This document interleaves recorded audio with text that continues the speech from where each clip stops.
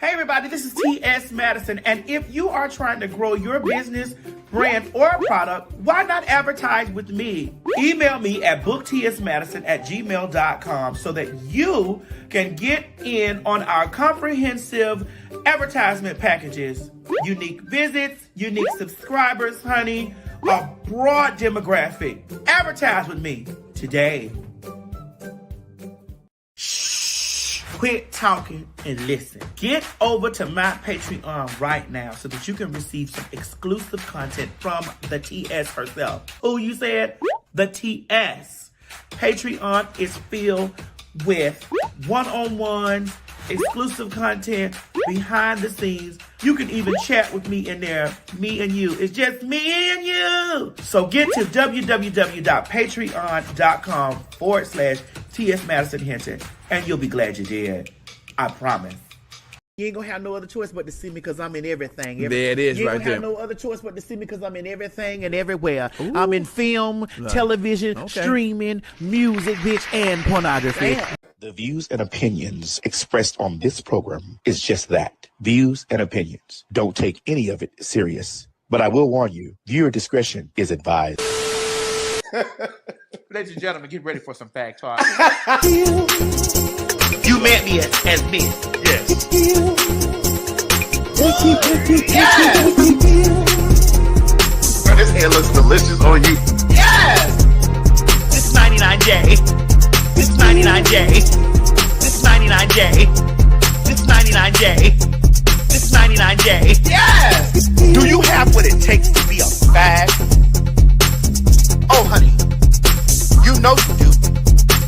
We all do. I'm most definitely a popular, hot-ass gossiper. Oh, honey, I was born a fag.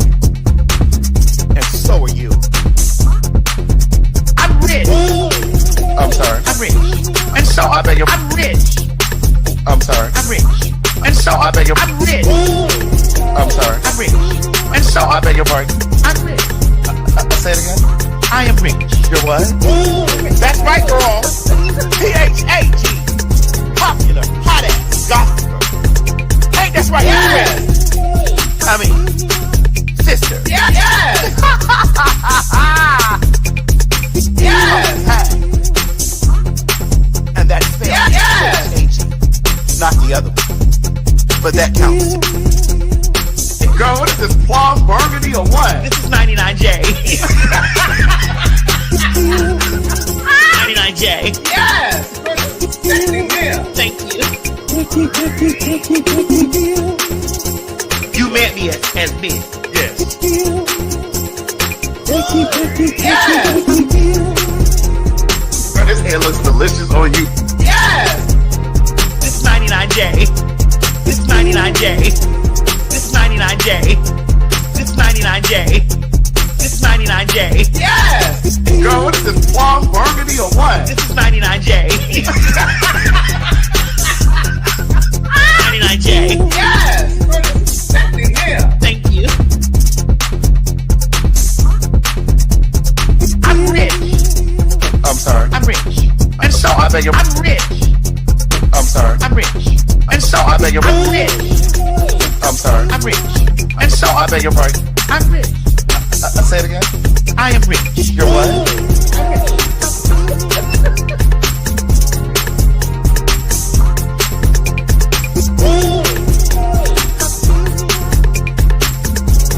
I bought it home. They were in their apartment. They were renting their apartment. Yes. Yes. Yes.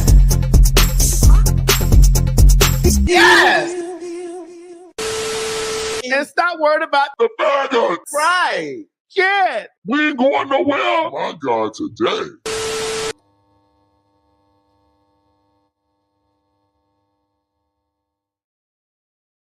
I don't understand y'all trying to check me about my I was man. just asking a question. It was his birthday yesterday. Don't be checking me about that. When your birthday, I'm talking to Mo and all the niggas that living in this inside of him. When it's time for your birthday, bitch, I handle you. Let G have. Yeah, don't be jealous So in of other words, G. you saying we We brother husbands. That's right. We Like, brother- all my sister wives out there, bitch, y'all brother husbands. Bitch, I'm poly.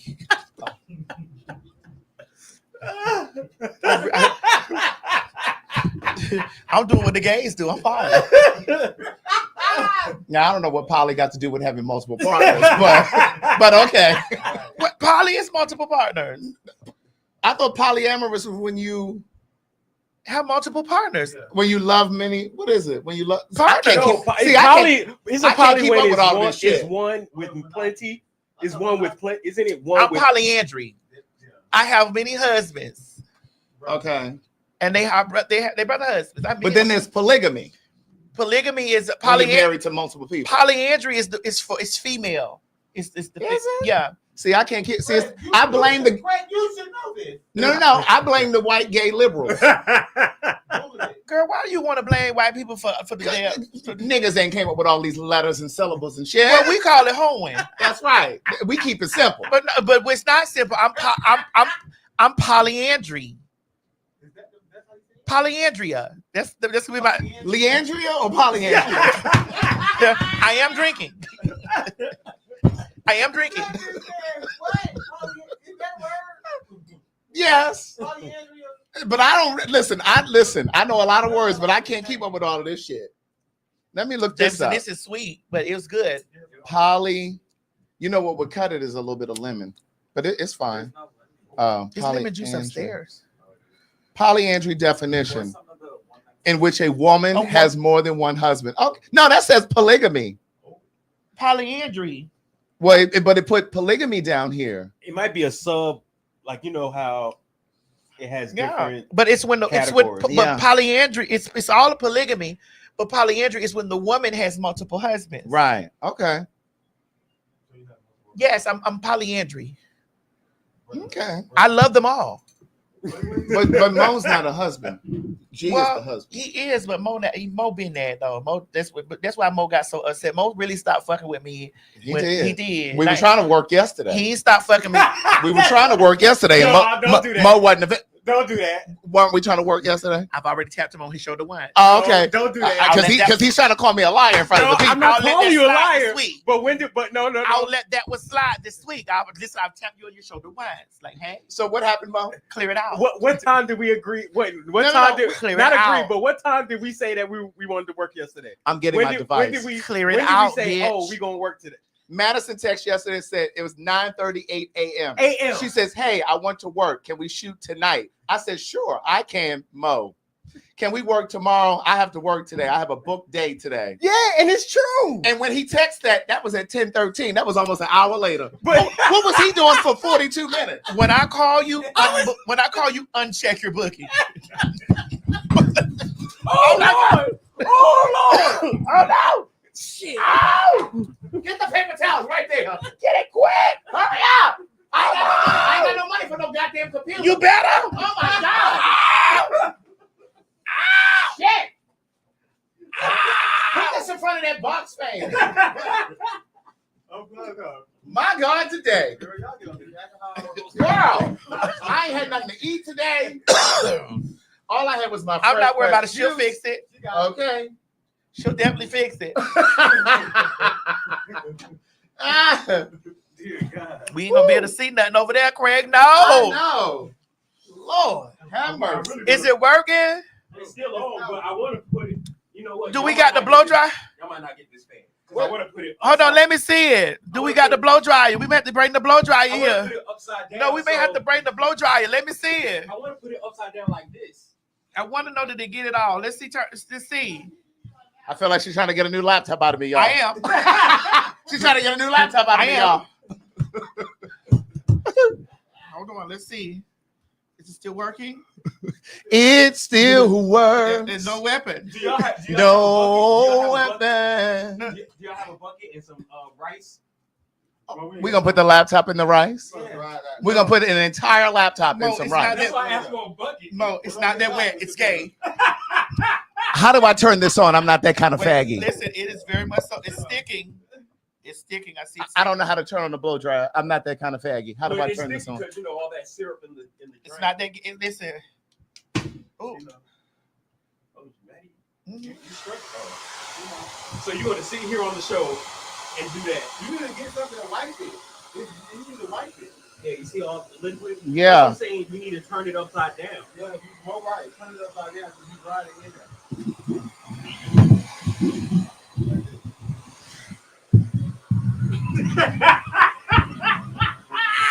Listen, y'all.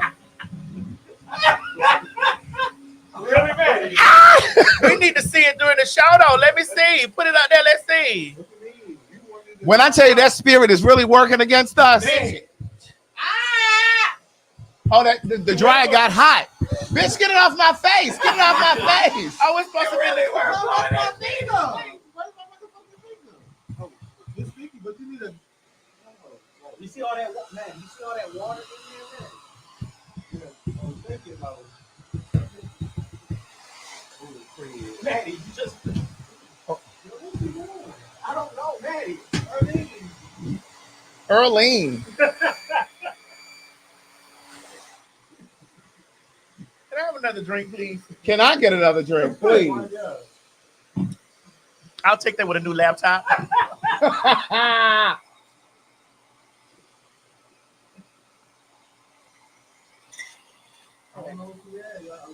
No, when she in And then there, y'all say this show's scripted. y'all see Mo thick ass on there Right. on that camera. He trying to hide that thick ass booty. He trying to hide that thick ass motherfucking booty.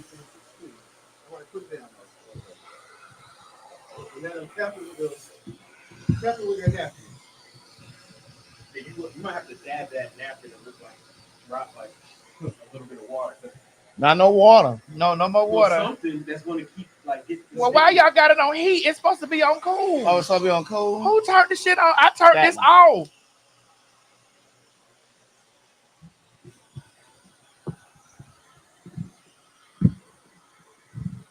Oh my God. Oh my God. It won't work. Hold on, let me see if I can I'm gonna reload the site and then go in. I mean, you at least got the show before that thing starts to act up. Right. Before it starts to act up, you at least we can at least do the show. It's after the show that's when you might need to. I mean, it's going to be fine until. I'm putting it on the But do you have any like alcohol? Just to Little alcohol wipe it pad. down? Yeah, just to wipe it down.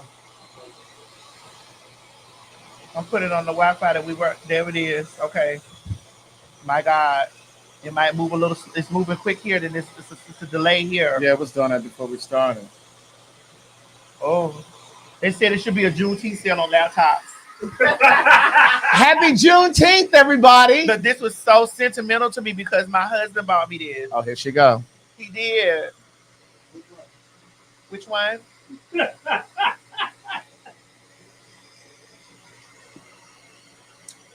The main one. The one that's over G. Oh, there's someone that's over G? Oh, yeah. Yeah, G go home. All of them go home. And I stay at home, too. I'm a stay-at-home mom.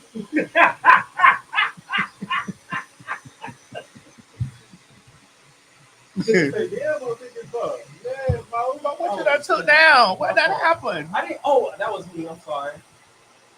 Go, just click back on. No, actually, I didn't do that. They can still see you. Yeah, I'm minimizing. Hold on. I'm minimizing. My fault. I'm trying to clean the laptop. That's okay. Well, let's go back here.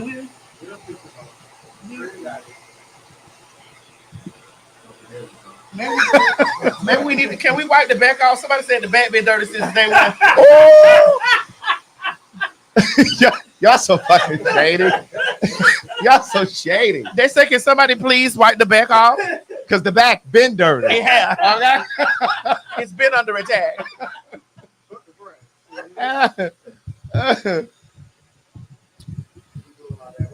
Well, why your hair not done? You make too much money. I'm getting it done. You make too much money for your hair not to be I'm done. about to get it done soon. I have to let my hair breathe. I can't have it in the. Why your hair not done? I have to let it breathe. It's not maintained. Because I have to let That girl not getting your hair done? I just took That it girl out. not getting your hair. If that girl not getting your hair done, leave her. I'm policing all y'all wives and girlfriends.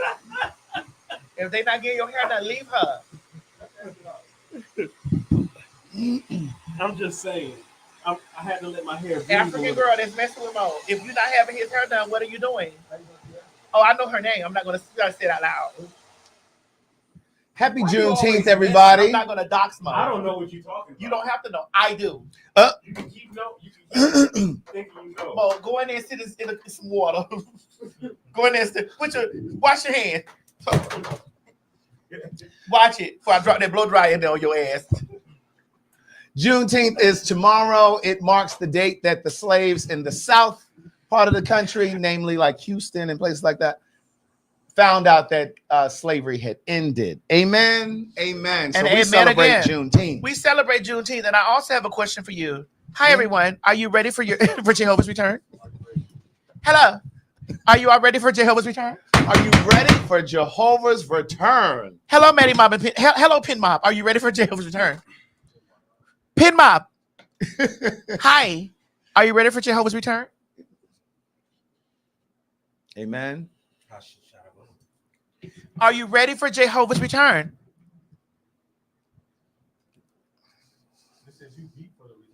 Oh, yes. That's why I'm ready. Okay. Come pick me up. Mm. That man out there working on my pool. Y'all get in the pool. You got to ask him, can y'all swim? Where Jameson at? Why you keep saying the pool? He's doing the spa. Yeah.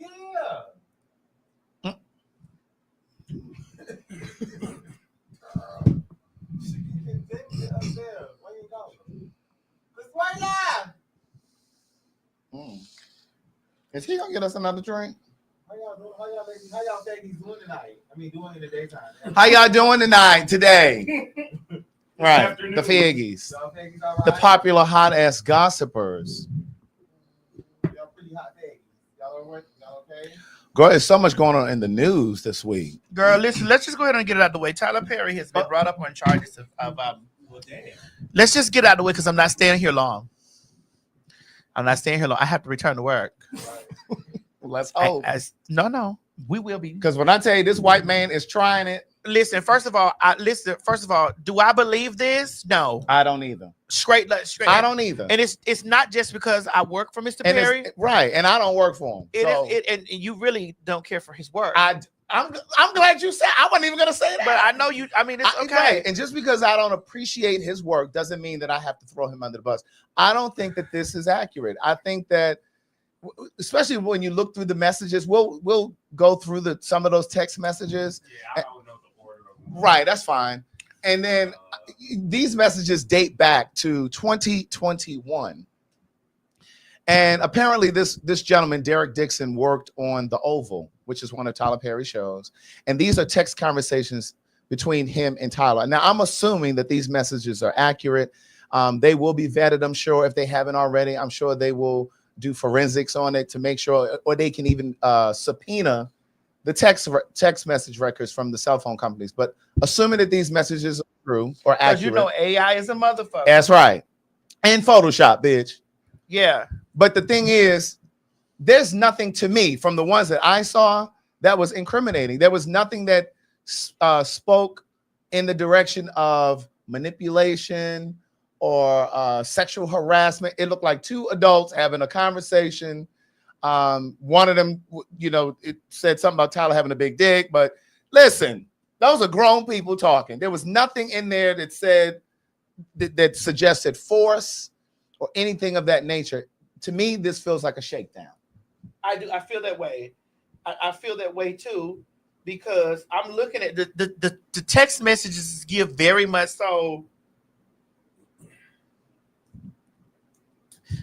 Come on in. Come on in. It gives very much so like, you can look inside me. Very seducing. Right. It felt like he was trying to lure Tyler. Like Tyler. an attempted seduce. Like I don't.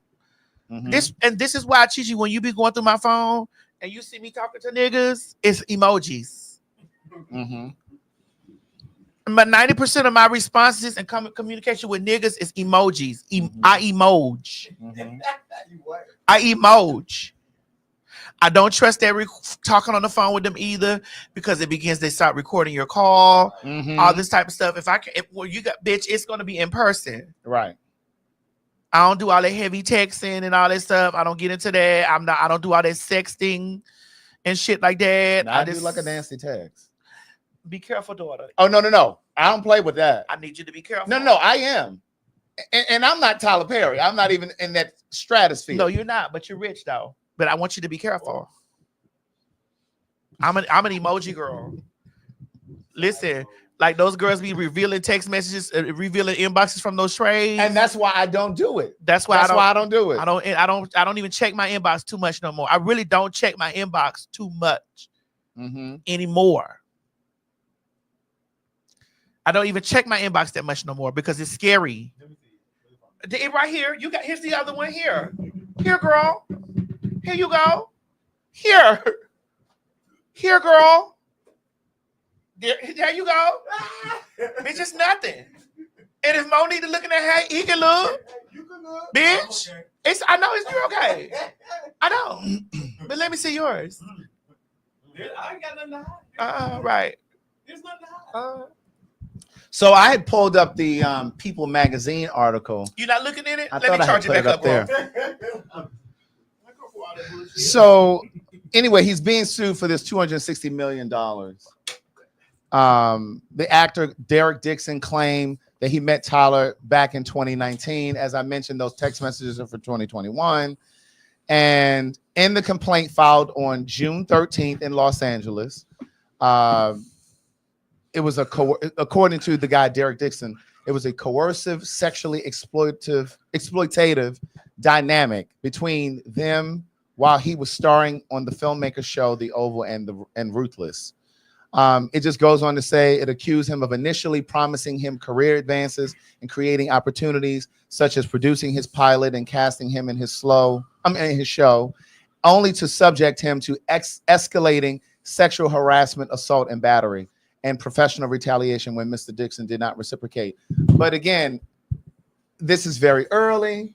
I don't know what's going on in here. But from the surface, I don't believe it. From the surface, it just looks like it's suspect. It looks suspect. From the surface, I'm looking at it. It's looking suspect. I don't get into it. Yeah. I just don't. I don't either. And the thing about it with this too, I don't know Tyler Perry's sexuality or sexual orientation. I don't know. I know what he tells us he is and his sexual identity. I know what he said, and that's what I'm walking with, because I tell you I'm a transgender woman. And bitch, if you call me anything else, I'm not fucking with you, because that's my identity. And I'm not taking nobody. I don't give a fuck what you believe. You can call me a man and do all this stuff. I'm a transgender woman. That's my identity. Craig, I don't give a fuck about your staring face. What? I don't care about your staring face. What are you talking about? I was listening to you. I know you're listening, but I don't care about your staring face. I'm staring at the camera. Okay, but I'm just letting you know. What are you talking about? I'm just letting you know. I don't care what nobody. People. This is why we having these problems right now. We're not letting people walk in their identity. That's their identity. That's right. That's just what it is. Let people walk in their identity. We can, just like I got in trouble for calling that boy church sissy. I did that. We don't know that. Don't do Chi. Excuse me. Don't do that. I've already apologized for that because I had no right doing that. Thank you. We'll talk offline. But give me my. Hold on. Oh shit, Chi. We done already fucked up once in here. Okay. So I just personally feel.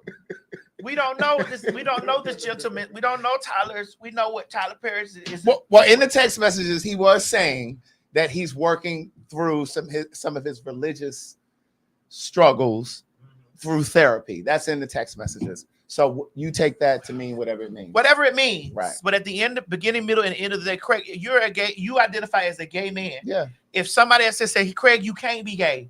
Because there are women who look at you like, you too fine. Because I see them do it. Oh, yeah. Craig, you too fine to be gay. You too fine. And you like, ma'am, I'm gay. And she's like, no, you're too fine to be. It's like, ma'am. But I'm not offended. It's not about being offended. Yeah. It's about. But no, I get it. Your identity. Or like when I was called a woman that time, or girl. that time. But go ahead, keep going. You got a pregnant woman? No, it wasn't me. It wasn't me. Okay. I know that's my sis. And that's CIS.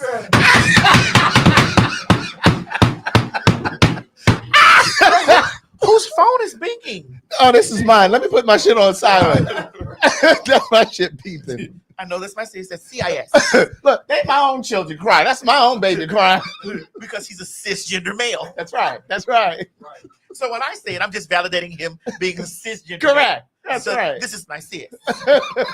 Might I suggest you don't fuck with my sis? Hello. Because she's comfortable. Okay. Comfortable in his skin. That's right. Cozy with who he is. Comfortable in his skin. Cozy. Cozy. Ah. Oh my God. But that's all I really want to say about Tyler, because I don't want to get messy with it. Yeah, I don't like. I'm done with it, and here's the thing about those shakedowns. But I personally feel this: at a certain tax bracket, buy what you need. Because once I hit that next bracket, I'm already polyandry. I'm buying what I need. And you know, I've heard people say that when you reach a certain I'm status, buying what I need. that you put a certain amount of money to You've the heard side you've heard me tell That you was you? that. That Yeah, was me excuse me. say you create an account for lawsuits. for lawsuits and for your polyandry activity. That's right. You put your account over there. You pick you one, maybe two, Well, I might need a couple. or three. Right. Whatever it is, you tell them, hey, this is your stipend. This is what we are. Because when you get to a certain level of tax write-off, I tell niggas now that don't anything that I've got that you've obtained from me is a tax write-off, honey. That doesn't mean anything. Yeah, I need a couple social security numbers. Well, you get them. Excuse me.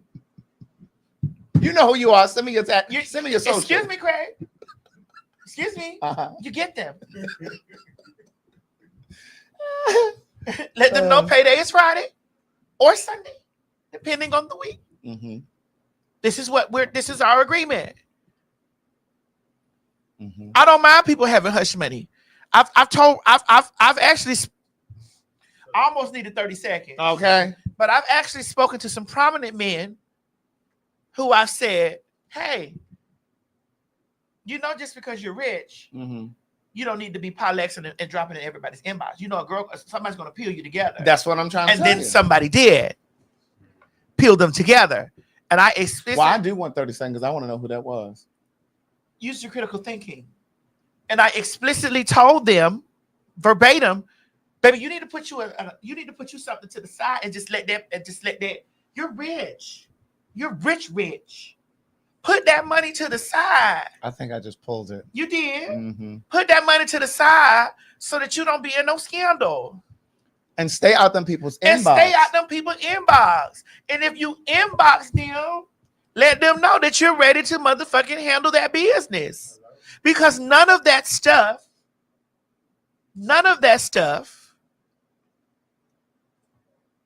is going to cost you anything in taxes. You are mega rich. You're not regular rich. You're mega rich.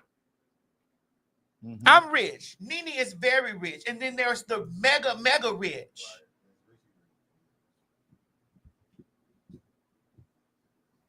When you're mega rich and an athlete,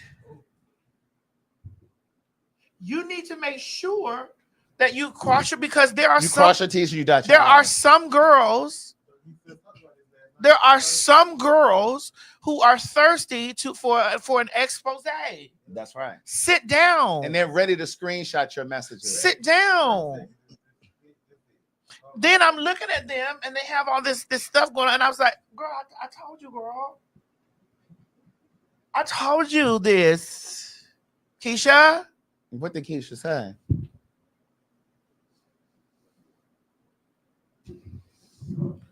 I told you this. Sit down. If you have fantasies and fetishes and all of this type of stuff going on and you're rich, you can buy anything you need. That means whatever. Correct. That means whatever. That means your pleasure. You can buy whatever pleasure you need. Men talk, but when the suitcase roll up, bitch, there's a different conversation. Okay. There's a suitcase, an NDA. That part. You gotta move when you're in a certain bracket. I'm not even in that tax bracket. I'm headed there. I'm going to be in that tax bracket. And that's my point. Like, I don't even play with them DMs like and that. I don't even play with these people here. Like, girl, you're not gonna put no stuff out about. You're not gonna do that. No, you're not doing that. You're not doing the things. No. So Craig, CISTER, sister, please. You're moving in your wealth area. Oh no, I don't listen. I don't play. Listen, I have friends. My friend Ryan, in particular, he's always like, "Craig, just go ahead and jump." Because I'm telling you, it's been dry over here. You're moving in your wealth era, and he be like, "Well, if you want you a little something, go ahead and just jump in the DMs." You're moving it, Craig. You're moving in your wealth era, sir. Craig. You're moving in your wealth. I'm not doing it. You're moving in your wealth era, Craig. I'm not doing it. You know how you have a soft girl era, right? And then you move in your wealth era. You're moving in your wealth era, girl. People will target that, girl. You got to stay low. I know. And anything you do loud, make sure bitch is NDA. Listen, I've learned lots of my lessons, bitch. It's NDA. Bitch, have your lawyer. They don't need. Nobody don't need to know nothing. Your lawyer sending them that stuff. Y'all back and forth. It's like, listen, we finna be romantically doing the horizontal situation. Listen, I gotta make sure I'm covered. I have more to lose. That's right. I don't want this stuff in the motherfucking public. I don't even want you. And people be talking about DL and all that type of shit. Yeah, I hear what you're saying, but bitch, I'm clout. I don't want that. Yeah. You see how y'all hoes make headline news when all the when all the bitch be doing is sitting on interviews and y'all bitches making the headline news. No, I'm not. I don't want to get into that. No, I don't want that. No, we have NDAs over. We kiki about this. We laugh and talk about this, but this is what we do. Yeah. Everyone in this room is on an NDA. Right. We joke and we laugh, but bitch, it's serious around here. I learned those lessons from that last group who's no longer amongst us. A group will teach you, and it's just like, how could you be in an era of your life and move around and deal with so many different people and not learn from the era prior or the era before that? I update my NDAs every motherfucking 6 months. No. Yeah. You got to, Craig. And I'm leaning over here. No, you ain't got to worry about me. Rubbing your back. Telling you ain't even got to worry about me. I know you like booty. I do. I know you like this.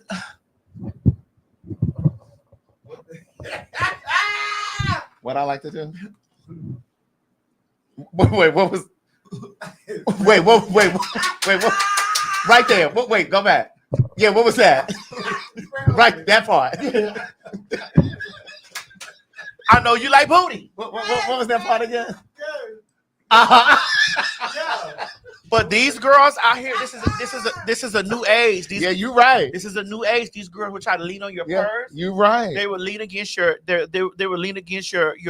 your properties. They will lean against your stocks. You're right. They will lean against your bonds. You're right. They will lean against your security. That's right. They will lean against your thing. That's right. And because the girls don't want to work no more. They don't. They want you to do the work. work. Want to be kept. They want you to. Well, it's the way to be. If you can be a kept girl, you can be a kept girl. There's a way to do that. Where's the way to do it?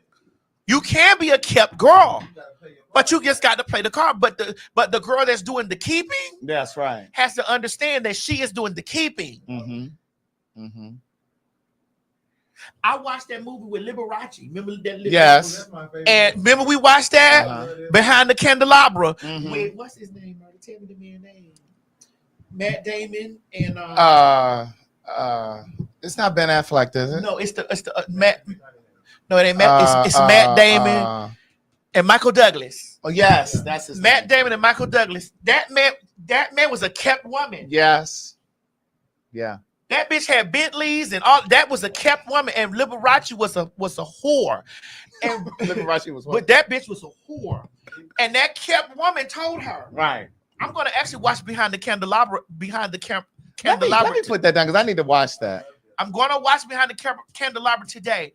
That rich ass queen had told her that what was so gagging to me was that rich ass queen had got that kept woman, and that kept woman tapped her on her shoulder and told her, "Mamas, Mm-hmm. you out here at the bookstore sucking dick." Child. That's what I'm. Miss Mamas. That's how boy Michael. What's his name? George Michael got caught. Craig, Miss Mamas. Yeah. You ain't told these girls that you a woman Right. on the inside, and you out here at the bookstore sucking dick. You don't think? But see, I think what happened. Go ahead. Miss Mamas, you ain't told nobody, and you denying that you one of the girls. One of the who? One of the girls. Now I'm a straight man, and this is a new experience for me. All I was a dog catcher Yeah. and a dog walker. Mm-hmm. I'm fucking around with you, cause bitch, where the cash at? I know where the cash at. Right. And not just I know where the cash at. Not only was he fucking around with him, he actually fell in love with that motherfucking queen, and he was hot. Yeah. When that bitch found her a new piece. I'm gonna watch it. Bitch, it was good. Craig, she tapped mamas on her shoulder after they had a night out. They was in a night out and they went out to the bookstore. That girl was in there. That lady peeled that women and she was sucking dick. But see, I think what happens though, in some instances, especially with the gays, it's like some of those ways that you had, and then your career takes off, and you don't know how to leave those ways behind. You still down on the pier in New York, or you behind the bookstore, or at the bookstore. Like, No, girl, that's how Tevin Campbell got caught up. there you go. That's how she got caught That's up. how George Michael got caught out there in that park bathroom in Beverly Hills. Like, girl, you girls are in a different tax bracket. I'm not even nowhere near those girls' tax bracket, bitch. I'm probably 2 million, maybe 3. Bitch, I'm not 5 and 10 and 20. Bitch, I'm probably there. Girl, I'm not in those girls 20 million, Right, 30 million tax bracket. I'm not there. And I'm not playing in my little small bracket. That's what I'm trying to tell you. They talking about Tevin Campbell. What? Y'all didn't know Tevin Campbell got Don't start this. Y'all young girls don't come here with that shit. right, girl. Tevin Campbell's career took a nosedive after he was soliciting that undercover cop. We're the aunts. That's right. Listen to your aunt. That's We're the aunts. We're from a different era, girl. that's right. Listen to your aunt. Yes. And it's okay. And we're talking about this because we're in that realm. We're in that space. Bitch, my motherfucking boss is a billionaire. Billion. That's right. With a big B. When I rolled up to that motherfucking crib, and I was like, oh. Right. That bitch was texting me. Bitch, I was like, oh. Oh. Right. Bitch, And this is rich. I was like, now this. I said, bitch, I scream, I'm rich. But this is money. Bitch, this is money. Okay. Yes, indeed. When it took me motherfucking 20 minutes to get from the gate to the front door, I said, oh.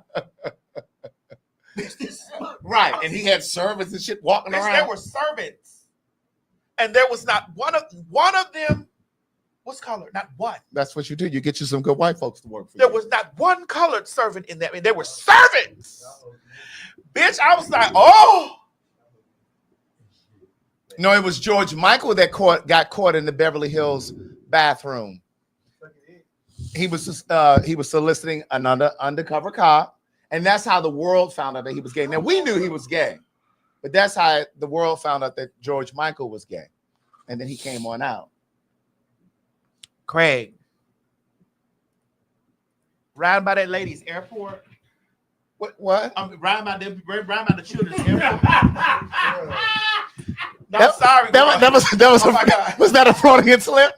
Was that a Freudian slip, bitch? You know we in our fag. No. I don't know. No, girl. I don't know what No, you were girl. talking. I don't know what you're talking we're about. Sheeing. I'm Sheeing sorry. right now. We're sheeing. Everybody sheeing. talking to her. Well, you didn't say she that time. You said her. We're having Therefore, fag talk, bitch, right now. Bitch, everyone's a fag. bitch, everyone. A popular hot ass Just gospel. let me explain something to you. That sitting around that, seeing that and absorbing it, I was like, oh my God. And I know that we, bitch. Mm-hmm. We are moments away from the little things like that, to do the things to do what the children have done. Correct. And for me to be walking, that was a new thing for me. I was like, my God. Yes. Craig, bitch, I was on the scene. I was like, girl. Yeah. Yeah. Yes, indeed. And then after we peeled up, and the service went out, I said, oh, girl, she done turned the power. Oh, the children done turned the internet off? Okay. She in the man's house and couldn't. The phone wasn't working, I was bitch. like, bitch. He had firewalls I up. was like, girl. You won't be going live in here. You won't be not in here, you bitch. I know that's right. Not in here. This is smarty. Yes. I left there with listen, my first meeting with him, my first working with him, I left there with a new found respect, a newfound fuel under me. You know what I'm saying? It was just a new take. You know what I'm saying? And I just was like, whatever. And I remember asking the children, I was like, honey, why you gotta use that? Because I'm rich. Right. I was like, why? Why you got? Because I'm rich. And I was like, yes, because that would have been my answer. That's right. Because we key like that. That's right. You goddamn right. And he said, because I'm rich. That's the answer. Because I gave all that. I was like, bitch. You know I did all that. Yeah, she did. You know I did all that.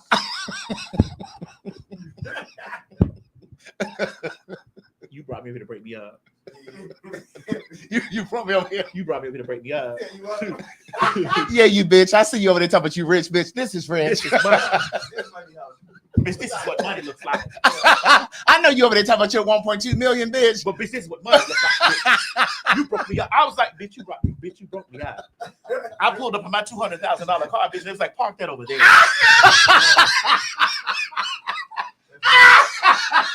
Do what with it? Park that over there. Had the servants. Park that over there. Oh my God. I know that's right. Had the servants. Park that over there. I was like, my God. Yes, indeed. That's it. My God. Yeah. But you do have to move differently when your career takes you different places. And even if you're not a public person, when your money is different, you do have to move differently. And a lot of times people think that you're acting funny. Now, of course, there are people who will become different. They start acting funny. But there are instances where you just have to move differently just because you are a target. You're a target. You become a target. And so you have to move differently. And a lot of times people won't understand that. And that's okay, too. Whew. There's so much going on in the news. Yeah. But before we get off of that, and then we're away from that until new things arise. Right. Make sure that you watch Behind the Candelabra. Yes, I'm gonna watch with that. Michael Douglas and Matt Damon. Bitch, did you know that Liberace was rich as fuck too? Bitch, he was rich. Liberace was rich, and he sued the Inquirer. Yes, bitch, indeed. because they were printing out articles saying that he was gay. Yes, before he came out, and he won. He won that. I don't even know if he ever came out. Did he ever come out? Oh, girl, that shit's just that girl, that kept woman. That he had, didn't play with her. Oh, I'm gonna watch. Oh, that. you trying to put me out, girl? Because you done found that new piece. Really? And then he had captured the. Oh, I know he had the sweep. The sweep had. Yeah, the sweep swept him away. They had put him in the shopping cart, but it was because girl, she was out there shopping.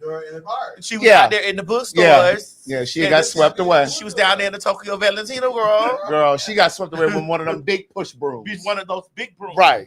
Because that was during that time. Yes, indeed. When the sweep was coming through, when you found out Friday, you were gone by next week. Tuesday.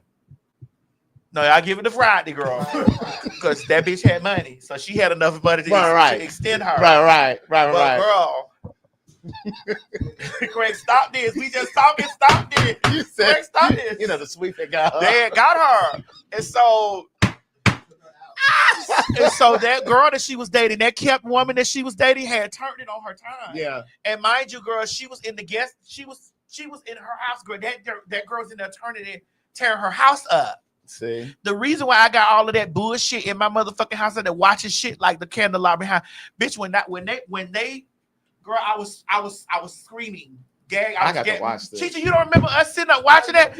You told me about this before, and I never went to watch when it. they were panning in that woman's house, bitch. When they were panning in that woman's house, bitch, and I was just saying, oh my god. Yeah. You know, I like all that type of shit. Yeah. I like Victorian. Yeah. I like Victorian. I like shit that screams bitch a coin. Mm-hmm. When they were panning in that woman's house, bitch, when she first of all, I'm sorry to still be here. No, go ahead. When she brought home her kept woman gagged when she walked in that bitch. And see, that's the other thing. You got to be careful. You got to your house too, because listen, at the end, that kept woman was in there tearing her shit up. That kept woman was, what was her name, Murder? What was her? Look, Google Liberace in the minute. That girl's wife, her trade that she made her husband. What am I going to type in? Liberace's boyfriend? All you got to put in Liberace, bitch. That the scam, everything will come up. Scandal. That boyfriend. Thank you. Thanks, James. Came through there and tore. Bitch, I was sitting over saying, "Oh my god." That boyfriend tore Scott. That's her name. Here it is, Scott Thorson. Look, they put it in the comments. Okay. When I tell you, Miss Scott tore that woman's house up. When I tell you, Miss, that's Liberace. No, that's Scott. This is the real Scott. Yeah, because remember he had his face done like him. He wanted to look at himself. He wanted to be him. I had a faggy that tried to become me. I write about it in my first book. So he went out and bought the same car that I had at the time. He stole all of my winter clothes. I told y'all this before. I was trying to be nice and see you can't be nice to some of these niggas. He had moved down here from Nashville. Fucking below your pay grade. That's right. And see, but I'll take fault and I'll take ownership because see, I was just fucking him and I told him that I didn't want to be with him like that. Yes, Barbara, she is. And I told him I didn't want to be with him like that. But he thought that he could convince me, over time. How sometimes people do that. And I knew that he couldn't, but I was spending time with him, fucking him, going out to eat. So it was just like we were functioning like we were in a relationship, but I wasn't interested in a relationship. And so he had ended up moving down here because he was trying to be with me. And he was staying with one of his coworkers or one of his friends. That friend ended up moving away after a few months. And so he didn't have any place to put his stuff. And so at the time I had a 2-bedroom apartment. They said Craig toxic. I had a 2-bedroom apartment. And I let him put his stuff in the guest room. And I gave him a key so he could go in and out. That motherfucker came in the middle of January, bitch, and stole all of my winter clothes. Bitch, I was wearing short sleeve shirts in the winter. I had to go to the store to get some long johns to put up underneath there. It was a mess. Was he out? Was he trying to wear your skin? Yes. He went out and bought the same car that I had, same color and everything. But I got him back, and I write about it in that first book. Bitch, which one? Words never spoken? Words never spoken. Bitch, because 2 things for certain. 1 thing for certain, 2 things for sure. Bitch. I was with that man's wife. I mean, that man's. You was with that wife's man. Right. Oh, you DL niggas. But listen. I'm healed now. Yeah, good. Yeah. You have to get to a place of healing. That's right. So when you know better, you do better. When That was Maya Angelou who said when that. I tell you that Scott tore that woman's house Clearly. up, bitch, because that woman. Oh, I smell that fish. Oh, I can't wait for that fish. Bitch, when I tell you Scott tore that woman's house up, Murder, her things were so. Craig, please watch it. I'm gonna watch it. But it says that Scott passed away at 65. He was suffering from cancer and heart conditions. See, that karma comes back. No, girl, it was cancer because he didn't. No, it says it was cancer. Yeah, he didn't have the HIV. No, he didn't have the HIV because that's what she was trying to make sure. The house in Virginia. The HIV. The house in Virginia. The gift. Yeah. The package. Yes. The power. The Cabbage Patch. Okay, so it's the difference between the Cabbage Patch and. Aren't they all the same? Liberace was a Cabbage Patch doll. Right. Wait a minute. What does that mean? She was the whopper. She had it in her. So she had the power. Right, but what were you saying is the difference between what and what? It's 2 different things. No, it's the Cabbage Patch girl. Is this one Cabbage Patch? Cabbage Patch. Cabbage Patch. So the Xavier Roberts. The Hill and Cabbage Patch is The same thing. The same thing. okay. They're synonymous. One's deeper than the other. No, it's just it's all the different. Cabbage Patch girl. It's the Cabbage Patch. She said it's one deeper than the other one. It's the Cabbage Patch girl. It's the Cabbage Patch kids. Yes. We're Flintstones kids. And we're strong and growing. So That used to be my commercial, bitch. Craig, Yes. Craig, Mm-hmm. when that lady, if you'd have seen all the cocaine that girl was snorting, girl, Mm-mm. Miss Scott snorted everything she could see. Bitch, she had jewels and Liberace took care of that girl. Mind you, she became her driver. Mm. Right. Bitch, and Liberace said that she was going to adopt her as her kid so that the wealth can transfer to her after she's transcended this mortal plane. Right. Wow. Miss Liberace found her a new piece. And Scott wasn't having it. Bitch. And what I did find out, even through all that money, Scott was in love with that girl. Mm-hmm. That was his first queen. Mm. So that was Scott's first experience? Bitch, that was his first queen, yes. And he was in love with that motherfucking lady. Mm. After the money really done subsided, all Right. that, because it's only so much you can buy. Yeah. And then it's like, bitch, you've taken me, you've given me this new life. Right. You done this stuff, whatever, girl. Yeah. It says here, Thorson Scott, who later legally changed his name to Jess Marlowe, brought a $113 million palimony lawsuit against Liberace in 1982. You said alimony? Palimony. Oh, alimony. Because Yeah. they had been living together and all of that. Thank you. And okay. And then this one said, and then it also says Liberace continued to deny that he was gay and stated in court depositions that Thorson was never his lover. It was his son. The case was settled in 1986. Thorson received $75,000 cash, as well as 3 cars, 3 pet dogs, valued at $20,000. The dogs! Yes. The dogs! Liberace died in 1987. Hold on, excuse me. The dogs? Mhm. The dogs is $20,000? Oh, this one is better, Jameson. You said to me the dogs were $20,000? Yeah. That's the one right there. 3 dogs? Mhm. 20,000? $20,000 each. Each No, dog. Valued at $20,000 Oh, total oh, for Oh, all in of the dogs. total? But still, 3 dogs for $20,000, Yeah, bitch. What kind of dogs are they? Yeah, that's still wild. But listen, when you got that different type of money, that's what they do. But see, I don't want to be that foolish with money ever. Now that's something. No, I'm not a dog lover. All right. I don't like animals or children. Yeah.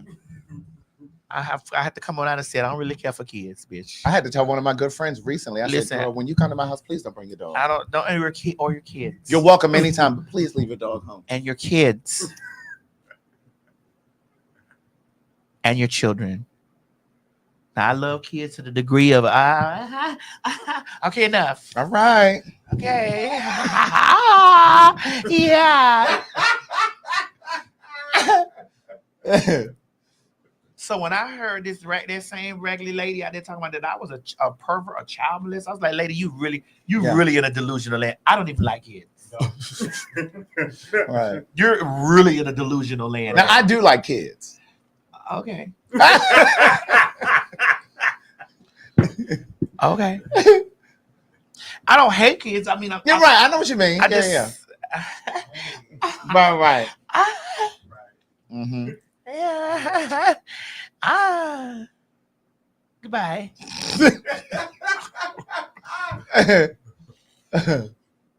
Goodbye. Yeah, but watch it today. Yeah, I'm gonna watch it today for sure. I texted to myself. Yeah. I put you on watching a lot of stuff. Well, speaking of watching, Go ahead. Oh, bitch. My God, today. Oh, Baby, this case is like the gift that keeps on giving. the Cabbage Patch. Mm-hmm. The Cabbage Patch case. I mean, when I tell you it just keeps unfolding and unraveling every time you look up. So it says the jury was shown footage of one of the freak off tapes. And there was an old woman who shook her head in disgust while another juror laughed. Now, do we have the audio from one of those things where? Well, no, I didn't No, do the audio. Okay, because they put that audio under that. Oh, okay. That was shade. Oh, okay. It was the audio from the Brewster Place. I seen you. That's what that was. You forgot to close your shades last night. Okay, I was gonna listen to it here so I could hear it for the first You time. forgot to close your shade. They call her to the other one, tell her to bring you a cool towel. Right. Bitch, what is? Let me see this song. That was my movie. What you want this one? Women of Brewster Yes. Place? Yes, ma'am. Women of Brewster Place was my shit. But I'm curious to know, what was the lady laughing at? She thought that shit was funny. She saw it really in the damn, did he? You know, She how get- you said yeah. the place. It was a space like, It might have been like, oh, you fucked up. It might have been that type of laugh. Or it might be like, They need to try to get that juror dismissed. Yeah, because there's no fucking thing. Oh yeah, I'm watching this. I'm not gonna knock this one over. You really didn't knock it over. You just laughed at this Right. one right here. You just spit it. It's bad. But you know, it's just I don't know. I would try to move to have that juror who laughed dismissed. Really? Yeah. If I was Puff, I would say to my attorney, you Are need you from this county? Then this video's for you. We're looking for 100 bathrooms. You forgot to close your shades last night. I saw both of you. There you was, standing in the bathroom door, dripping wet and naked as you please.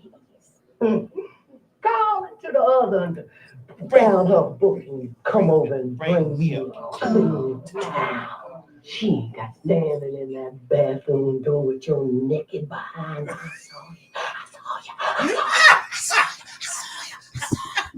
That was when Lynn Whitfield's daughter, somebody put in the comments, got shocked by the electric.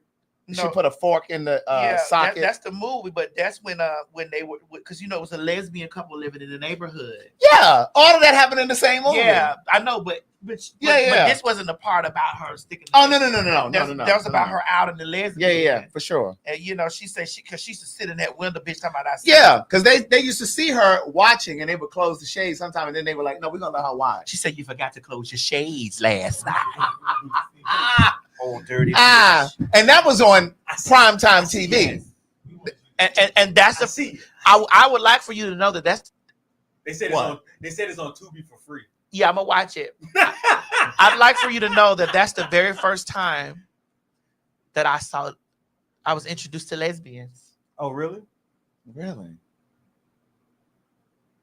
And what went through your head when you first? I saw it? watched it like you gotta realize I was a kid at this time, and I'm like, That's a good movie, Chi. I'm like, this is the first time I knew that two women were like lesbians. That was my first time, my introduction to, and I was like, oh my God.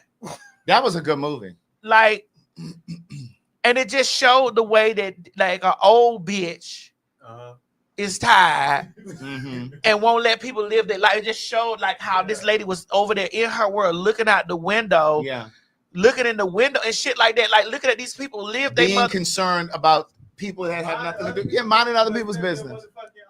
Yeah. And I just was like, yikes. Yeah. I hated the scene when the lady was leaving from the block party and she got raped by the guy. Oh, damn. And she was traumatized. You remember that? Yeah. Yeah. And then she ended up killing the older man because he was trying to help her, but she was traumatized and she didn't know that it was someone trying to come and help her. But like that was a good movie. And Oprah walked over there to that wall to shoot. Maddie Craig. They were chipping away. Screen. What's on the screen? Who ready to eat? Me.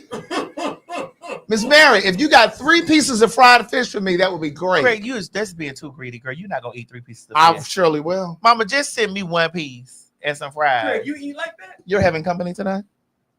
No, me and G are going somewhere. Oh, okay, well, I'll have 3 pieces of fish if they're available. I don't monitor when you be. You forgot to close your shades. Yes, ma'am. I was so afraid watching that because I was like, oh my God, somebody's gonna get me. Like, That really is a classic. as a kid, as a faggy kid, I was just like, oh my God, somebody's gonna do that to me in front of everybody. Yeah. I don't really think that movie get enough credit. I think that's a classic movie. That's a classic black movie. Black movies don't get enough Yeah. I think a lot of black movies don't get enough credit. What did you think about Love Jones? Did you like Love Jones with Lorenz Tate and Neil Long? That means no. All right. Well, that's the face kids make when you try to feed them vegetables. I mean, that's nah. I thought Lorenz Tate was fine. Lorenz Tate was fine, bitch. He's still fine. Right. Let's get it to the past like present. And so is Neil Long. Neil Long still look good. I heard she nasty as a motherfucker though. I heard she is nasty. Yeah. Oh really? Oh, I heard she nasty. Sorry. And I've heard it from multiple people. That's really? Yes. Yeah. I wasn't looking. I think she was pretty and fine and stuff as a woman. I was looking at the man. Yeah. I'm not gay, so You I don't didn't. have to be gay to acknowledge beauty though. Well, she's beautiful, but I wasn't going overboard and being like, "Oh my God, no, that Right. bitch, where's excuse me, ma'am, can you tap that man right there?" Right. Yeah. Excuse That me. Lorenz is fine, baby. Even when I had my high top fade, excuse me, ma'am. Excuse me, ma'am. Can you tap that fine gentleman over there? Girl. Oh my God. But the reason why I love Love Jones is because that was, if you think about it, those of you who came up in that era, I was in college when it came out. That was one of the first. What'd you say? I said I ain't really. She said she watched Brewster. Women of Brewster Place. I was trying to think of a movie that I related to when I was young. Yeah. It wasn't really. Really? But the reason why I loved Love Jones was because if you think about it, it really was. And I'm gonna go on the limb and say this, huh? They said don't sleep on Bill Bellamy. I'm gonna go on the limb. I never thought he was fine. I don't think he's ugly, but I never thought he was fine. I never wanted to kiss him. If I don't want to kiss you, I gotta want to kiss you. But the reason why I love Love Jones so much is because it was one of the first, if not the first, where it showed young black professionals. They were college educated. And it showed them in a wholesome way, because prior to that we had Menace to Society, Boys in the Hood, like all movies like this was a love story. This Poetic Justice was gun violence too, though. This was the first time there was no guns, there was no robberies. It was really about Joe and that Torre. Love Jones soundtrack was amazing. I like Joe Torre. I like Joe Torre. Now, when the pants came down, I was like, "Where the dick at?" I think he's very good. I thought he was fine, but I just like, "Where the dick?" Nah. We done got. Yes, it had intellectuals, young smooth boy. We done got. That's all why the I way loved down. it. Where the dick? So if they find, but the Dangerous. the dick ain't what you expect it to be. Would I'm you talking about that still- white lady movie. Yeah, I like husband dick. I'm talking about the black movie. What's husband dick? Yeah, you know what husband dick. You know, because I'd be like, "Hey, this husband dick right here." You know, this stuff you can do every night. Mm-hmm. You can eat the same dinner over and over. You won't be too Yes, full. Love Jones was a breath of fresh air. Just don't feel like you be enjoying that the way you say it. No, I like husband dick. You should. It's the jump out dicks is like, What's the yikes. difference between husband dick and jump off dick? Jump out dick's too big. It's too big. It's too wide. It's too big. It's too. So it in other won't words, you're fit. saying husband dick, he can get it every day. Every if he day, want- Right. If he needed it, he can get it every day. It's definitely Right. But would you fuck your man 7 days a week? yes. If he has husband dick, No, I'm saying, but would you fuck him every 7 days a week? yes. I could fuck every day. Every single day I can. Now I don't have to, But jump off dick, you can't do that. Nah, but I Why will. is that? nah, Craig. You can't do no jump out dick. Jump out. No, I'm not talking about that. I'm saying jump off dick I is a would- different type of dick. No. Jump off this is No. jump off dick is the You type let- of dick you that let you me be fuck like, every day, I'm bro. fucking every day. Every day in the booty hole? Yes. Now I ain't got to. I understand. So y'all ain't gonna like take a day off and we ain't gonna you gonna fuck me up today. Well, that's what I'm saying. So I mean, if you just want, I just need to come every day. That's what I'm saying. You can hit me every day if you got a husband dick. Somebody said they taking applications. Bryce, It's either send me in an the email, morning please. or in the night. Send me an email with a headshot. See, here you go. I just rubbed this girl on her back earlier. I just rubbed her on her back And look, and I'm gonna take I this. just rubbed on her and back I'm gonna and take I said, these sister, and I'm C-I-S-T-E-R. going to take these live comments to the court. Your Honor, he was in the live stream and he said he was taking applications. He invited this. I rubbed her on her back and I said, C-I-S-T-R, sister. And we had I 9,000 said, people. girl, stop doing this. We had 9,000 people to witness him. I said, girl, stop doing this and understand, bitch, to sit your ass down, rest. Look, Miasha is asking, can she email me too? Go ahead, niece. Go right ahead. Jameson, this was really good. It was. Yeah, it was. It was. We gave y'all. I lit the thing up and put it over there, girl. No, that's not it right there. girl, no. You did that. Bro, don't come over here. That shit no more. What shit? Mo ain't don't blame Mo. Mo ain't do it. Damn.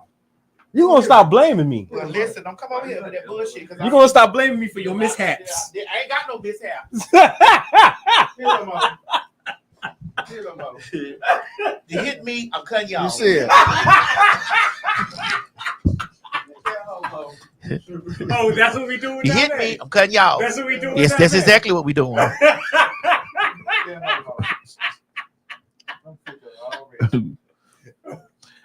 Yeah, so what were we saying?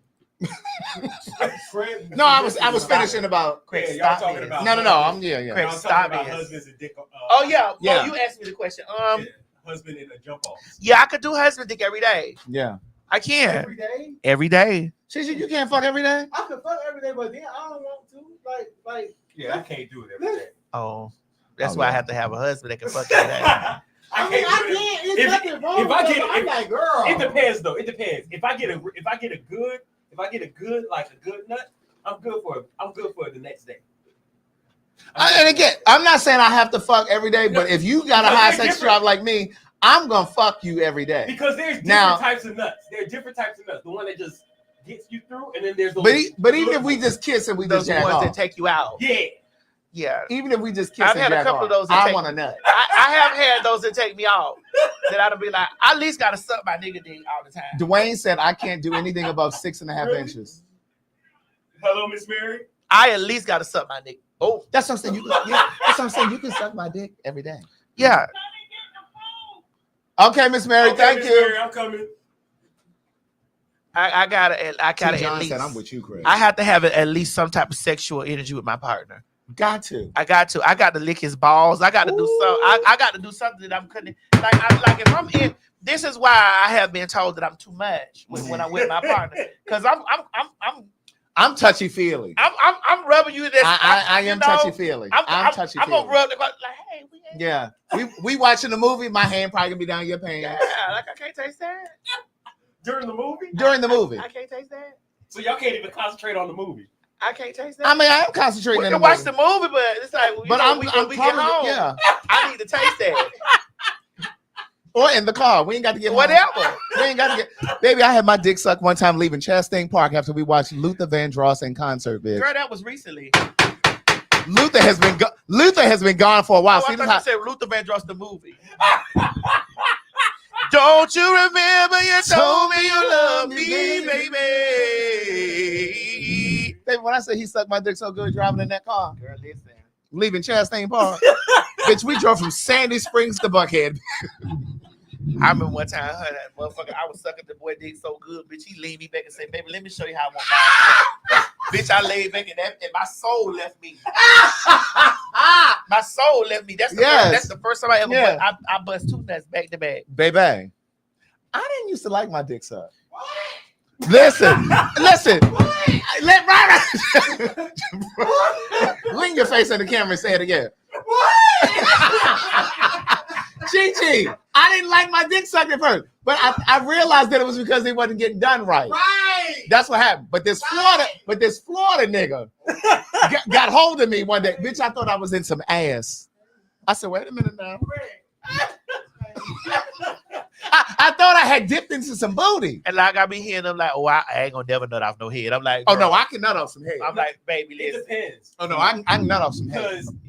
Because for me, I've had my dick sucked plenty of times, but is only just to get prepared for Yeah. the initial thing. Yeah, I hear that. I hear that. I've never I'll say in my whole life, I might have come from here maybe like 3 times. Oh yeah, you ain't lived. 3 times. You ain't lived. You have not lived. You haven't. You ain't had no real eater. No, not at all. Bitch, I done had an They can eater. eat. No. Nah, that ain't no eater. No, they can't. They just munching. What they Eater, doing? they munching. They snacking, bitch. Eater gonna get the center of that Tootsie Pop. Correct. You Eater gonna get to the center of that Tootsie Pop. You better know it. A 1, a 2, Right. a 3. That's all it takes. A real eater. Because you suck my dick and I'm playing with that booty, it's over. Listen, you eater gonna get that. I'm a eater. Cause I used to be an eater because I didn't want to be popped. I didn't want to be. Oh. So I would really focus on eating. Mhm. And them niggas like, and then when I know what I'm eating, they're like, hey. Right. I get away with this. Right. Because This ain't what I came You for. ain't getting right, away because with a lot this. of times I gotta stop you because I'm going in there. Bitch, you're not So I getting need away you with to this. stop. I came here to hit. I came here to mash. I need you You ain't to right. You ain't getting away with this. You're not about to make me come up You're no not, head. you're not I'm doing going it. in there. Bitch, stop I'm this. going in For there. real? Yeah, That's yes. That's right. I used to walk the beat. That's true. So So they'll be like, no. them niggas will pay me motherfucking for the fucking. I'm down there eating.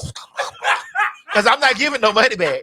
Right. Once you nut, you nut. That's it. I'm not giving back no money, bitch. You ain't get no money back. You so smart. Take one pass to that. You a smart one. Wait a minute. I don't see 3 pieces of fish. Hey, you got what you got. Folks can't be choosy. Is it 3 pieces? Come on. Wait, what all these extra plates? What you mean extra plate? One is for Jameson and Oh, one for you and Oh, Jamie. yeah, sweet. Miss Mary, there's no more fish? Are you that hungry? Where the hot sauce? Bitch, all I had was a juice when I left the house. Yeah, but I was focused on that, Mo. Really? I couldn't do like I didn't want to get popped every night. You right, I did say if it was available. So bitch, I get down and get Nah, I'll be like, nah, you can't. Now that has happened to me before. I hear you, nigga. Nah. I hear y'all You gotta niggas. fuck. I hear y'all niggas talking. I mean, it's true though. You niggas I focused on.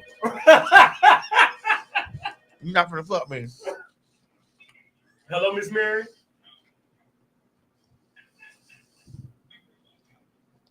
Hello, Miss Mary. Okay, Miss Mary. Mo go get it. I'm gonna get it. She in my side trying to smoke dope. I never Oh, these- stopped eating fish. I've always eaten fish. I stopped eating meat. Mm-hmm. No, these fries are good. These fried green beans.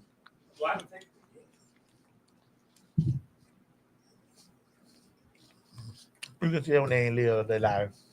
Right. Oh, you don't want these? Because I've been eating them since we've been sitting there. I know. You were looking over there. It's okay, Myrtle. Yeah. I don't do you like you do me. When I look in your plate, give me. See, that was the spirit. That was the spirit. The spirit has stopped you from telling that bold-faced lie. Mm-hmm. When I look down at your plate, give me what I asked for.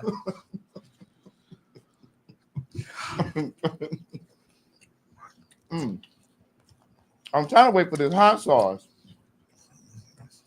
before I get into this fish. Mm-hmm. That's what I'm trying to do. So,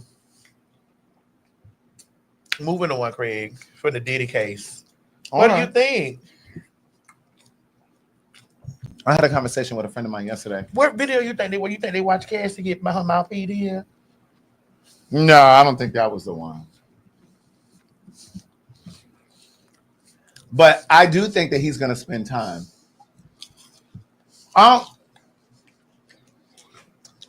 Sorry.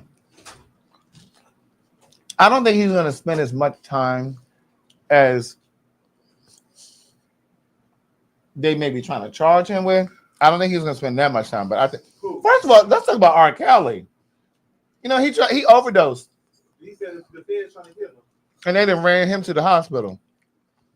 He is. She care about Craig. You see how she did it for my Oh my God! Look at that. Grab one for you. let that thing hold y'all fish from you, bro. I don't want that much because I know what I'm doing later. What you doing later? He might be doing you, but he's thinking about me. He's mine. You may have had him once, but I'm not him all the Oh. time. Get it, Mo. Go ahead, Mo. Keep it close by though. I am. That's why I was looking for somewhere to put it. Big ass Mo. You want her son? Yeah. I'm not hurt. I'm just big bowled. I know. Yeah, they done ran R. Kelly to the infirmary. Oh, really? Yeah, he overdosed. Oh, what? Aspirin. You know they get real drugs in the jail. Really? You know they get real drugs. Now I don't know what kind of drugs he was overdosing on. No, you know, Fantasia had overdose on aspirin. Remember?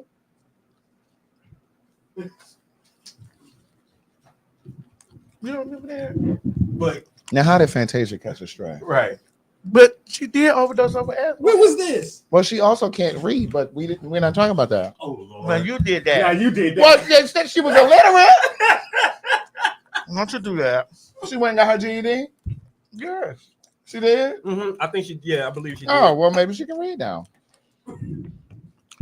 But she overdosed off aspirin. I remember she was dating that guy at the Sprint store. Did they get married? No, he was married already. Oh, Lord. So she was polyandry. So she was like me. But she was he polyandry or was she polyandry? I don't They said know. She went to college actually. Oh, she did. Mm-hmm. I don't know, but I know that man's wife sued her because in North Carolina, you can sue for infidelity. Oh, really? Yeah. Well, who paid the bill? Oh, that's Fantasia. Yeah. Didn't him and Fantasia get married? No, that's when she took them aspirin. Oh, They said did she date Young Dro? Who? Young Dro. Oh, I don't know. Someone just put that in the comment. I didn't say T-Mobile. What did I say? I didn't say T-Mobile. I thought I said T-Mobile. If I didn't, I meant to say T-Mobile. What did I say? I thought I said T-Mobile. I'm sorry if I didn't. But yeah, the guy was working at T-Mobile. Oh, I must have said Sprint because I see people typing Sprint. Yeah, I meant T-Mobile. I'm sorry. You know what was Sprint? Angie Stone was dating a nigga. No, he was working at Southwest Airlines. God rest Angie Stone. So Angie Stone's soul. Oh, she was getting them free plane tickets. drop offs. No, he was just a ticket agent. Oh. And she went in the airport one day. And he came up to her, he approached her. They exchanged numbers, they started dating. She paid the child support. And she paid his child support because when she was going out of the country to travel, he couldn't go because his child support, they will stop your passport. I know. Oh, really? Yeah. If you over, You know. Correct. But it's free and clear now. So she paid his child support. It was like $10,000.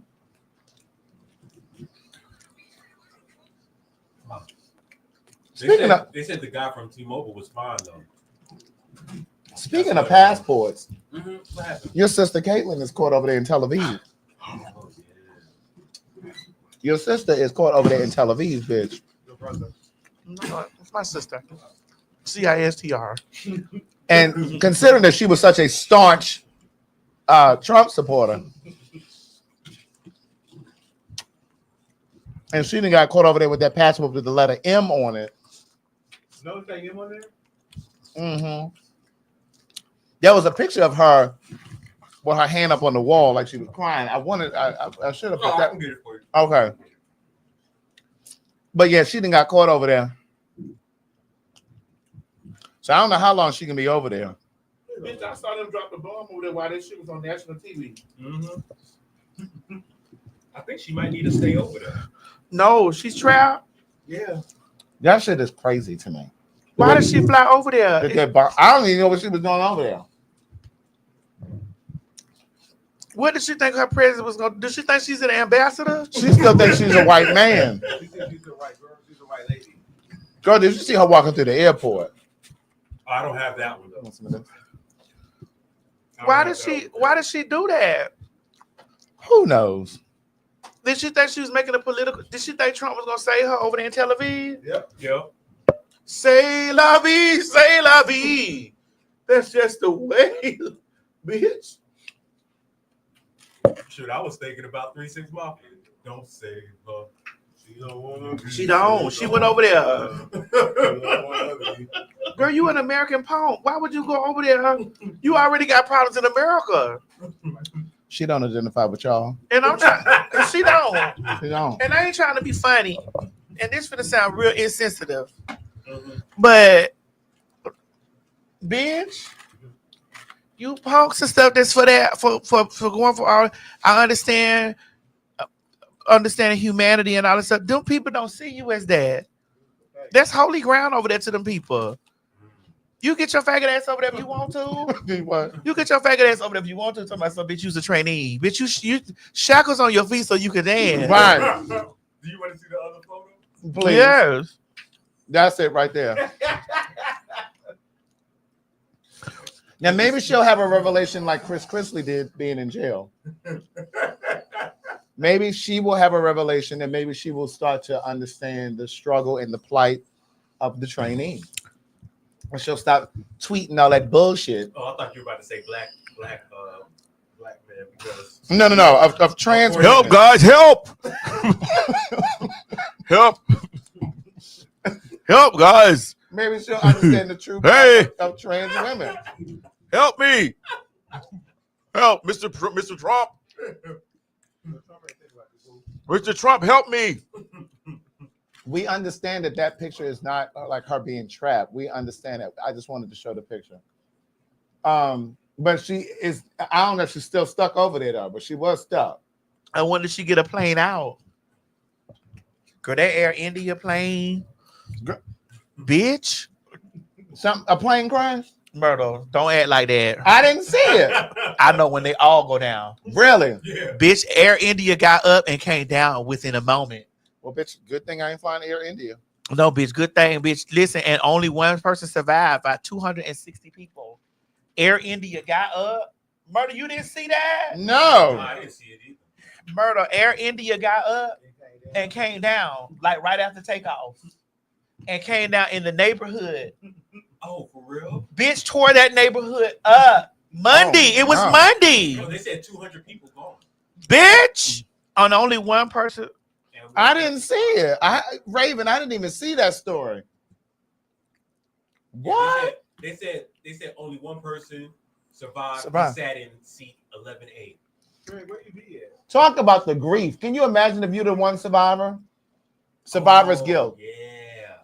Now, I don't know if I would feel guilty. I would just be wondering, like, I'll be thankful. I would be thankful, but I'd be like, well, God, what is it that I need to know? Like, why am I still here? Not, Right. Like, don't fly no more.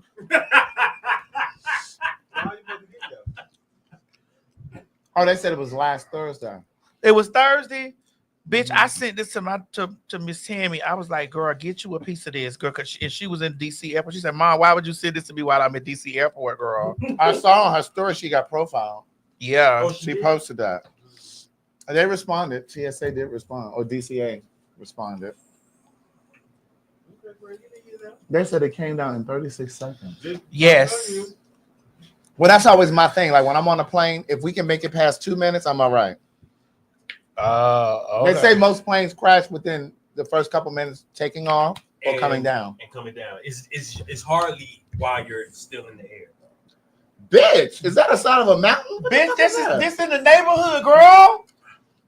This is in the neighborhood. Bitch, imagine if you at home, you making call. Bitch, look at the wheel. Bitch. This is in the neighborhood, Craig. I was like, my God. Mr. Rogers in the neighborhood. Bitch, this Who shit are right the people here. in the neighborhood?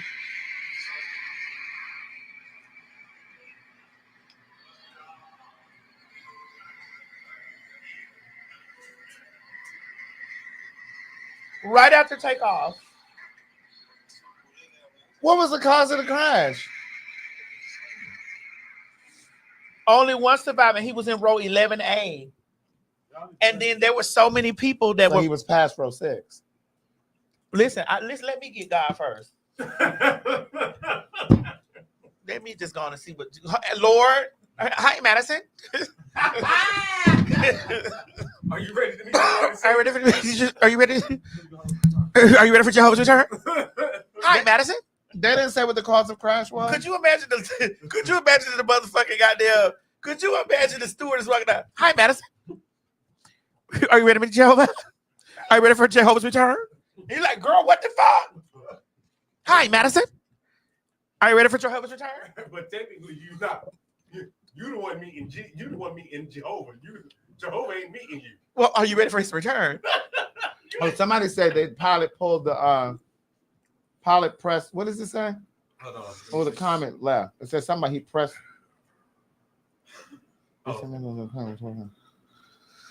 Somebody else said he pressed some button and the wings came in or something. You got to understand too, bitch. They like after they posted that, Craig, there was so many people that was coming forth, like so many plane survivors, plane crash, and they said they were all seated in 11A. Bitch, I'm starting to send this 11A. That's Comfort Plus, isn't it? I think so. I think that's still Comfort Plus. That's not main cabin. I think It's so. not basic. I think 11A is gonna be my seat. And then 11 what happens if you can't get 11A? I'm getting the next flight. Well, I usually sit in the A section anyway. Oh, Hi, Craig.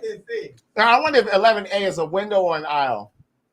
That's a window. Yeah. I always sit at the window. Hi, Craig. Are you ready? Are you ready for Jehovah's return? I'm not. I'm in 11A. 11A. Bitch. Wow. That's sad. And it's Boeing. It was a Boeing plane. Yeah. But girl, Well, they say you're supposed to get on the ones that say Airbus. now here's the You gag. know when you book? Here's the tea. Did you see the inside of that plane? Oh, they said he was sitting by the door. No, what the game? Yeah, the door will be the exit door. It's The like exit the row. window, you know. What did they say? What? Girl, Miss Air India, those planes need to have been really revamped, refurbished. They said the plane was 11 years old. Well, that's why. Well, you know, Spirit's fleet is new. Looks like you trying to pick up your old ass Buick out there. You know you gotta let that bitch run for a while. The Spirit fleet is new. You can't take off. But they're all Boeings. Right. Now, they say you should get on the one that say Airbus. Them Boeings, them doors and shit be falling off in the air. Remember that one that the door fell off in the air and it fell in somebody's backyard? That was like last year or something. Y'all remember that? So what's the difference between the Boeing and the Airbus? The Boeings be crashing and shit. That is true. And they was like, that's the biggest one that done crashed. The Boeing is the one that has like the whistleblowers. It was on its way from India to London. When they had all these class action lawsuits against Boeing for faulty parts, not cutting corners, not really doing what they're supposed to do in the manufacturing and the mechanics of it.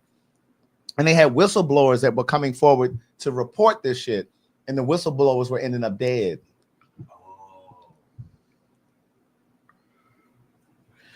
What is it for you just to fix a great plane to fly? It's all about money. Though, man. Yeah, but bitch, you got to pay that neighborhood, those 260 people's families on that plane. Like, bitch, listen, Northwest Airlines went completely out of business after that Detroit crash. They had been crashing so much. Those girls had been coming down. Maddie, someone said Delta has planes older than that. Yeah, I know. But what I'm saying is Northwest constantly kept touching. They would go up and they would come down just as quick, tearing neighborhoods up. Those people could not take another crash. That last crash took them out. That's it, girl. We can't keep paying. Girl, we pay every family. Wait, Madison, which one was the one that recently happened? The one that we were talking to somebody and they said that their daughter was in the vicinity of where the plane crashed in that neighborhood. I don't remember. I don't remember that. I don't remember. It was one where the plane crashed and then it crashed into a neighborhood, but then you could see it throughout the whole city. Listen. Oh, that was recent. Wasn't that like in Pennsylvania somewhere? Where was that crash? so. That was in Philly, right? Philly, It was in Philly, right? I was trying to remember which. Oh, you mean like when that shit came out like a missile? Yeah. Yeah, Bitch. that was Philly. And we had just left there. Mhm. Yeah. No, it was a little plane, but that bitch tore that shit up. Yeah. And this is the thing. Here's the thing you got to understand. When it's the time for you to go, you could be either in the plane or on the ground. Because those people was minding their business. That plane took off and took that place out. And so were these people that got hit by Air India, bitch. They were in. That's what I'm saying. You in your house making coffee, bitch, and a plane come through the. through your roof. Right. You know what? I always thought about it. Really? Bitch, when I'm driving by the airport, bitch, and I see them planes coming in, I Like living by the airport too? bitch, when I'm driving past the airport and I see them planes coming in low, bitch, I be slowing down like, bitch, if that's but let me see what you about to do. No, but what I'm saying is, I always thought about like the plane just coming down, like you at home, just random. Like, you know what I'm saying? You in your kitchen. Oh yeah. Because you always see the planes passing. Right. You know that you always see them flying in the air. Well, I done told y'all before. Right. Yeah, I couldn't live there. Well, I done told y'all before, like, there's a story of a lady who lived over here in Decatur. This happened several years ago. She was minding her business, and she fell asleep in her reclining chair, excuse me, in the living room, and a tree fell on her house and killed her. Now, what they reported was if she had gotten up and went to bed in her bedroom, she wouldn't have died. Because the tree, it wasn't in the line of the tree falling. But that just goes to show you when it's your time, It's your time. it's your time. no matter how you go. You can't escape death. You can't outrun it. And somebody in the comments just said, well, this whole summer I'm taking road trips. Angie Stone, road trip. Because of the planes crashing. That's what she decided she wanted to drive. Right. So it's like you can't escape death. I mean, that's why you live in the moment. You do you know what I mean? Like you live your best life and you make the best of it. You be good to people. But it's just the fact of the matter that those girls was in their house watching television. Girl. And misplayed, like it came down in 30 seconds. It went up and came down. Murdered it. That's great. Because how quickly did Aaliyah's plane come down? Her plane came down quick too. Yeah, it didn't even. I think it was like a minute. I think they said it didn't even go like. It didn't even reach a certain altitude. No. Hold on. Let me see if I can Google it. Aaliyah plane crash time. Oh, that's in the roof of their house. Bitch, it's in the neighborhood. That bitch came down in the neighborhood. Well, imagine how, but the plane is big though. Bitch! So you got to imagine that shit is big. The wings, the body of that. Bitch, that wheel. Look at that wheel. Bitch, look at the back of that hole. This Right. The back, this the small back, that small cunty back. The tail. You see the back of that bitch in the building? That bitch is in the wall. It's like, girl, Yeah, that's wild. That's crazy. you in the shower, girl, and the plane is coming. Chichi, stop this. I'm not trying to be funny, but girl, you in the shower, taking the shower, and the plane just come through. As long as it's instant, bitch. I just don't need to know. I don't need to know. Take me out of here instantly. All they see is a nigga body with suds on it. When they show up, I'm already soaked up and laying on the floor. I don't listen. I do not want to be caught up behind jet fuel. Oh yeah, that's even worse. Girl, Because you know that shit is Because you know that's explosive. Not everybody dies during the crash. No. It's the explosion too. So there are people, because I think there was one where they didn't die in the crash. That if when you it see crashed, the front, explosion, the guy caught on fire, and all you saw him was running out the. That's like in 9/11. The jet fuel killed a lot of those people. It wasn't just, they were injured or whatever. Yeah, jet fuel. A lot of those people got burned up because that shit is highly flammable. Like there was gasoline from the plane, and and it was so hot in there that it ignited. Like that shit is crazy. I'm trying to Google this thing about Aaliyah's. That's terrible. Someone said, hold on. Someone put it in the chat. They said, because they just said something about Aaliyah. Aaliyah's plane wasn't heavy. The pilot Murder, do you see this? Was on drugs. Well, they said it was a combination of things. Yes, he did have cocaine in his system. oh, look at this. But they were saying that they pleaded with Aaliyah's team Is that the nose? to leave some of that This baggage bitch went in the behind. ground. It's pieces all over the place. It just says Aaliyah's plane took off and crashed shortly after takeoff about 200 feet from the runway. That's not far at all. That's Yeah. not far at all.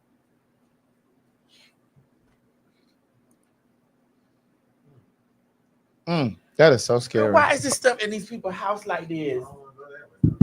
That's a mess. Why is this in these people's house? This is in these people's house. Yeah, I can't do it. Imagine you in the hotel room. You like, bro, that plane get mighty close. Yo, first of all, you're gonna hear it. You are. What is that called?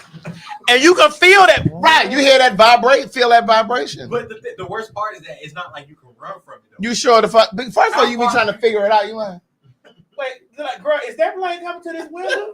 right? You know what it's like? What's that Netflix movie when all the electronics went out and then the ship just kept coming to shore? Leave the world behind. Leave the world behind, Uh-huh. just like that. This stuff's still in the wall. How do you clean this up? They gotta have teams to go down there to get that shit. Yeah, and then some of that stuff never comes up. No. And then you got to remember, like that wreckage and shit, it's metal and shit. That should be sharp. Sometimes they get hurt going down there trying to recover that shit. This is terrible, man. This shit is fucking terrible. This is terrible. So some people are saying that Aaliyah's plane was they said it was 800 pounds overweight. Yes, they talked about that. They did say that there was cocaine in the pilot's system, but they said that there was too much weight on the plane. And here's the thing: when that happened, one of my friends said to me, this was years ago, and he said, you know, celebrities, these were his words, celebrities aren't used to being told no or having to accept no. You know what I'm saying? Because you're famous, you're a star, you're rich, a lot of times. Just because you're famous doesn't mean you're rich. But a lot of times they don't know how to accept no. And he said, I wonder if, because in the reports, it was saying that her team was like, no, we need all of this stuff. It has to get on the plane, But he was saying that what if those pilots were really trying to say to them, listen, some of this stuff can't go. It has to go on the next plane. But because you're a celebrity, and I'm not saying that it was Aaliyah who said it. It could have been her team or whatever.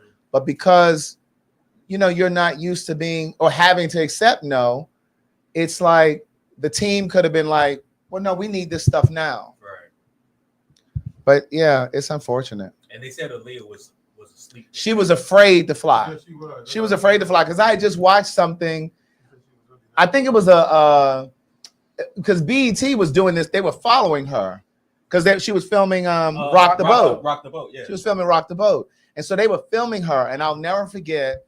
It was a clip with her and her brother, and her brother was saying, "Yeah, she's really afraid." She was like, "Yeah, I'm really afraid of planes." Like I remember them getting on a plane, and then in that same BET thing, I remember there was a guy who worked on the project. I don't remember his name, but he was saying that when they were shooting that scene where she's under the water, remember she's under the water doing like this. Yeah. He said that she couldn't swim.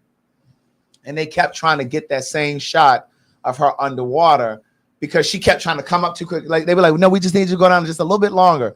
But she couldn't swim. And they said she looked too panicked in her face every time they got that shot. So he asked her to do it again. And she went under there and he finally got the shot that they need, which you see in the video, the Rock the Boat video.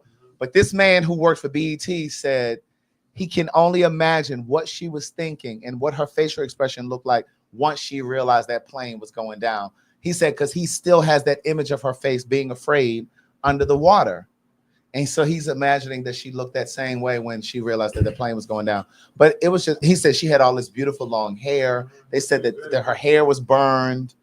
And it was just awful. And then I remember Fatima, the choreographer, she and someone else that was on that team, I don't know if it was a makeup artist or what his role was, but they were out there and they went over to the bodies. And he said, one of the guys said he prayed next to their bodies and some of them were still strapped in the seat belts.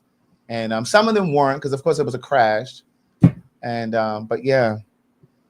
I didn't say whether or not she was awake or not. Will you calm down and follow the story? Yeah, Y'all so busy trying to correct me. I'm telling you what the guy said when she was filming the video. And he was just saying that he imagines that, I'm not saying that that's what happened. Nobody was on the plane when it happened except for the people who died. Right. Jesus Christ. Said she was asleep. Right.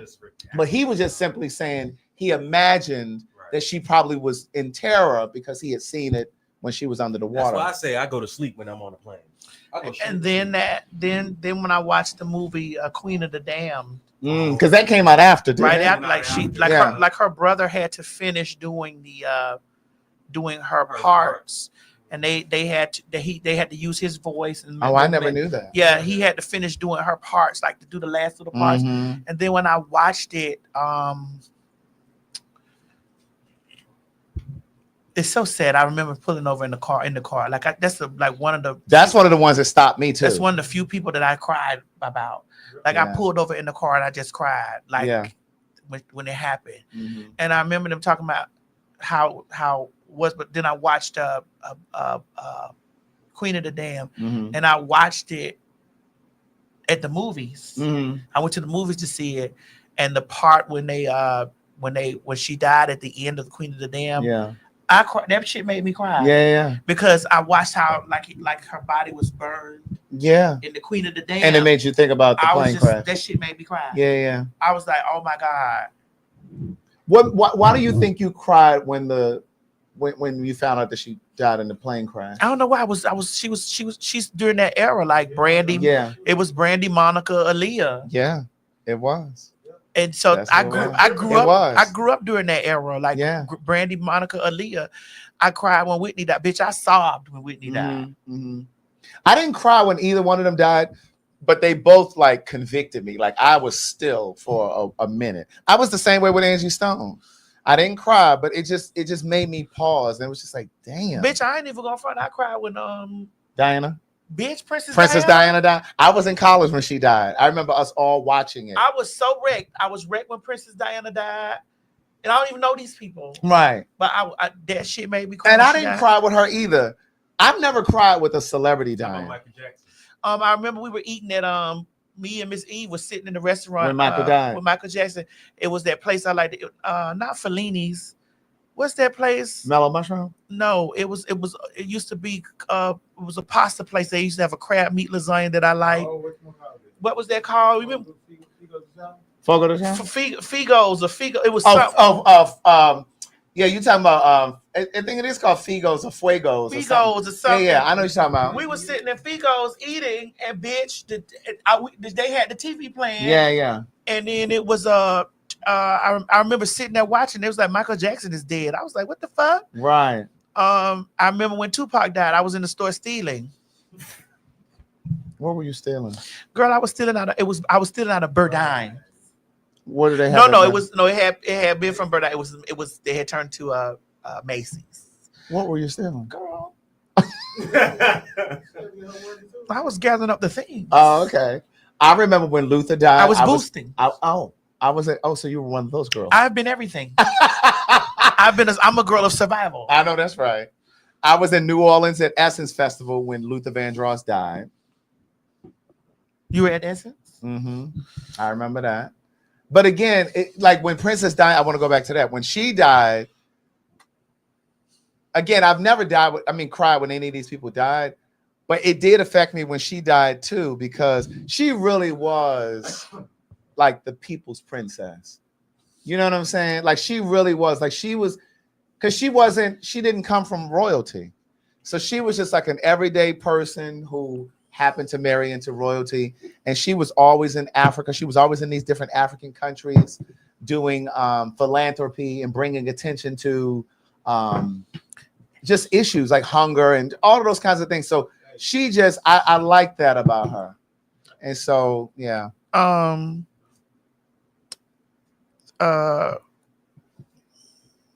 It's just certain people that Prince. That didn't give me pause. Not to say that I was okay with him dying, but I'm not okay with nobody dying. But but yeah, no, because I was that way with Tupac too. I was like, girl, what happened? The boy fell down. Yeah, she was of the nobility. The boy fell down on his knees. Do you hear me in the stove? When who died? Tupac. He fell down on his knees. Bitch, I was right next to him, stealing this motherfucker goddamn. Right. I was boosting these nautical clothes. Oh. Then Kobe Bryant. Bitch, I was still across. Bitch, it was a day and night. Bitch, I was a day and night girl. So, bitch, when the boy fell on his knees next to me, I was like, girl, because I thought I was getting got. Yeah. Oh my God, God, forgive me, Lord. Mhm. I thought I was getting got. No, because they used to have those mystery security guys in there. Yeah, That's how secret they got me. shoppers. Those secret shoppers, bitch. That's Uh-huh. how they got me, bitch. So when the boy fell on his Mhm. knees right next, I was like, oh, Right. I was like, Right. girl, I was down there. Okay, gathering. I was gathering from the bottom. And even so, I said, oh, like and then it's like they got Tupac. I said, oh, Oh, no, wow. oh. That nigga in the store yelling about Tupac. Oh, they got Tupac. And so after that, I was like, oh my God. Bitch, I gotta get out of here. They get niggas today. Bitch, I was gathering that shit to get the fuck out of here. We on high alert right now. We on high alert. I see the people moving all around in the like it was really they were really in a frenzy that he was murdered. And I was like, my God, but I had to gather my things. Yes.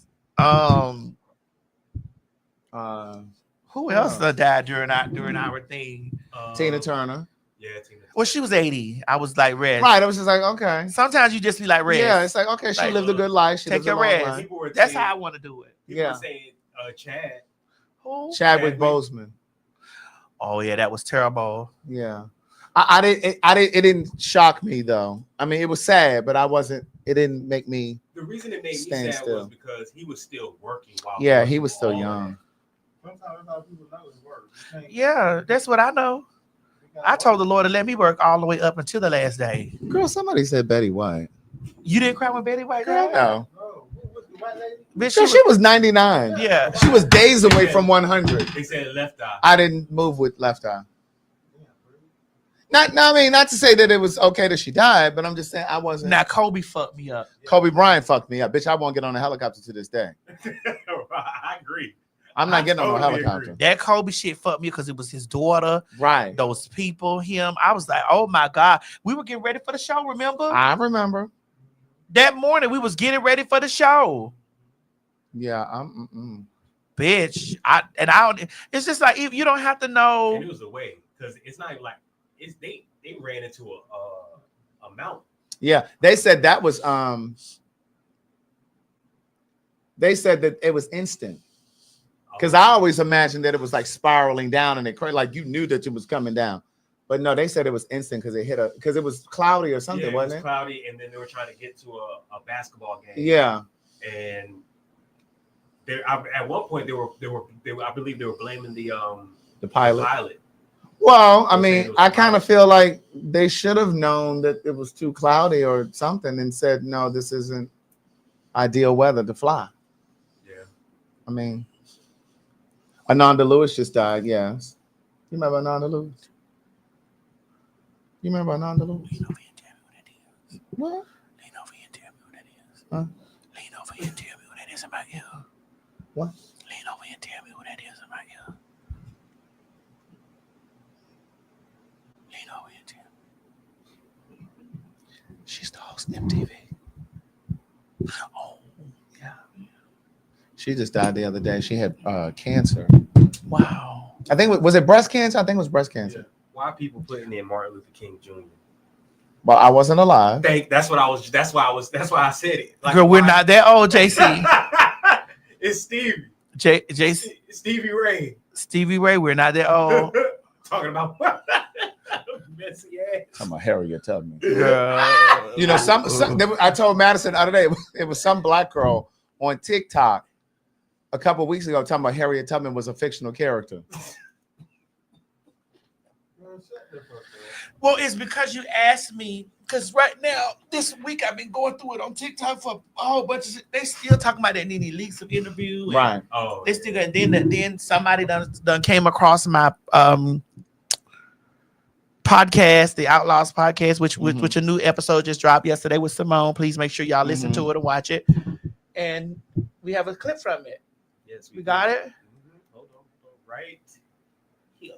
Here we go. If you're dark skinned, you gotta chill with the transphobia Yeah. because you're first in line. Big women, if you're with the transphobia and you're a bigger woman, you're also going to be subject to it. You gotta stop. You gotta chill. It's gonna hurt all of us. It's gonna swing on your ass too. And I'm a big bitch too. That's why I was like, I have been called a man many times. Yes, many times before this too. I've been called. I've been accused. It's all of that. That's why I said all of our oppression is tied together. It's all tied together. So it's very upsetting to me when women of color are TERFs too. Everybody started to make think pieces, and they were doing all this type of stuff. And like a lot of dark-skinned women felt like that I was singling dark-skinned women, saying that dark-skinned women look like men. And that's not what I was saying. Like, I think sometimes people listen. Craig, what's the term? People listen to respond, or they listen to find, just like they watch the show and they want to find pieces that's going to offend them. They don't watch the show for enjoyment or entertainment, or they'll take clips. People will take clips out of context, and it'll be rage baiting or whatever. Because you did see in the video, I said dark-skinned women, big women, like me, dark-skinned women, and bigger plus women, size, not just plus size, big women, like like tall. Okay, yeah, and bigger, and So there was so many women making think pieces, and everybody talking about, well, it don't have. I would like to say this: just because it doesn't happen to you doesn't mean it's not happening. Right.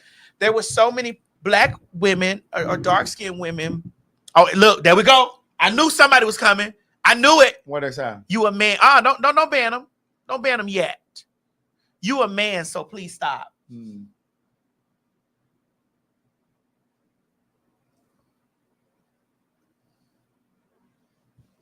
What are we doing here? Right. What is I don't understand. What do we do? Don't ban them yet. Because I'd like to understand where's the anger? What are we doing here?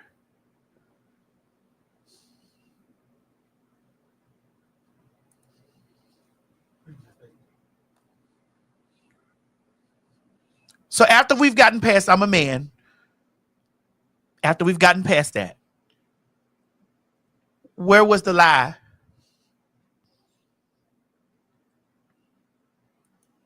Get past that. I'm a man.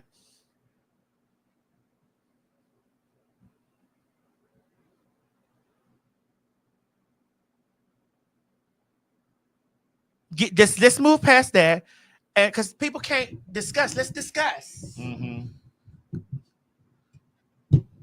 Because people like to come with vitriol. They like to come with the So we're here now. Let us discuss. But I think, like I was saying to you yesterday, I think that, especially when it comes to content creators, I think sometimes they create stuff that's going to be salacious so that it can get the views, especially over there on TikTok, because you can make a lot of money on TikTok if people engage you. So whether it's a white person, what happened? Real Seductive said, explain. Hold on. Real RILL Seductive said, can you explain? Because I don't understand the dark skin comment. Okay. So can you ask a lot of your other dark skinned sisters or brothers who have also followed up with this and said, hey, I've been, the darker you are, the more you're subjected to a lot of things. Like colorism, because I said to you, colorism intersects the whole misgendering thing. A lot of times it's connected to that. Like when people are misgendered, because where's that video where the guy, we can't play it. There's darling Nikki. Yeah, she said, I'm a dark-skinned woman and I've been called a man sometimes. Because even we talked about it here before when I said Serena Williams, she's a darker woman. She's not dark, but she is a darker woman. I mean, you may not be able to sit that foundation, but she's a darker woman. And she's been accused of being masculine or manly, right? And oftentimes, I think there's colorism that's thrown in. Go to Modern Vintage again, because obviously Modern Vintage they have a problem. I've never heard dark-skinned women being called masculine, and having a dark-skinned mother was treated like a queen. Now you're here, Modern Vintage, right? And you've said sit down because I'm a man. You're also watching the chat. You're also seeing there are dark-skinned women sharing their experience. Now, I know you came in very hostile with trying to point out that I'm a man. Got it. We got it. Okay, we there. All right, girl, whatever. But my pronouns are she, her when we're having a sensible conversation. You see the women, the dark-skinned women in the comments saying that this is their experience. What is the aggression towards me? Mm-hmm. Is it because I was born male and I'm a transgender woman and I'm pointing out the intersectionality of colorism, misogyny, and transphobia in the same areas? Is it because because of the intersections of this that you don't want to pay attention, and because your dark-skinned mother was treated like a queen? So your dark-skinned mother was treated like a queen. What about these other women who are sharing their experiences? Hold on, let the comments pile up. What about these other women who are sharing their experiences and saying, this has happened to me? What about these women who are now sitting in the comment section that is right here in this with you, and they are sharing their experiences? How do you navigate around their experiences? Do you tell them, well, because it didn't happen to my mother, so it's not happening? So it's not happening, and what you're experiencing is this. And then part of it, what I said to you before, is because of it's the messenger. They don't want to hear from you. Well, I'd like for this. They have the floor. But I also think we also have to make sure we use the right terminologies and the right words. No one ever said anything about masculine. Everybody's saying. I said they got to slow down on the transphobia because they usually are. And then there was some broad that came on there looking like Shannon Sharp. No shade. She hit me below the belt. I'm not doing respectability politics with you bitches. Y'all hit me below the belt. I'm kicking you bitches in y'all crotch. It's just what it is. I'm an eye for an eye. I haven't leveled up to that level yet. I'm not Michelle Obama, who, by the way, has been called a man. Yeah. Who, by the way, has been called a man to this day. That's right. And so I'm not. This bitch came on here and she gave very much so. She gave very Shannon Sharp with Britt. I know that she would be immediately experience transphobia because I know that she does. She may think that she's all puss because she has puss, but it definitely gives brick. There are girls that are clocky. There are women that are clocky, that are bricky. I'm sorry that it didn't. It's a wonderful thing that it didn't happen to your mom. We appreciate your mom for being a very beautiful dark-skinned woman that has never experienced any of that. Great. But even if she wasn't experiencing transphobia, I'm sure she experienced colorism, especially from Black people, because that is a thing in our community. And so, the lady that was on that, let me actually send so y'all can look for yourself. Mm-hmm. Because I don't want to read her without y'all seeing it, without y'all seeing it for yourself. When I see her, I see a brick. That's just me looking at her. And I was trying to give her grace because I'm like, girl, I mean, you are bricky, but I'm not going to say anything. That's a good point, Tugga. Leslie Jones is another one that has experienced it. Well, you have on your Leslie Jones from Saturday Night Live. Yeah. Okay. But the point that I was making earlier too is like a lot of times I think content creators will make this stuff just for the engagement. Like sometimes you'll see it with white folks saying crazy things about the deportation that's going on. They'll say stuff about Black people because they know Black people are going to get in the comments and engage them, and then their check goes up. Same thing with homophobic men. You'll see sometimes Black men saying things about gay or trans people because they know that people are going to get in the comments and fighting, and then it's going to increase their views. They're going to get a check. So it's sometimes I don't even know if people believe this stuff. Going back to what I just said a moment ago, there's a Black woman who has locks who sat on TikTok and said Harriet Tubman is a fictional character. Now, does she really believe that, or is that just some shit to say so that people can get in the comments, get to fighting and squabbling and shit, and then she get a check? Like, you just don't know. People don't give a fuck what they say anymore. Well, what I say it without trying to be divisive, but I just have a conversation. I was actually sitting across from a woman who they thought that she was Latin, or Hispanic, and they thought that I was letting her talk about dark-skinned women. She's actually Samoan, and she's like 6 foot. Drew Afuelo is like 6 foot something. It's like she's. She's taller and bigger. She's taller and bigger than me. Yeah. And I'm born male. Right. And she's a female. And she's taller and bigger than me. And she says, I get called a man a lot. Just hilarious herself from her own mouth and she's a darker skinned woman. She has experienced motherfucking transphobia because niggas done slid in her inbox wanting to suck that dick. Hey, bruh.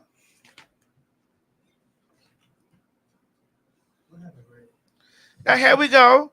Now she respected. Now here was this broad just jumped up because this is like, yeah, I gotta get into this. She already felt some type of way about me from the Nene Leaks video. I'm like, oh God, had these. Before you play, look at that comment right there. I'm a dark-skinned woman. I be around straight men that say dark-skinned women look rough.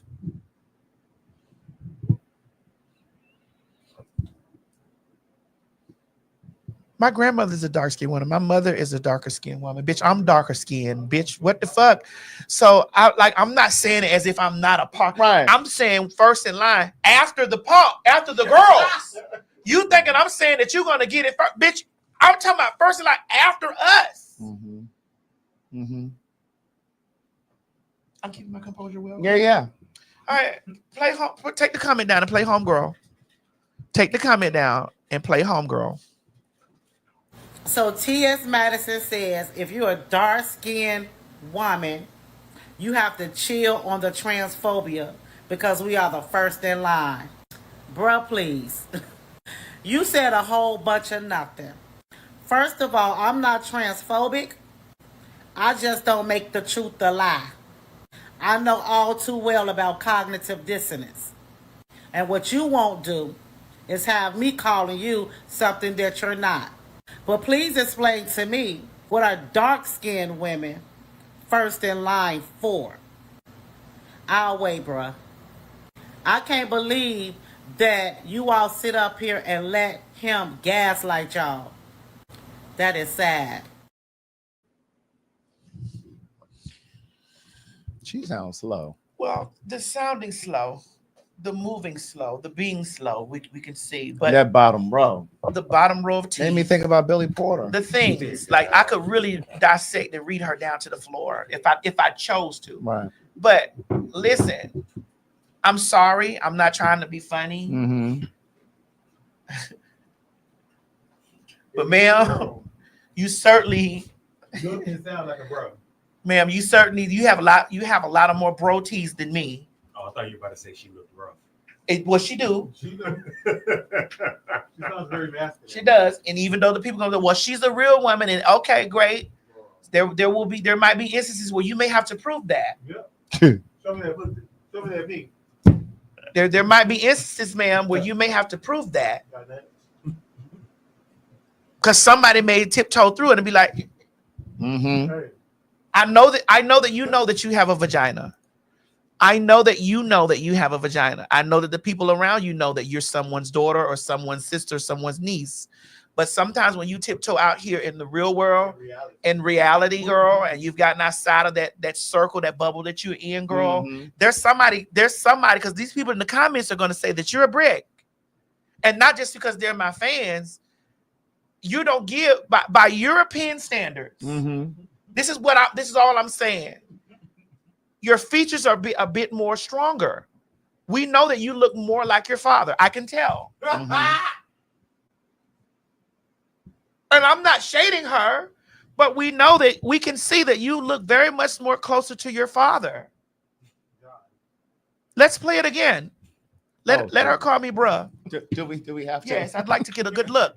I need them to get a good look. So T.S. Madison says, if you're a dark-skinned woman, you have to chill on the transphobia because we are the first in line. Bruh, please. You said a whole bunch of nothing. First of all, I'm not transphobic. I just don't make the truth a lie. I know all too well about cognitive dissonance. And what you won't do is have me calling you something that you're not.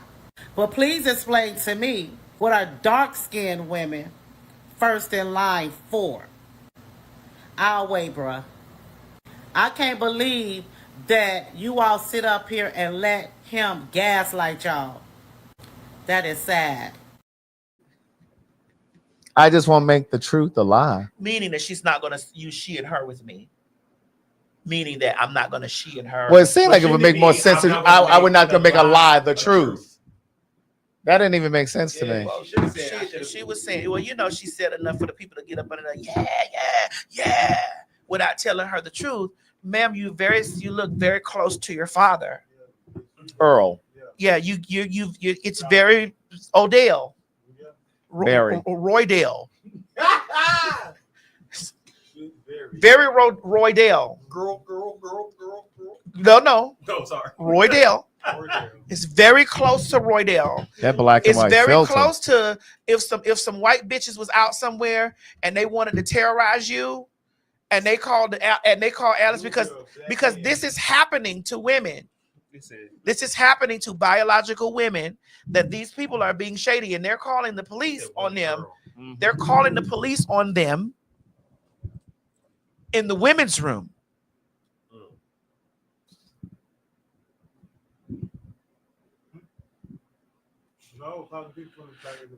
These women just experienced this. The male police came in to yank these women out of the bathroom because somebody thought that they looked like men. And they were females. So again, it's not like I'm speaking into the air and it's that you just don't want to hear it from me. Now, I'd like to play another woman's video that kind of sums up, definitely sums up what I was saying. I didn't mean any disrespect to any dark-skinned women from a place of but a lot of you hoes is just hell-bent on selective ignorance. Yeah, like whatever. So, somebody I'm not even apologizing because I know what I didn't mean. And I know for those that got it, received it. Let's play this video from this very beautiful dark-skinned Sudanese, right? She's from Sudan. She's from Sudan. This Sudanese woman. And do you know that people were in the comments saying that she was trans? I was like, what the fuck? Most likely they were saying that because she was agreeing with you. I'm like, this is a woman. Right. What the go ahead. Yeah, So T.S. Madison said that as dark-skinned black women, we should be careful with transphobia because we are first in line when it comes to transphobia. And a lot of black women are upset, so let's talk about it. I understand why when you initially hear that statement, you could be offended because it sounds like you're being compared to a man, but that is not what she was saying at all. When it comes to transgender people being attacked, guess who has the highest rates of violence? Guess who is attacked the most? Guess who is unalived the most? Black, dark-skinned, transgender people, whether male to female or female to male, they have the highest rates. To put it in perspective, let's say you're walking down the street and there's a transphobic person who just happens to want to attack somebody that day. And they see you, a biological, dark-skinned black woman who may or may not look masculine, because there are some black women who are called masculine, and that's not up for debate. And it's not necessarily a bad thing either, because a lot of people teeter on the line of being very feminine or very masculine because we're just human beings. So let's say they see you and they assume you're transgender. You think they're going to check your pants to make sure that you're actually a biological woman, or are they just going to attack you because that was their goal and they saw you as masculine and they attacked you? The colorism comes into play because we know that dark-skinned women are called masculine a lot. That's why a lot of women don't like light-skinned men, because they think light skin is feminine, so that means dark skin is seen as masculine. I'm not saying that it is, but that's just how society sees it, and that's also not up for debate. So we're going to be first in line, for one, because of the colorism, and for two, a lot of black women are just called masculine all the time. And you guys can see in the comments of these videos, there are black dark-skinned women saying that, yeah, I've been called a man all of my life growing up, and they are biological women. So I don't know why we're trying to act like she was calling you guys men or she was being offensive. She wasn't at all. She's just saying that sometimes dark-skinned black women are mistaken for being trans. Or I also went to search for any transgender women that have been attacked in 2025, and there have been several.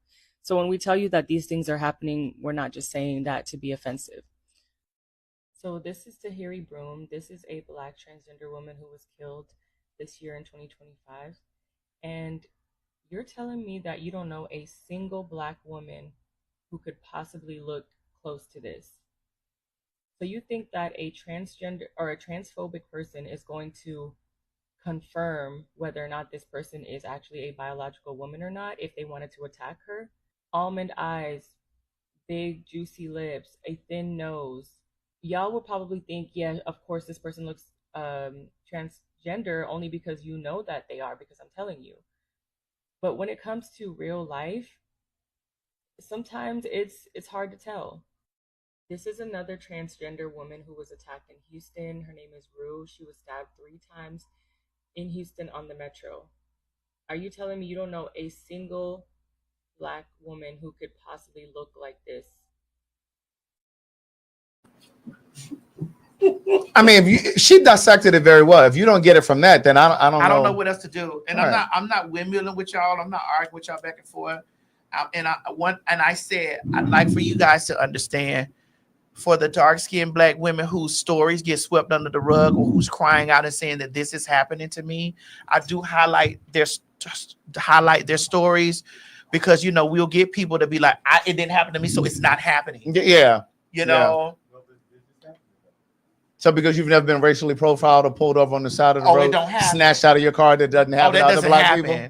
Yeah. So I hate when people do shit like that, trying to make what their experience, like, or it doesn't happen. You got to listen to people's experiences as a whole.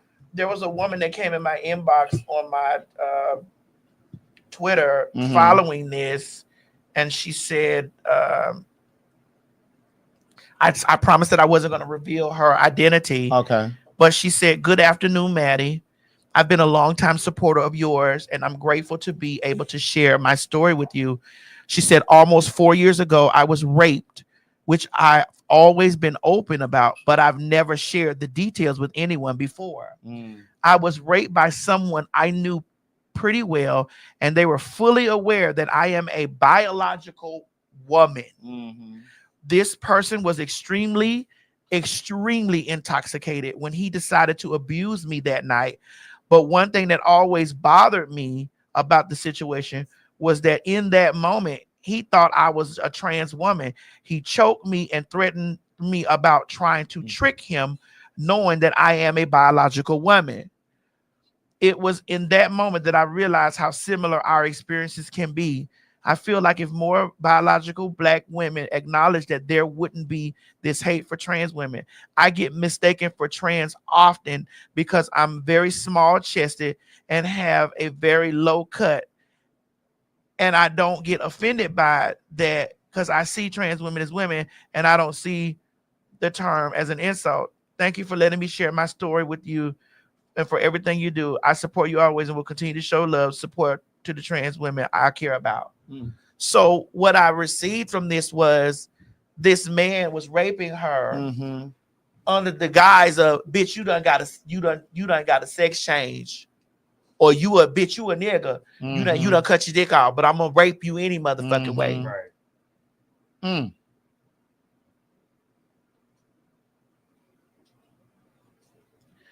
And so that's what I received from that. Like that he like that she's saying, "Bitch, I'm a woman," but and then he's, "Well, yeah, okay, well, you a woman, blah blah blah. But bitch, I believe in my soul, you a nigga." Right.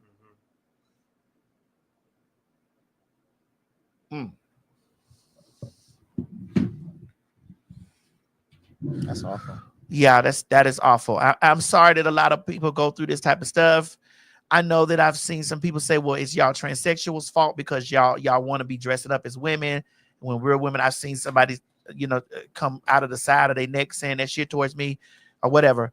It's not the TS's fault. It's men's fault. Yeah.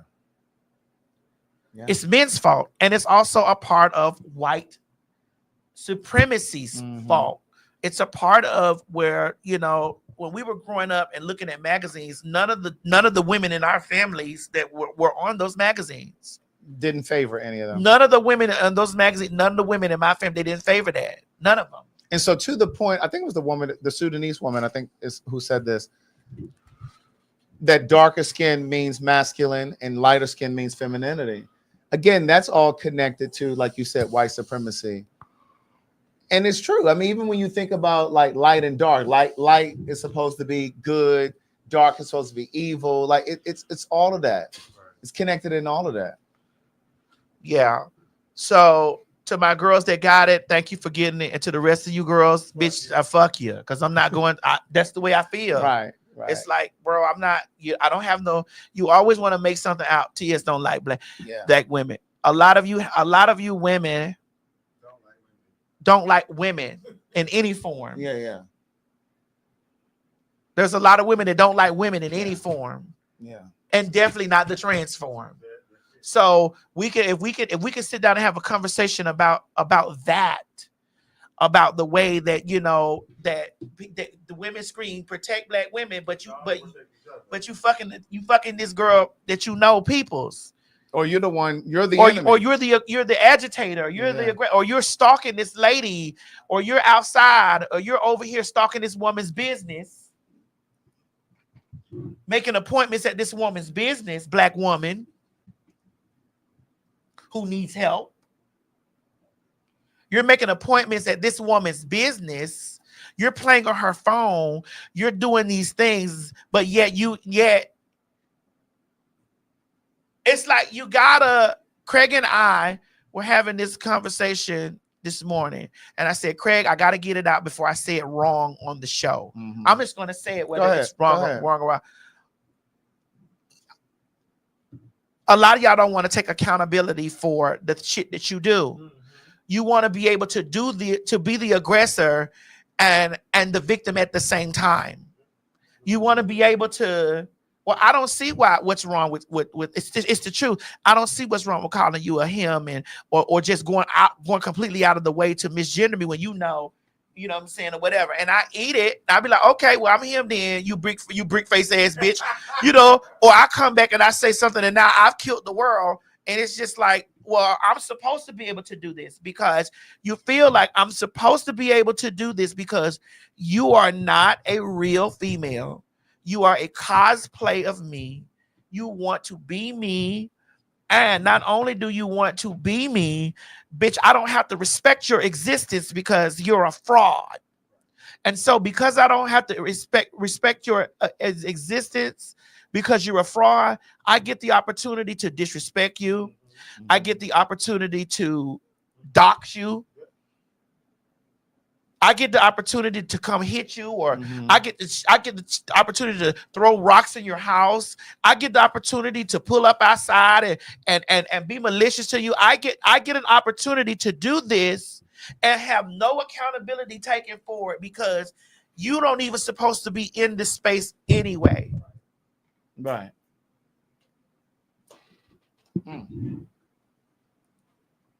You're not supposed to be in this space anyway. Why are you here, Ike? You're not real. Mm-hmm. You're not even a human. You're a thing. Yeah. You're a confused man, and you want to come over here and this and the stuff that I hear, and I just be like, wow, And then when I pop back or I respond back, I'm not letting. I'd like for you all to know I'm not letting anybody dogpile on me. Some shit I respond to, some shit I don't. But I'm not gonna let anybody dogpile on top of me and feel like that they have the right to do that because I wasn't born female. So you have the right to be an agitator. And again, the parallel is it's no different than white people who think they have the right to just be nasty to black people just because they're white, or nasty to immigrants just because they weren't born in this country. There are parallels. Correct. That's all I had to say about that, Craig. Okay. Well, that was good. Did I do okay? That was good. It was concise. I didn't crash out. No, you didn't. It was cogent.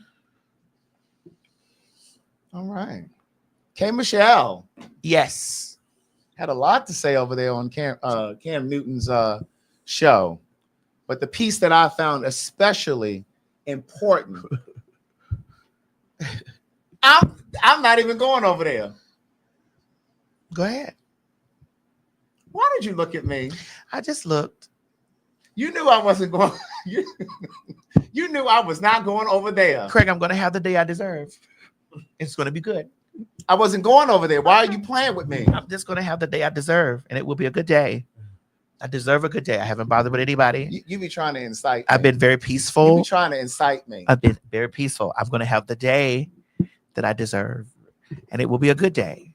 Let's go ahead and talk about this. You want to play it? Oh, you Yeah. need the phone. Sorry. Yes. You were trying to incite me. No, I just looked at you because I needed to know. I'm thirsty.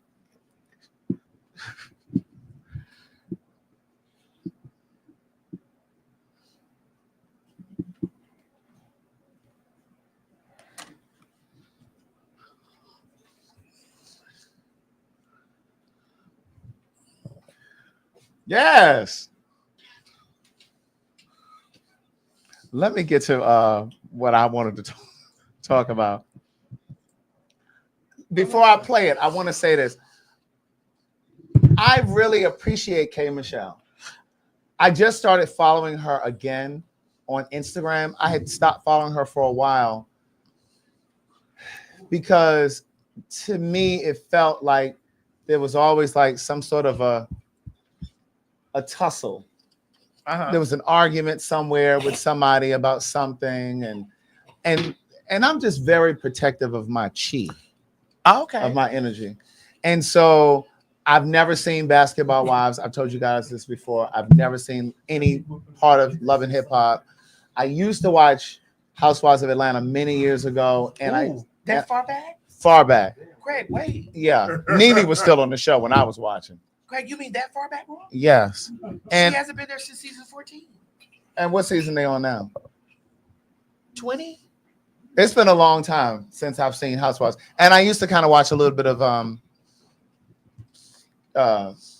what's the one Dr. Heavenly is on? Married to Medicine. And I used to watch a little bit of that. But I just don't like a lot of like, you got to protect your energy. Because even when you watch, when you listen to certain music, some people listen to a lot of heartbreak music. Yeah. That shit affects your energy, right? And your overall personality.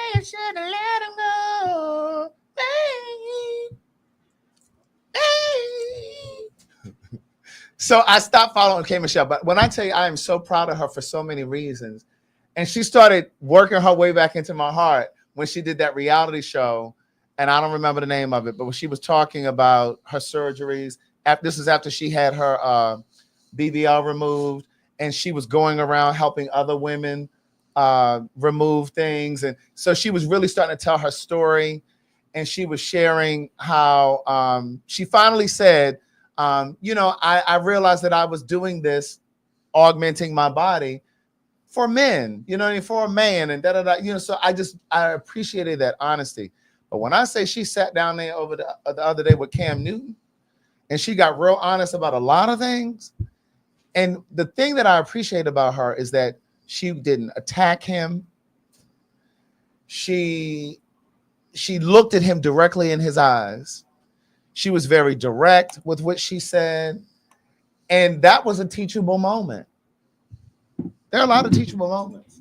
Yeah. But people aren't always ready to learn. Well, we just had one before this segment about. We did. And I think the thing with you and Nene was a teachable moment. I'm not here to say whether or not Nene got it or not. I don't know. Well, here's the thing, Craig. Nene thinks like 90, 98. I used to say 99. Right.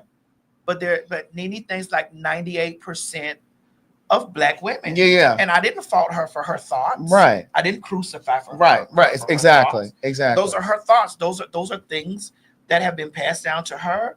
She lives in a world that's black and white. Mm-hmm. And once you step outside, once you get outside of the matrix and understand that the matrix is multi-coded and things like that or whatever, everything is not black and white. You yourself have taught sitting next to me, have taught me that sexuality is what? Instinctive. It's how you're wired. It's not a choice. It's not a decision. You don't just wake up and say, oh, I'm going to be gay. Oh, I'm going to be trans. Now you do wake up and decide I'm going to live my truth. I am trans. I am gay. So you do wake up and decide to start moving in your truth. But nobody wakes up and just decides out of the blue. That just doesn't happen. We didn't wake up and decide that we were going to be black. We're just black. Yeah. And so people try to say you can't run sexuality or sexual orientation, sexual identity, or identity into anything with color. And I think that there's so many you know, intersections of that. That can be that you can show like, hey, they run parallel with each other. You know, right? And I think that sexuality, gender, all that stuff. There's so many layers to it, and I think that we're still just learning and understanding. I mean, look how there's now pansexuality. For those of us that are willing to learn, correct. There are people that are like 98% of the people that are like, nah, it's just not that, and those are women. Those are gay men that feel the same. Yeah, because the same amount of women that were clawing at me, there were gay men that were saying the same thing. Absolutely. And which consistently, the more they post about it, consistently proves my point. Right. And remember, they're a product also of patriarchy and all of that as well. So sometimes you can't escape it. They're victims of it as well.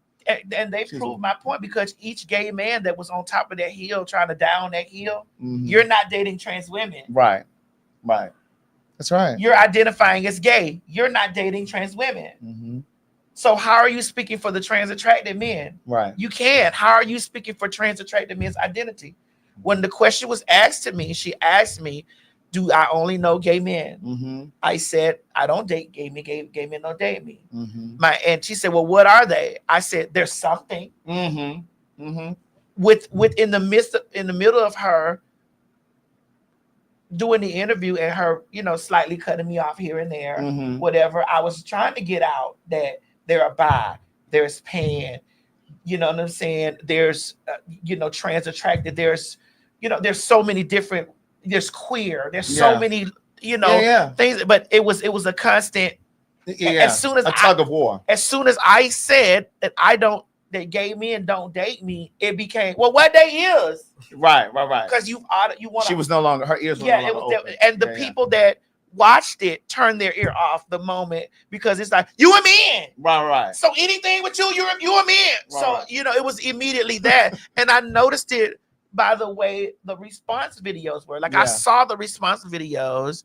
I saw the men, even the fags that were adding me. Yeah, you're a masculine fag. You might be a masculine presenting faggot, but bitch, you're a faggot. You're not interested in no trans women. And if you ask Dr. Heavenly, you're still a bitch ass nigga. You a bitch ass nigga. So when you be trying to align your views up with these people, you're not proving they constantly prove my point. And I'm like, y'all do it with just doing it.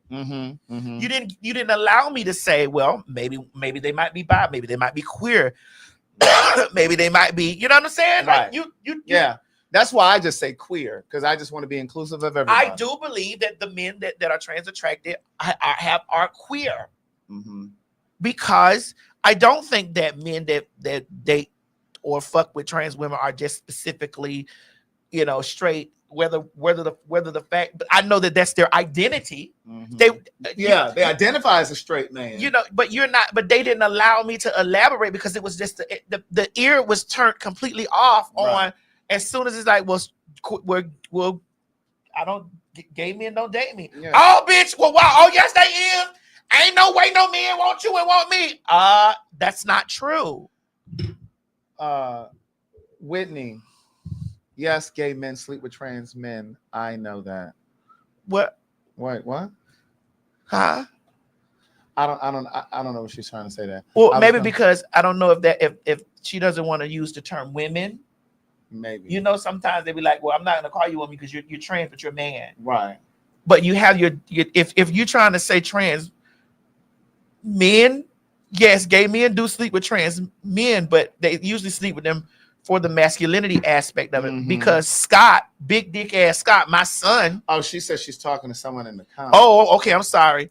But I want to elaborate on this while I have you here. Big dick ass Scott identifies as a homosexual man. We were just having this conversation 5 o'clock this morning. Scott says to me, I love to fuck pussy on a trans man. Right. He says, but I don't want to fuck a female, and I don't want a transgender woman. Yeah. He says, I like the trans men because the trans men, the aesthetic is masked. Right. And so again, we can't put everything in black and white. Right. And that's what I'm saying. I think there's still so many layers to this. that we're still unraveling. You know what I'm saying? Like they're still gonna uncover stuff 5 years from now, 10 years from then. You know what I mean? So it's just there's just so many layers, and I think we just gotta learn to let people be who they are. Yeah. But with the K Michelle thing, somebody in the comments said she's a realist, and that's exactly how I feel.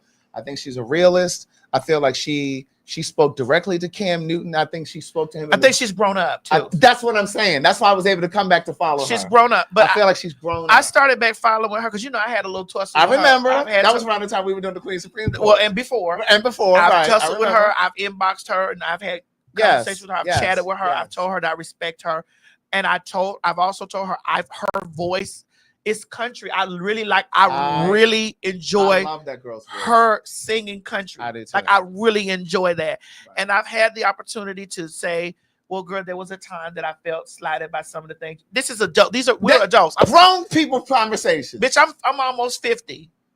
I did have a problem with the thing you said. I see that you have grown or whatever, and I respect your craft. I told her this. But you both accepted accountability, took accountability. Yes, I respected your craft. I understand that, you know what I'm saying, you as a woman feel a way about, men that probably whatever, and those are your things.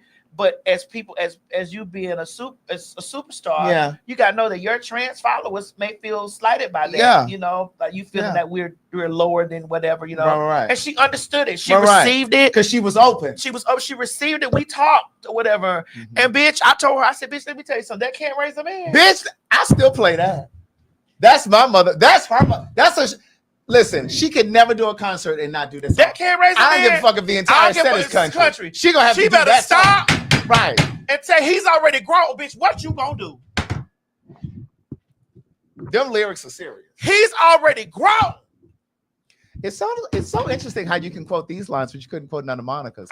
But back to what I was gonna. Can I have water? Yeah, you go do that. Can I have water? Yeah, you go do Water? that. Can I have water? Yeah, you go ahead and do that. Water, and please. I'm gonna wait and talk about this K Michelle piece when you come back.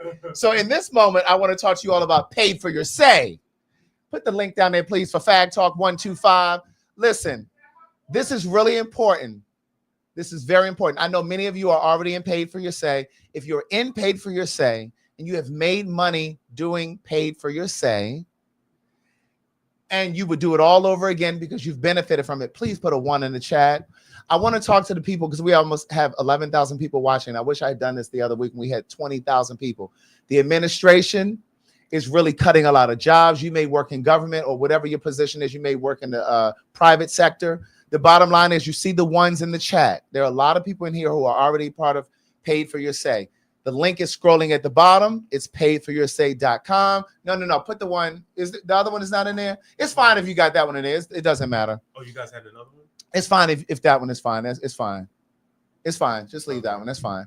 But go to www.paidforyoursay.com and use promo code PhagTawlk125. Paid for Your Say is market research. This is an extra stream of income for you to make extra money. You don't even have to leave your home. You don't even have to leave your home because a lot of these studies are done virtually through Zoom.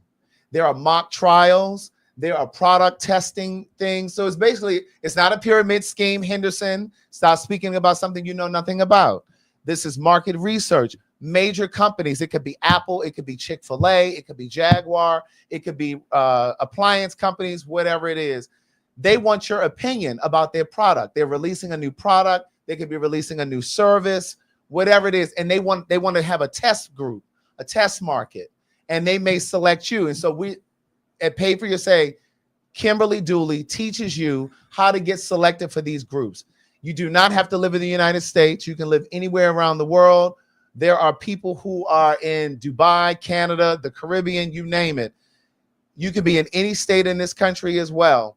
This money is not taxed most times. Sometimes it is taxed if you make over a certain amount with the same particular market research company, but oftentimes it is not taxed. Again, please visit paidforyoursay.com. At least just go over there and get the information. Scared money don't make no money. That's what Harold said in the comments. Again, if you are still currently working and your job is not in jeopardy, or you may think that your job is in jeopardy, this is the time to sign up for Pay for Your Say while you still have some money coming in. You get paid. You can pay the $125 in 4 installments. There are people who are watching right now. Crystal Michelle said, I got $600 for arcade games. There will be people in here who will tell you that they're making thousands of dollars a month. We spend a lot of time as Black people talking about how we gatekeep and we don't always share the knowledge, share the information. Somebody in the comments said that it was a pyramid scheme. I'm sitting here telling you, I would not sit here and tell you that this is a way for you to make money if it was not. This is a legitimate way to make money. It is recession proof. And again, you can pay the $125 in 4 installments because there's Afterpay, there's Affirm, there's Klarna, and you can start right away. You don't even have to wait.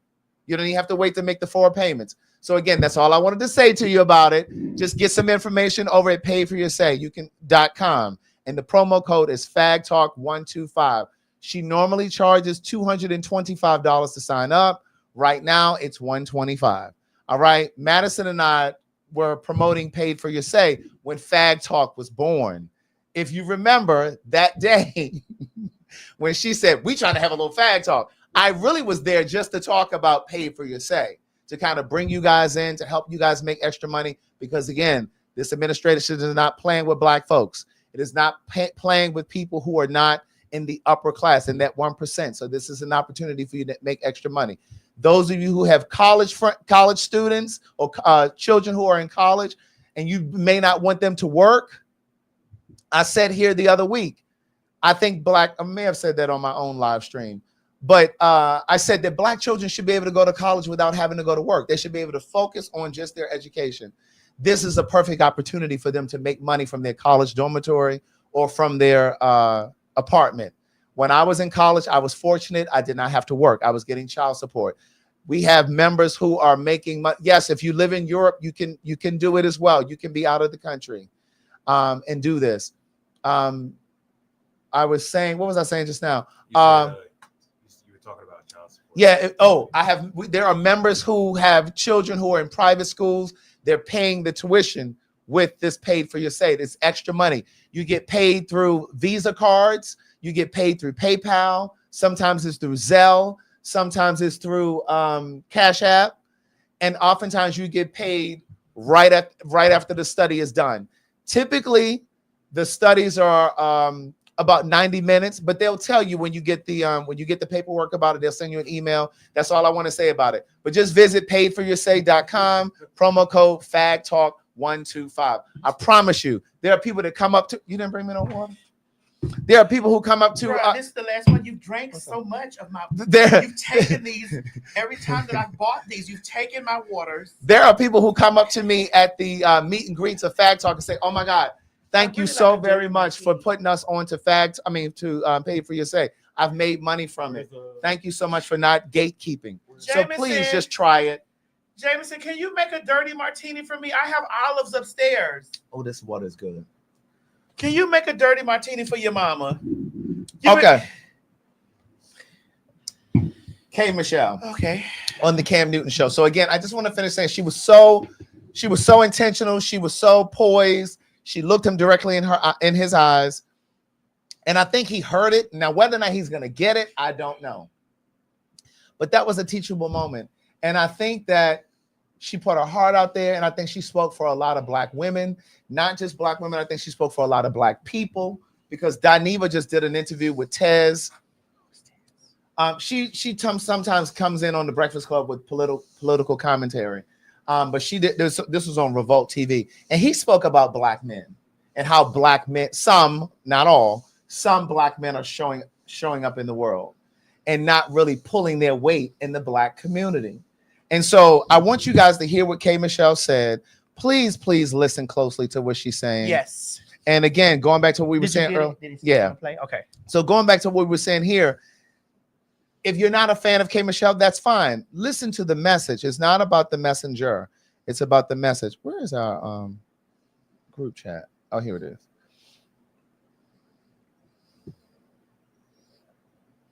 Well, being in Atlanta all this time and then going to Nashville, where it's predominantly white, one, they go home at 5 and 6 o'clock when they're producing because they go home to their families. Being a country singer, if you are a singer in country music, you're a man. If you are not married, it is not respected. family is respected in country music in that space. But in our space, we are singing about side chicks.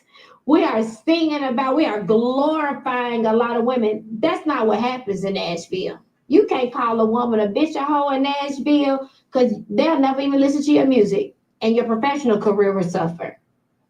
At what point in the Black community do our men create real homes?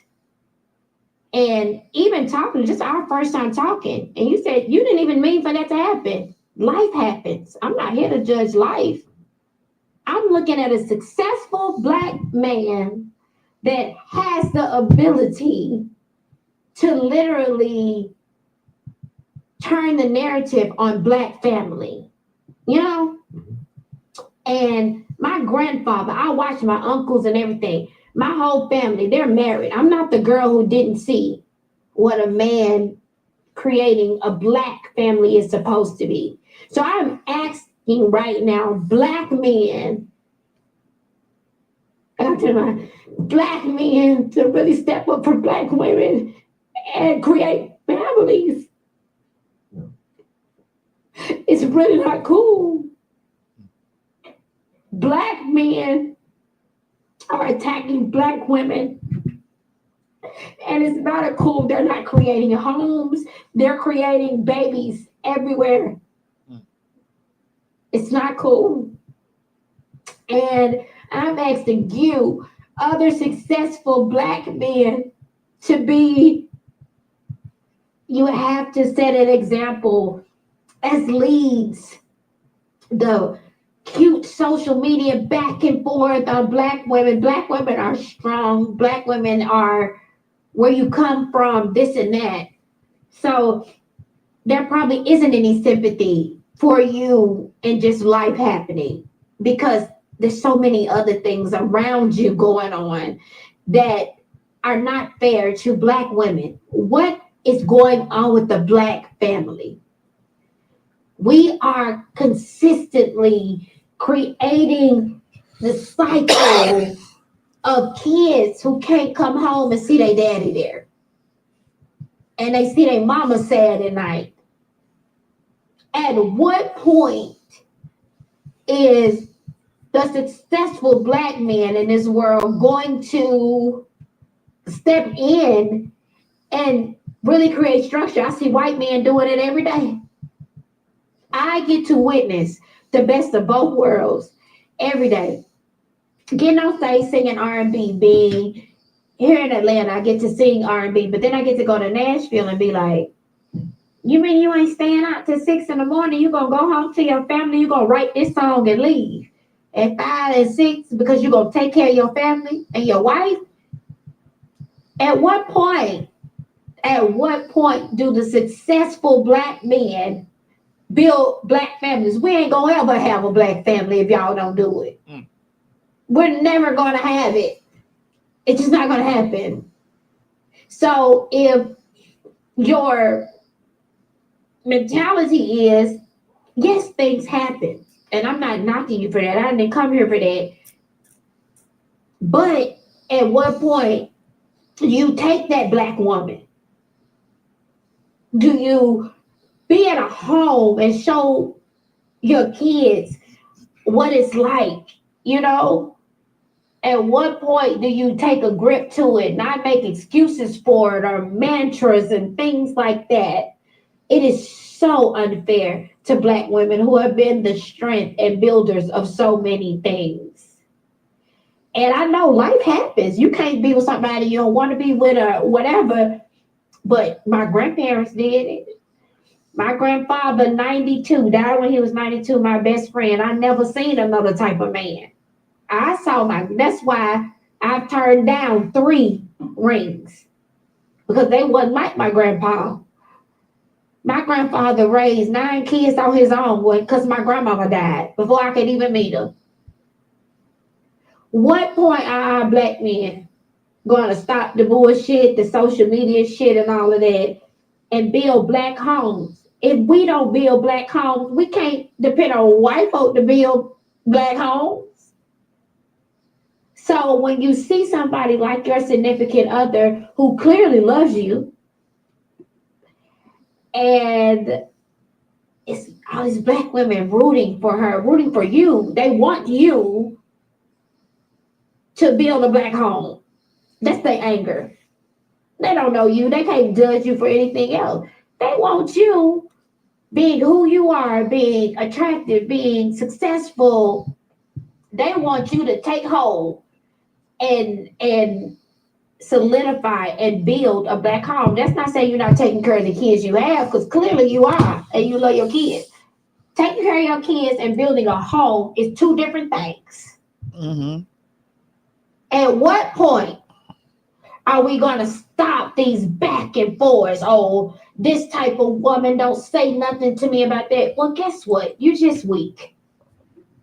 Like, you want a strong woman around you. And I'm sorry, like, black women have just, that we get copied from hair to body to everything. Black women are the most unloved individuals in America, but the ones who have built. The most mimicked. Most mimicked. Good or bad mimic, you know? But we looking to you. We looking to you.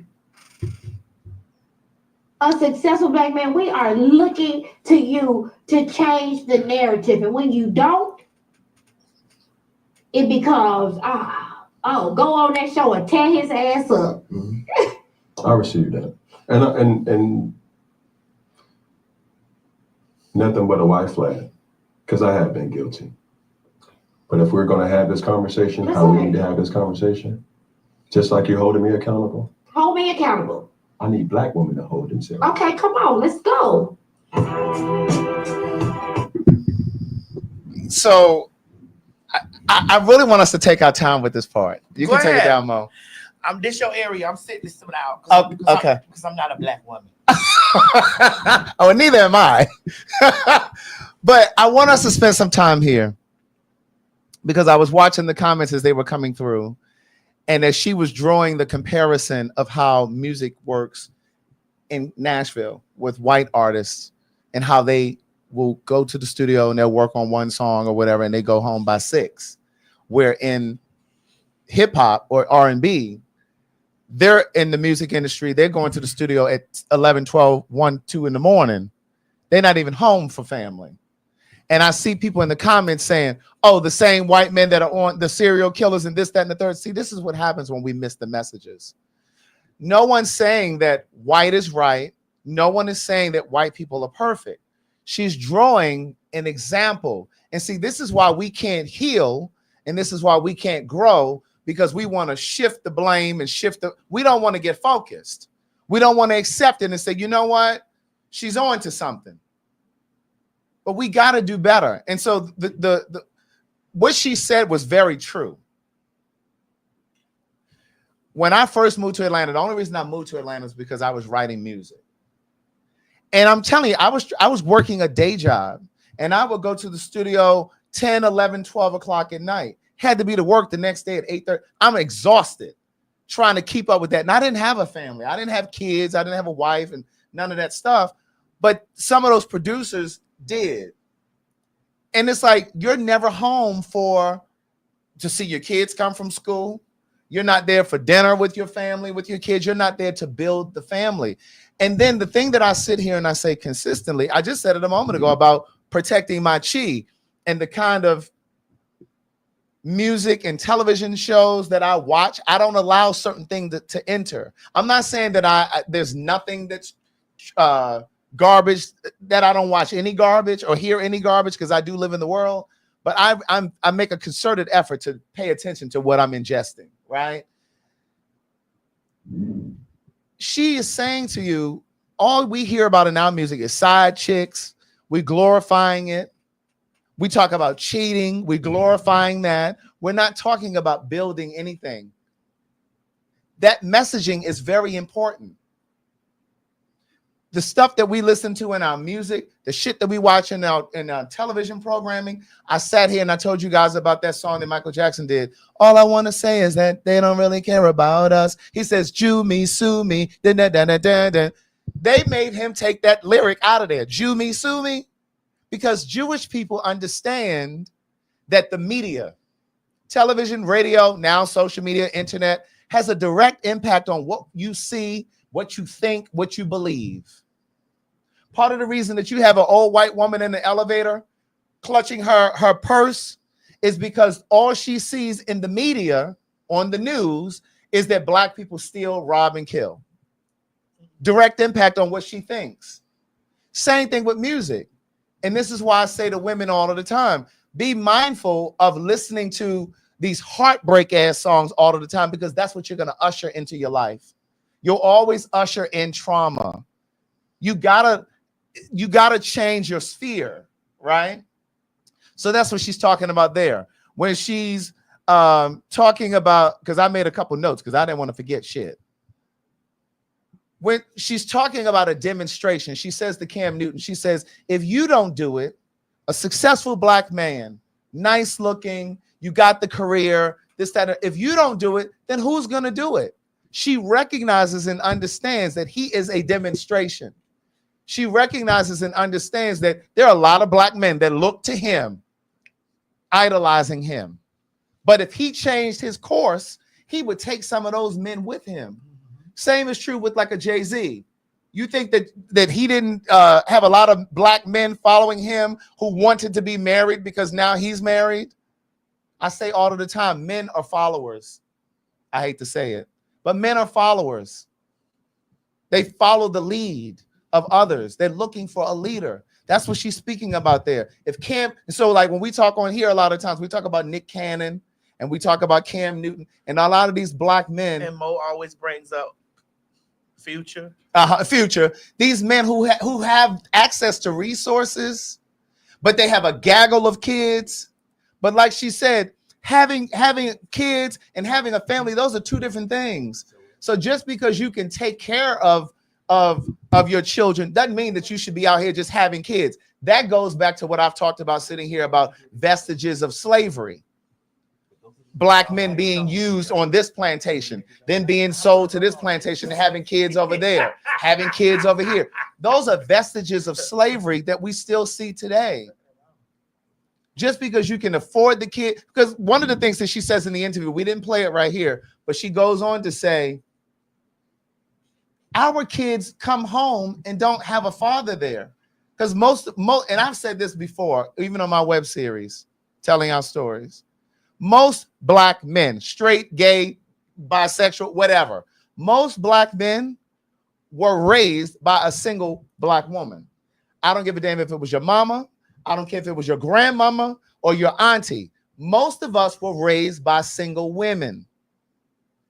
So most of us don't even have a demonstration of what partnership looks like. And so then when we grow up, whether you're gay or straight, when you go into the world and you're now trying to have a relationship, you don't know how to have a relationship because you didn't have a demonstration. Your mother, your grandmother, your auntie, whoever raised you, that's all you saw was her. So you don't know how to mimic, you don't know how to have a relationship. And so it doesn't matter if these guys have all of this money and what's the one that makes the content that just hilarious used to date? What's his name? Country Wayne. Another one with a bunch of fucking kids, with a bunch of different women. Yeah, you may be able to take care of the women and take care of the mothers. He sat over on Shannon Sharp's show and talked about that. But you're not at home when those kids come from school. You're not at that table when they're having dinner.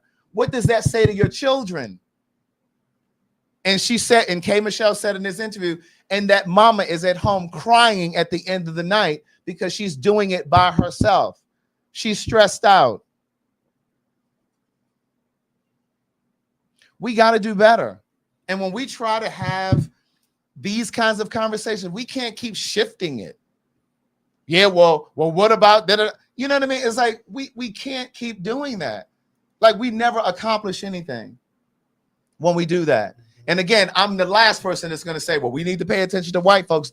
That's not what she was saying in this conversation at all. So if you were typing anything in that direction, you missed the message. You missed it. You're listening to respond. Selective ignorance. Oh, it's ignorance. It's ignorance. It's absolutely ignorance. If it ain't ignorance, it's stupidity. Either one of the two. Yes, one of the two. Okay. You know, because again, like, and she's not at all saying, she's just saying, pay attention to what's happening over there. We have to pay attention to what they're doing. Because trust, believe, and know, they paying attention to what the fuck we doing. How do you think they appropriate? They pay attention to what the fuck we're doing. And so I commend her for sitting there. And again, I don't know if he's going to receive it. I don't know that. But he said, I'm waving a white flag. He said, I hear you. Message received. Now, whether or not he's going to turned around and said, now we got to make black women accountable. And again, not to say that we don't have to make black women accountable, but I just wish that in that moment, he had allowed her to just say what she had to say and just let it go. He could have said that later. That wasn't the moment. Well, he sounded very much so like when we point out great points to Mo. Yeah. And he busts out and says, now, in perfect example, we got to hold the women accountable too. Instead of just receiving it. Right. And just, you know. Right. And then to find out that he motherfucking put that stud braids up in the point and fuck that bitch mouth. He fucked that stud. But while we still here, before we move from it, I want to say this too. And I've said this here. I said it on Telling Our Stories. There's a crop of black men. And again, we're not talking about all. So, because that was another comment that I saw. Well, it's not all black. We know it's not all black men. No, I didn't say black men on crock of shit. What I'm saying is there's a crop. Oh, a crop. A crop. Oh. Like a harvest, a small crop. Yeah. There's a crop of black men. Right. There's a crop of black men. You stretch, Mo? You stretch? Oh. There's a crop of black men who have gotten stuck, right? And black women and a crop of black men have made it through, right? And have achieved some level of success. And I've said this before, and a lot of people got upset with me. Anybody in this room? No. It was on Telling Our Stories. And then I saw in the comments, people were upset. Okay. When you look at the ratio of black gay men versus black straight men, black gay men are by far more successful and more educated than black straight men. Now, when I say educated, I mean degreed. I don't mean that we're necessarily smarter. I mean degreed. And when it comes to income, black gay men typically make more than black straight men. Ratio. I'm not talking about numbers. I'm talking about ratio. And what I have said before is black gay men and black women have figured out a way to navigate the society in a way that some black straight men have not. There are things that black straight men could learn from black women and black queer people, but they refuse to because they're too homophobic to deal with the queer men or queer people, black queer people. And they want to mansplain shit to black women. They don't think a woman can teach them or tell them anything. They think they know it all. But there has to be a conversation because... Oh, I'm not asleep. I'm just, look. Right, no, she's listening. You just pay attention to what I'm saying. I'm not asleep. I haven't interrupted Craig. Right. I haven't been on my phone. I plugged my phone. That's right.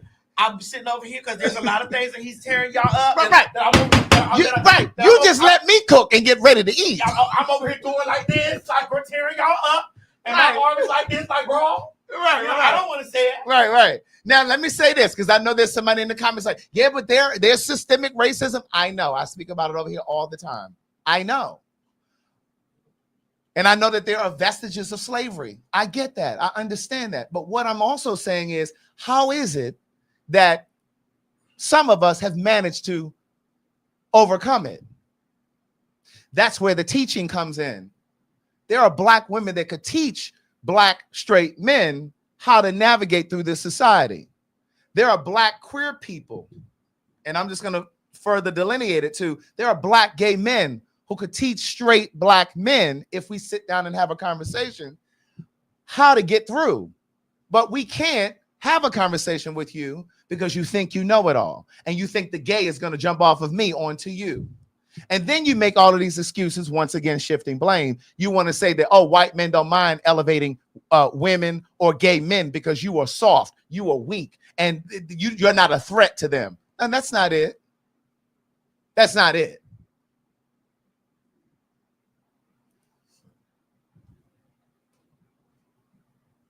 And yes, we could say, well, black women should stop opening their legs and having babies with these knucklehead ass niggas. That's a part of it too.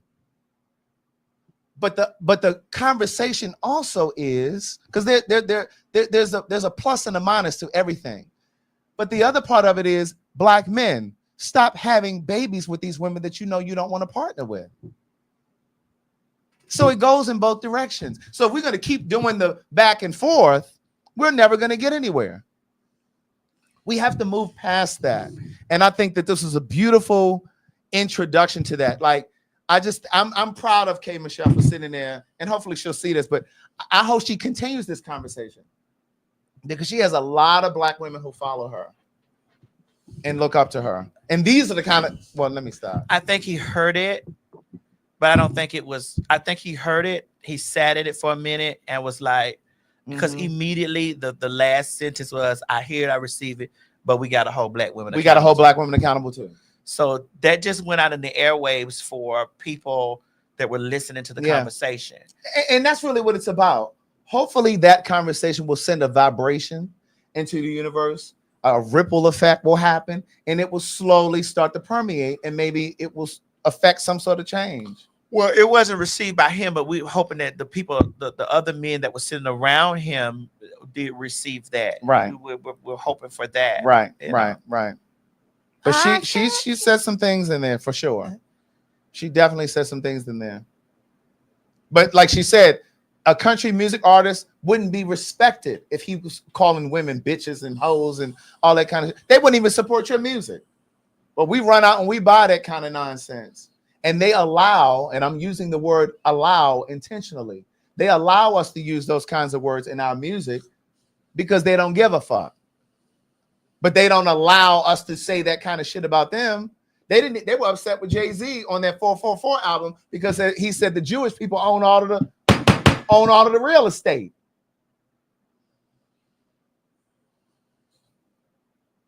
They were upset with him about that. And see, this goes back to what I said, I think the last time we were sitting here. The truth isn't always anti-Semitic. Everything ain't anti-Semitic, okay? But see, sometimes I think that is used to quiet people, to put fear in people. Oh, that's anti-Semitic.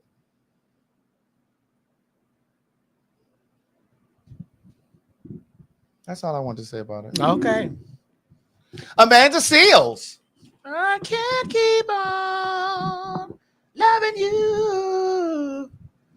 I hear it. Oh, it's in the thing. I didn't know you wanted that. Oh yeah, put that Amanda Seals up there. Never we talking really today. Sure. Can't keep on loving you, 1 foot outside the door. You see it in the chat. I'm looking. All that I can give you is what you came here for. I gotta find me somebody. I may have texted to you. I texted. Oh, you it's in our group text. While Mo's looking for that, let go. Let's get a little piece of this. I can't keep on. Byron Allen reaches a settlement with McDonald's for $10 billion. He had a $10 billion lawsuit against McDonald's over TV advertising. I don't know if you guys are familiar with Byron Allen. Sorry, I keep saying Byron Douglas. Byron Douglas is that other idiot. Byron Allen owns the Weather Channel, bitch. Oh, I did not know. Man, the video you sent, that looked like an 89-year-old woman. Shh. I did not. Shh. Just post it. Just put it in there. Byron Allen owns the Weather Channel. He is a billionaire. Take that brick out of there. And the lawsuit hinged on his assertion that McDonald's had a habit of buying ad time on media outlets that target Black viewers, but it was discriminatory in their purchases and the amount of budgets that they set aside, amount of money that they set aside in the budget. And of course, when it was general media, when it was like white media, they had all of the money in the world to spend on advertising. So he sued them. The best example I can give you is kind of like with content creation. You know how like content creators they'll do these unboxings and they'll have these products and stuff like that. And the brand will pay them, but they won't pay them the same amount of money that they pay a white content creator. Well, I mean, that happens all the time. That's been happening on YouTube for the longest. You know what I'm saying? And this is why I'd like to interject. Go ahead. Because I've been a part of this. Yes. This is why even with our view counts and stuff like that, we be seeing those white creators because YouTube sends them out. They push their stuff out in the front, and like they put their, I know that we maneuvered around and we make a decent amount of money for the stuff that we do, but this gossip shit or whatever, the girls making the bare minimum. Yes. The girls making the bare minimum. Like those girls over there that's doing those makeup content videos and all that shit. They push out those white influencers that are jumping off the roof and on those ski boards and doing all that shit. Those girls are making millions of dollars. Yes, they are. While we might be making the low hundreds of thousands. And one of the things I think we talked about this before. What happens also is our vernacular is different from white folks. I can be like, bitch, your face is beat. And those aren't words that I typically use, but we use that in the Black community, right? But they may see it as beat, like that's violence, that you're inciting violence. So we have words that we use for whatever, and it's a buzzword for them. And so then your video is blocked or whatever's happened. So that kind of shit happens too. Because they don't really have a checks and balances. It's something like the system just kind of flags your content. So those kind of things happen as well. Yeah, even like when we were I'm going to be honest because I got my monetization back. But when I was tearing those girls up with the "You're Not Allowed," they demonetized my motherfucking Facebook page. Right. And I was like, I'm not finna let no ugly bitch cause me Dr. Hell. Look at. I'm not finna let no. Fish down here. Oh yeah, it's in the chair. You don't see it? There it is over there. You don't see the you don't see the fish in the chair. You stupid. You don't see the fish in the chair. The fish right here in the chair. No, that's fish. Where the hot sauce at? Right there. Oh, I was gonna say y'all country got ketchup. Yeah, but warm it up. It's a microwave over there in the. What? Go ahead. What were you saying? You remember? Oh, that smells nice. It really it's something. Y'all wish my baby happy birthday. Wish him a happy birthday. Come down here. Happy birthday. All right, nigga, move. Put your fat ass out the way. Literally. So, you were saying, your Facebook monetization. Oh, yes, it does. It was very much so like the Facebook, they demonetized my page. And so that's why y'all haven't seen the "You're Not Allowed," because they demonetized my page. And I'm not trying to say nothing, but my Facebook page pays my mortgage. Right. My mortgage is Right. And I'm not trying to prove no point to nobody. You see that lady right there? Right. She know how to get it. Right. My mortgage is $10,000. Okay. That part. I hear you. I missed a month of not getting the Facebook check for reading the bitch. And I was like, you know what? I'll do it on Twitter. I'll keep ranking these hoes up on Twitter. Right. Okay. So I just was like, nah. Yeah. I'm not doing that. But even in that space, like you know, YouTube, where Daniva's rich from YouTube. Oh, I know.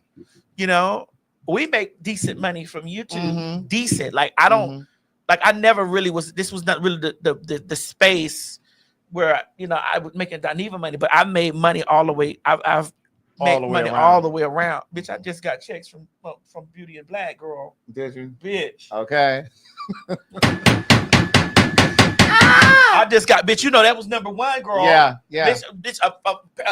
Miss Chichi came upstairs yesterday with a packet in her hand. I was like, "What is this?" Girl, it was SAG-AFTRA. Okay. Bitch, it was loaded with checks in there. I was like, "Girl, wait, hold the line, loaded." Okay.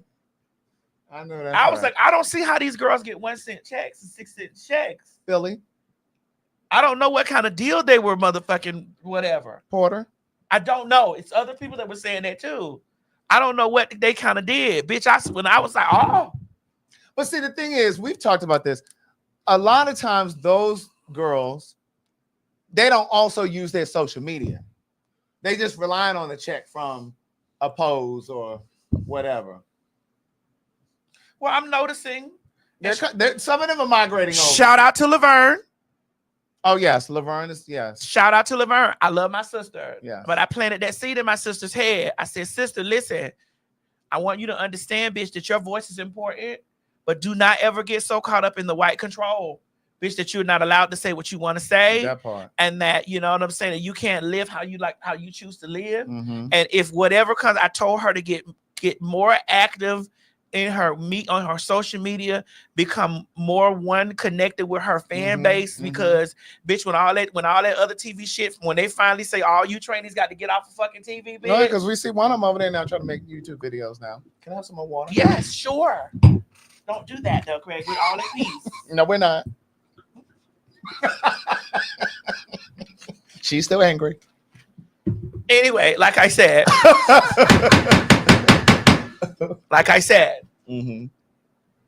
I can't remember, but I see Laverne.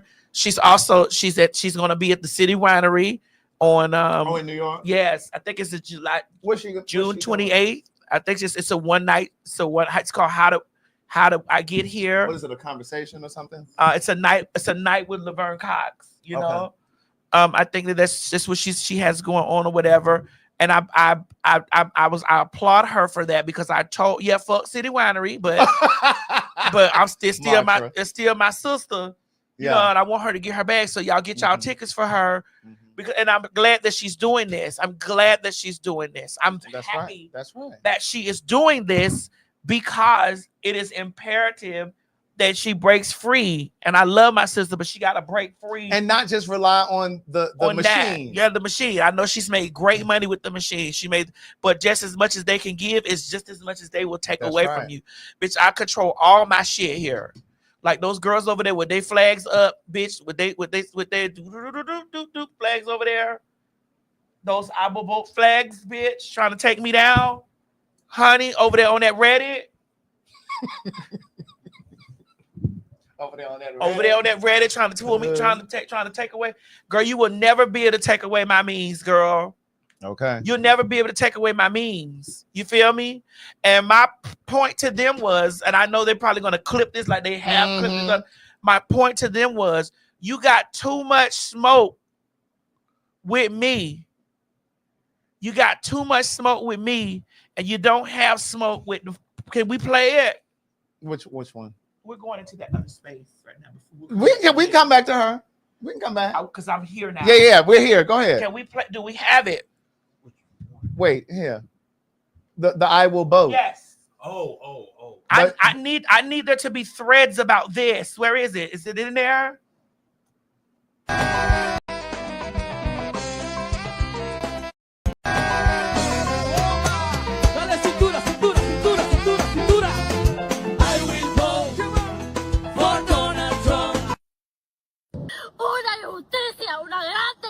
It's been happening frequently at the 333 Miami Avenue Federal Court building.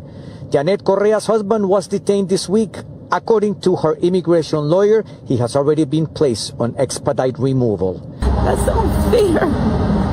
It is unfair. I'm so sorry. I can't talk enough. Let me ask I don't you. know how I'm going to say that to my mom. My mom, Judelka Mejia cannot believe she's going back home without her nephew, 29-year-old Yasael Almonte Mejia. Like many other immigrants, when their case is dismissed, they are detained at the... Now, I need to see as many posts as they're trying to get me removed from my seat at Drag Race. I need to see that as many posts about this, about their cousins. Even though all Hispanic or Latino people didn't vote, but did we still have that video from that guy that we need to put a reminder? Oh, from Gary Chambers. Did we delete it? Did we delete that out of there? I think we did. Okay. Find The one from last week. I want to remind them each time that we get into this space. Y'all got much smoke for me. I read a bitch one time. I told my experiences about me being in me being in Miami, me being born and raised in Miami, and being from Florida. And my first experience with racism was a Cuban called me a fucking nigger, and they said a fucking nigger, a hard E, hard R, fucking nigger. Right. And so when we see stuff like this, and we know that all of that shit, I don't care what they say. That voting process was rooted in anti-blackness. It was rooted in that. Black people was screaming hard. Bitch, we heard him. I don't see how he ran on I'm gonna deport. Right. Check the Instagram, Mo. I just sent it to you. He ran I'm gonna deport. Yes. I don't know what they heard. No, what they heard was the good ones and the bad ones. We were the good. They heard. Well, I'm one of the good ones. Again, whatever the people can do to the least, bitch, they will do to the rest. That's the way. And you girls that be over there writing those paragraphs and doing those petitions, whatever. I don't see y'all writing no paragraphs about this. I just don't see it. Right. I hit a bitch that hit me. I left from that. I didn't sit in it and stay in it. Bitch, I didn't do none of that. You gotta holler at your cousins. I need to see that same amount of dog piling on your cousins about this, because your cousins is a huge reason why this is happening. You can't talk about me being racist when your own cousins was doing this to you. Your own cousin was doing this. Your fellow man. And you want to sit up here and you want to motherfucker try to put my feet to the bottom of the fire, and your I don't see you posting about your kin people. I gotta find the shorter version. That's the 10-minute one. We can just cut it. But you had given the 3 minute. Yeah. Oh, that's the long one. Then it should be in the text. Yeah, I think so. Then it should be in the text. You didn't want to hear me say, well, let's go to the Cuban girls. Right. Let's go there. Oh yeah, I'll get it while you're doing that, Mo. Okay. We gonna play it? Yes. Esta comunidad que nos va a sacar de este hueco se llaman los negros 100%. americanos. 100%. African American community is the only community that has the power in this country to change anything. They are the only one with the experience of civil matter. They are the only one que tenían el esclavo ahí mismitico. They are the only one that are not going to get deported anywhere, and you cannot put them all in jail. So African American community, which is the community that is stepped on by Cubans, the most are the only ones that are going to save the Latinos. And I clap for the African American community that has not come out, because it is not. I do. We didn't do shit for them. I get it. I in get masses, it. But I don't. Me and you support, but in masses, we didn't support anything that was going with them. Latinos look at Cubans specifically. I'm not gonna talk about any other community because I'm not part of that community, even though I'm a Latina with them. Cubans talk shit about African Americans. It's true. Cubans did not support African Americans. Cubans think that they all victimize themselves, that all of this, all of that. African Americans are the only ones that are going to save your ass as Latinos. So you better start kissing. If you're going to kiss some ass in this country, you better kiss some black. I'm ready to have my ass kissed. Listen, shut up, Craig. I want my ass kissed. You're not even thinking about those people. I'm watching those videos of those people of this stuff that's going on in LA, and it is breaking my heart to see. It's sad. It is very sad to see. My heart goes out to the people who did not vote who for did this. not vote for that. Latino people who did not vote for that. Who It's did sad. not want that. Who fought. Who were on Harris's side. Or who was just anti that. Period. But those people that are trying to hold me because I told a motherfucker that said some bullshit to me that ICE was outside. I didn't tell a lie. ICE was outside. But I'm not the person that put ICE there. That's right. And I'm not the person that helped put ICE there. Bitch, you gotta fold your cousins up, girl. We've been talking about accountability this whole show. There's more accountability. You got to be piling. You got to go. You got to hit that shit in the gun and be like, bro. I don't see y'all chasing these people down. Mm-hmm. I don't see y'all doing that. You girls are on my back about this, about a one read that I did to a motherfucker, or because we were talking about our experience, you know. That's right. And I'm tired of y'all chopping this shit up into little pieces and doing rage bait. Mm-hmm. Mm-hmm. Instead of watching the whole thing. A motherfucker didn't say that you shouldn't be here in this country. I never said that you shouldn't be here. Right. I said that if you're here in this country and we're here together, we have to communicate, bitch. So we need to learn some kind of English, a little bit. I had to learn some Spanish. Right. It's true. I don't see where that's racist. And then the people say, well, it's hard for Spanish people to learn English. Okay, it's hard for us to learn Spanish, but bitch, that was a part of what we had to do in school. We had to have that in school. And so I took the course. I didn't mind taking the course. And when we've traveled out of the country everywhere, I have my phone. I use translator. My translator. I got a translator on my phone. I've downloaded the translator on my phone. I use my translator. So my thing is, I don't understand what have I said that was so awful about us being able to coexist with each other and communicate with each other. Why does it fall solely on me to have to be able to be like, hey, excuse me, you know, and you tell me that you refuse. You know, even when I don't know what the maid is saying when she comes to ring the door at the room or knock on the door. Wait a minute, Kelly Osbourne. When who does what? The maid. when the what? When the maid comes and rings the door and knock on the door at the room, even though I don't understand what the fuck she says, sometimes I'll be like, okay, well, she won't shut up. Sometimes I'm like, oh, does she want water? Kelly Osbourne. Let me ask me, do you want water? Do you want whatever? And I'm like, yes, see, ¿qué tú dices? I try to. What you say? ¿Qué te pasa? ¿Qué tú dices? So it's like, oh God. I try my best to. I do try to communicate in Spanish. No, we're not talking about that. Don't do that. Don't do that. She was talking to one of the countrymen, women. The lady kept coming to the room with background. Madison poked her head out the door with one of them. What you want? What the fuck you want? She kept coming to the room saying, what? What you want? She was trying to come in.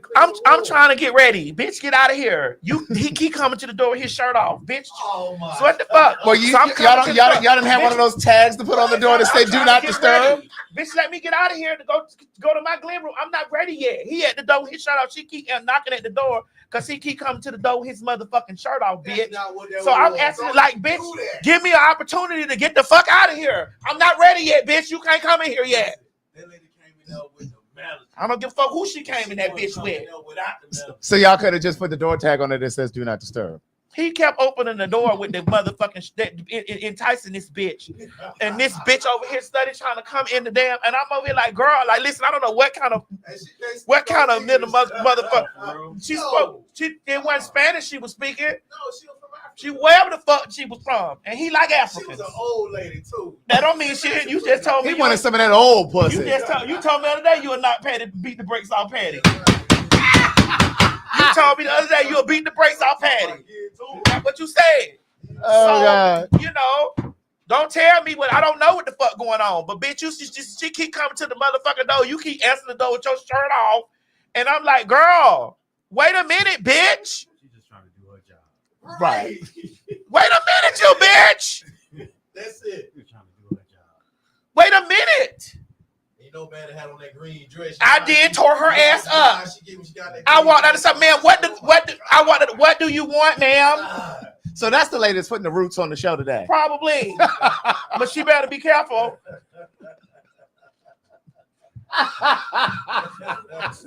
She better be careful. She gotta be careful. Bitch. Oh, God. Well, girl, listen, I don't want to go in there, Craig. Oh, goodness. But again, it gets to a place. This is about him. This is about dessert. Hello, Miss Mary. Miss Mary, hello. Yes. Thank you. Okay. Thank you. Let me get my phone on so when she texts, we can make sure we get it. She made a peach dumpling. Don't worry about it. I turn my ringers on so I can hear. Girl. So again, I'd like for those girls, those people to hold their Venezuelan cousins accountable, hold your Cuban cousins accountable, hold your other Mexican people who felt like that they were the ones that were not the bad ones accountable, and get off of my nuts. Mm-hmm. Come up off me. I read a bitch one time. I had my opinion about. I told my experience of what happened in motherfucking Miami with me. The girl, the Cuban girl, backed it up. G in here. Mo was down there in motherfucking Miami with me, bitch, and he understood we somebody. Nobody was being racist to no fucking body. Mm-hmm. Bitch, I cussed people out 360. Whether you and what's so crazy, in the same breath, after I cussed out the Spanish boy, I was cussing black bitches out all day. Mm-hmm. They ain't nobody. They was all of that kikiing, Mm-hmm. which just goes to show me that you turn the blind eye to anything that ain't got nothing to do with you. Right, right. And then make it like, oh, well, she's racist now. No, I read everybody. Mm-hmm. But until you take your cousin and make piles and piles and piles, because it's like, well, what are we gonna do? I see the say, well, what you gonna do about? Bitch, you're gonna hold them accountable. Mm-hmm. You're gonna get up under there. You're gonna make those 50-11 posts of these people, and you're gonna find these people out, bitch, and you're gonna point them out and be like, these people champion for this to happen. Mm-hmm. Okay. No one deserves to go through something like this behind bars.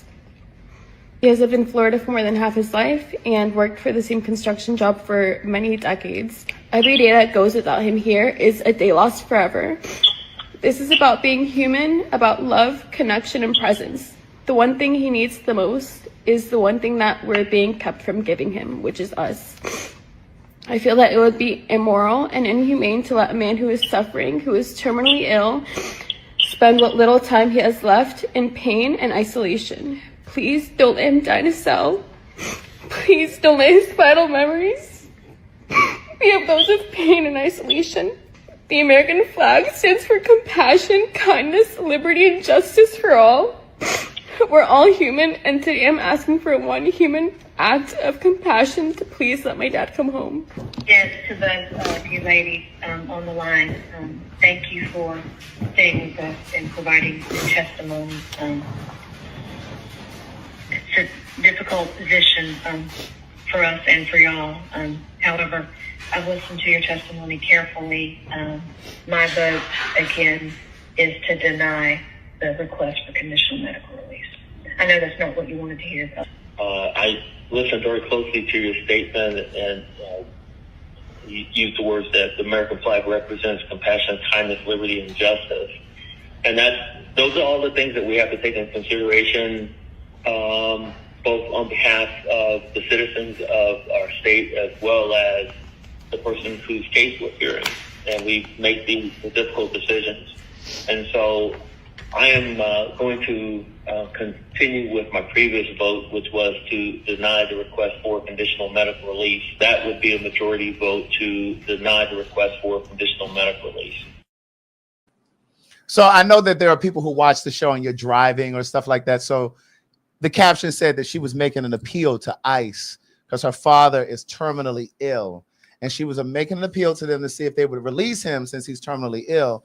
And they basically were telling her, no, we're not releasing him. Sorry. But she voted for Trump.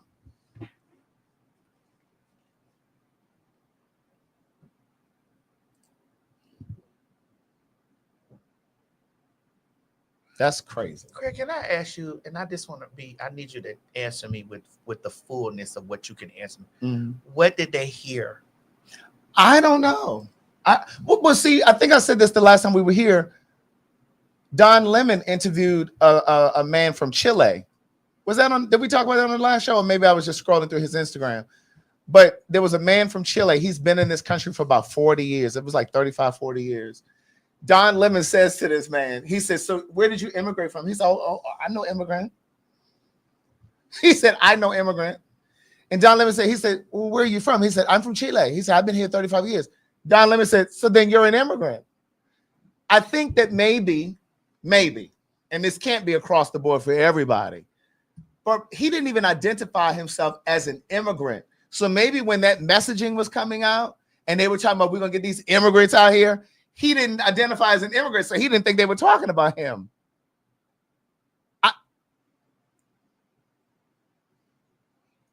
That's all I got. But at some point, they got to change the law as far as how long it takes, because when they come from Africa, they make those people wait long time. They make those people coming from African countries for years. And they can't even, excuse me, except those ones that come from South Africa, them white ones that came, yeah. that Elon Musk ushered in here. Yeah, those. How many was it? I think it was like 50 of them that came. Those. I might be wrong with the number, but it was about 50. It shouldn't take that long for people to have to get their papers. That's why they coming over here. That's right. Under the gate, on top of the gate, however, in trucks, where they had somebody. Them kids. Right.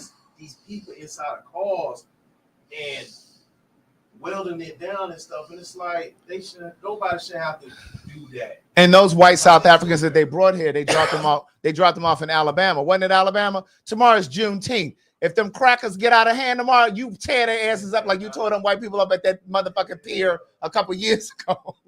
They dropped them off at the right place. Because nobody never knew what happened to those Haitians that was at the border too. Right. During the Joe Biden era, they was mixed in. It was that time where they had border patrol, horses rounded the people looking like a slave movie and stuff. Oh yeah, we didn't ever see that no more. No more. Miss Mary said the dessert is ready. Yeah. I know yesterday was your birthday, so I'm not going to tear you up too much. But, you know, we tried to tell you and Mo before Trump came into office. Vote. I know he couldn't vote, but they kept saying, oh, well, no, the Constitution is, and they can't do that because of the Constitution. That white nigga is doing what the fuck he wants to do. He is, but again, the government as a whole is allowing those things to happen. Well, because the majority it's red. That's the majority is the majority is red. We knew that they was trying to get those red seats in there, and he has more pull because everything is red like he's red. Yes, the Democrats, there are stupid ass Democrats that's over there on that bullshit too, because nobody's sitting over here saying that the Democrats is innocent. I want you to know, and Mo, I'm looking at you when I say this because I know you were saying X, Y, Z too. I don't feel that the Democrats are innocent, whatever, because it's Democrats is voting in some of that stupid ass shit too. Yeah. Just because you Democrat don't mean that you ain't fucking a racist or homophobe or a transphobe or whatever. But you know, the majority is it's red. But just like I told you though, the Democrats right now is their time to try to put somebody in front of everybody and say, hey, this is our candidate. They don't have nobody. Now is the time for them to be beating the ground, but y'all better hope that Kamala gonna run again. That's what you better hope. No, I don't know if she is. I was hearing rumors that she's not. No, I wouldn't. No, I wouldn't. Don't do it. I wouldn't. Like, and Craig, don't say that again. I mean, I'm saying I wouldn't. Don't do if that. If I was her, I would not.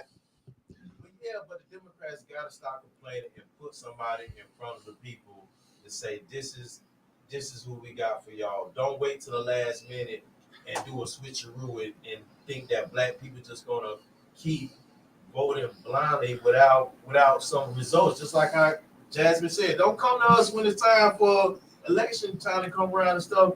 You got 6 months to. Well, the thing is, like what Jasmine was saying was, don't just come around the election time to come to the black community, black churches. You should be doing that year round But G, anyway. y'all didn't want to hear. Y'all had so many questions. Y'all had a lot of questions about this and the other. But we ain't gonna tell you up because it was your birthday yesterday. But you know, you and Mo both had questions, and we was like, why would you even? Which can bring us back to Amanda. Yes, we can do that before we leave. Yeah. Okay. We can leave because you know. Right. Okay. Anybody that put, and this is from me, anybody that put a damper in what the only two people that we had, and we end up with this, Yes, well, it's questionable. that's right. It's like, girl, you know, there was no way in hell Jill Stein was going to win. Correct. It was not happening. The third party, Jill Stein, ain't no Jill Stein was going to do shit At all. It wasn't going. I don't give a fuck how many people turned out to vote. That was a fucking. But y'all gotta understand the power structure of America. America don't want no woman.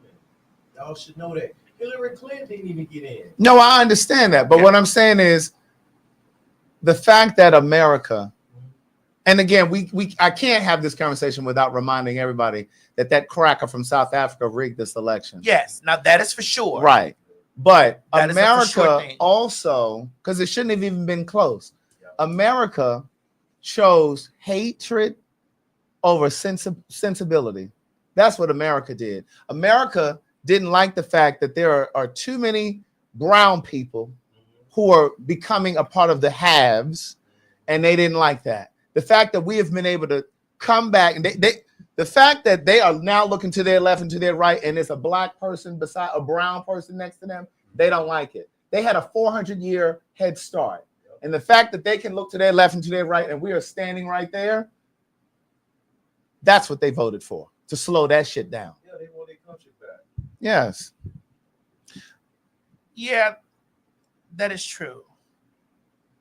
But again, any person of color, any same gender, any transgender person, any transgender person, any female, any person that was like, you knew that these were the only two options that we had, and we end up with this, and this motherfucker come in on day one just going wild. Right. And it's just like, you knew this bitch was gonna go in here going wild, and there was nothing that she was saying that had me questioning, even if I didn't agree with it, because there was some parts I hit you. I was like, right, okay, can you help me understand? Right. Like, what is she saying about this stuff right here? I didn't understand, but I was not going to be in the public saying, and your girl, because she locked up 50 niggas, and you know, and it's just like this all that the black man was on. And now the dangerous part about this man being in here and the stuff that's going on now is that they have voted so that people can citizens, American citizens. Yeah. Get it, Mom. American citizens can be deported. Yes. American citizen. That is awful for an American of any color, especially black men. Because if you having a previous offense and then you get locked up for some shit, they can deport you. Nigga, you'll be living in Chile. Right. They building shit in El Salvador. Yeah, it's already wrong. You know, I got a phone call about they start moving them from America. Correct. And then you down in Venezuela, bitch, and you don't speak the language. You barely speak English. Yeah, it's gonna get bad, but we shouldn't even be in this spot. This is what I'm saying. Like, that's right. We shouldn't even be in this spot. This bullshit over here, right? We should have never seen no motherfucking shit like this, bitch. Where's that, Myrtle? Get it. I don't want to hear another motherfucking bitch. Yes. I will vote for Donald Trump.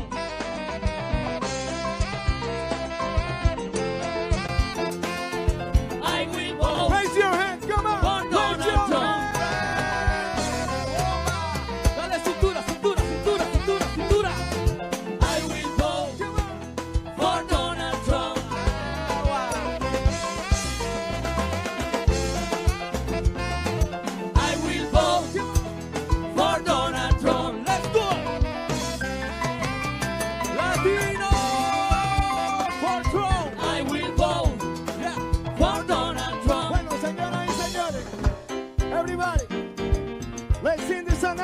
together, okay?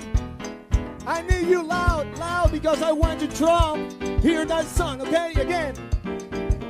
Yo quiero que todo el mundo lo cante fuerte para que nuestro presidente la escuche, ¿ok? En español viene ahorita. Viene ahora. So, tranquilito. Come on. 1, 2, 3, go. Oh my God, I will vote. Everybody, I will vote. Come on. Repeat, repeat. Oh, Trump roll. I will vote. I will vote for Donald Trump. We should have never seen that. There's other things that we should have never seen. We should have never seen Amanda Seales sitting over there tearing Kamala Harris down either. She spent so much time talking about how she couldn't be trusted. We don't trust you. Black people don't trust you. And my thing is, she's now still ranting and raving about President Obama. And President Obama ain't even in office. Like, I don't follow her commentary. She blocked me. She blocked me when I posted someone, I can't remember the woman's name that I posted, but it was like a montage of things that Amanda was saying, and then this woman was saying things that were contradicting what Amanda said. It was just a whole vignette of it. And Amanda, she blocked me. And I will say, as I've said before, I think she's brilliant. I think she will be remembered as a great thinker at some point. I even said, sitting right here, Angela Davis wasn't popular in her day. Dr. King wasn't admired or liked by all Black people in his day. Malcolm X, God for sure, wasn't in his day.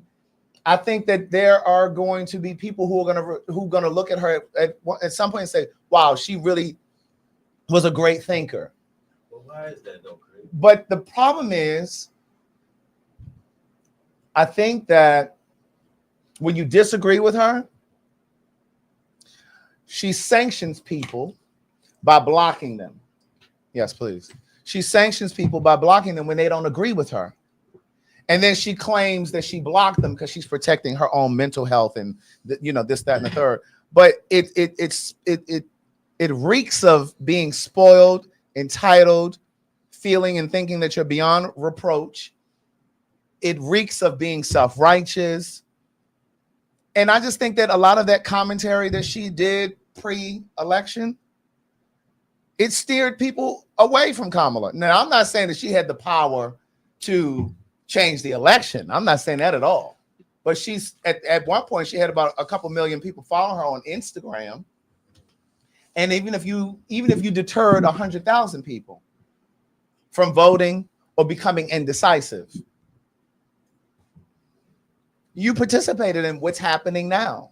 And so while there are ICE raids across this country and people are in the streets protesting across this country, and your First Amendment right is now at risk to even peacefully protest because this white nigga in the White House then deployed the military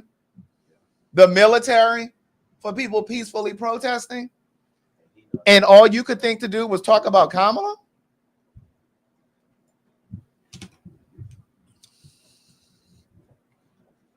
So where is it? I just think that we have to be able to, I think she's a great thinker, but I think we also have to be able to step back, accept constructive criticism, and acknowledge and admit that we're not always right.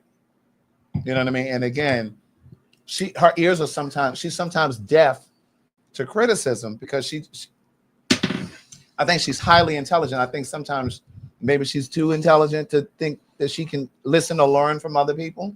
We did learn that she was on the spectrum. Play the video, Mom. Please tell me, what did Obama do specifically for Black people? Please. Is she not exhausting? Like, does she not just suck the air out the room? I mean, what does this have to do with anything in this very moment, Amanda? So there's this clip of Amanda Seales that was shared by the Shade Room of her attacking Barack Obama, saying that he didn't do anything specifically for the black community. Now, remember that specifically for the black community, meaning she's centering black people, meaning she wants something done for them, but then goes on to attack identity politics, pretty much making her point redundant, which is a straight up lie to begin with, because Barack Obama has done things specifically for the black community. Let's talk about the Jamesburg hate crime law. If y'all didn't know, that was passed back in 2009, 2010 under Barack Hussein Obama, which pretty much makes it a federal crime to attack people based off of their race, because James Byrd was a black man that was murdered by white supremacists. Fast forward to 2022, May 22 to be precise, there was the Buffalo mass shooter who went into that grocery store targeting African Americans, and he was charged under the hate crime law thanks to the Biden-Harris administration's Attorney General Merrick Garland. And guess who was facing a life sentence thanks to that hate crime law that was passed by Barack Hussein Obama? Like, girl, why are you lying? Like, what's the reason? Like, why are you focused on Barack Hussein Obama when we have a whole white supremacist in fucking office? We have a white nationalist in fucking office that's trying to strip away the healthcare that was promised to us by Barack Hussein Obama when he passed the Affordable Care Act. With the Affordable Care Act, it expanded Medicaid, giving more access to people with pre-existing conditions to have healthcare. You're looking at the people who are actually detrimentally affected with pre-existing conditions is the African American community. So yes, he did something specifically that targeted us, that helped us. No story. So of course that's too raw, too real.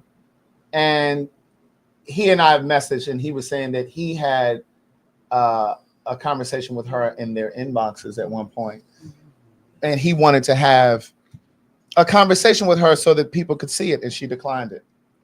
Then he started putting up commentary, debunking things that she was saying along the way, like when Kamala was campaigning, and she blocked him. And then later she wanted to come and have a conversation with him, and he said, no, I'm not interested in having a conversation now. But just to speak to what she said in the video, I think they're in text. Just to go into what she said, like, what did Obama do? First and foremost, let me say this. Obama was a black president, but he wasn't in office where he could do everything specifically for black people. But he did make strides for black people. But if you're expecting that, and I'm power to the people, but if you're expecting that man, any black person, to be able to get into office and only create legislation the entire time they're in office for black people, you are crazy. But there were people who commented under the video where she said, what did he do? There was a gentleman who said he was not the president of black people. He was the president of the United States. Also, her timing is completely off, because why are we talking about Obama when he is not president right now? Then someone says, I've been cutting hair for the past 15 years because Obama had a back to work program that allowed me to switch from my corporate job and go back to a trade school. That program paid for my schooling entirely and also paid me to go. I have my own salon now. And then there was another gentleman, I'm not going to read all of these, but there were 10 things that Obama did that affected black people directly. Awarded $1.2 billion to black farmers. We can stop there. When has this government cared about black farmers? Number 2, expanded funding for historically black colleges and universities, HSBCUs. $850 million over 10 years. If you know anything about HBCUs, most are struggling. Most HBCUs are struggling. They're poor. What? Most of them are struggling because a lot of them are struggling. Howard is not one that's struggling. Hampton is not one that is struggling. But a lot of the HBCUs are struggling because oftentimes they don't get the government funding. 2, a lot of times when we graduate from our colleges, we don't send money back.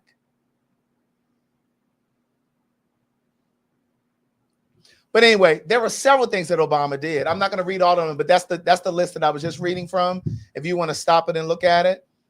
But so when she says things like this, I just don't understand it. So it's like, does she have a personal vendetta against Obama and Kamala? Like, I don't know what it is. And my thing is, she had a retort to that. what was the retort? Hold the line, please. And you know, people in the comments were saying, well, what has she contributed to Black people? What has she done for the Black community? And I would take it a step further and just say, well, why don't you run for public office? Because it's not as easy as we think it is. It's not as easy to pass legislation as we think it is. Just because you think it doesn't mean that it can go through. It has to be voted upon.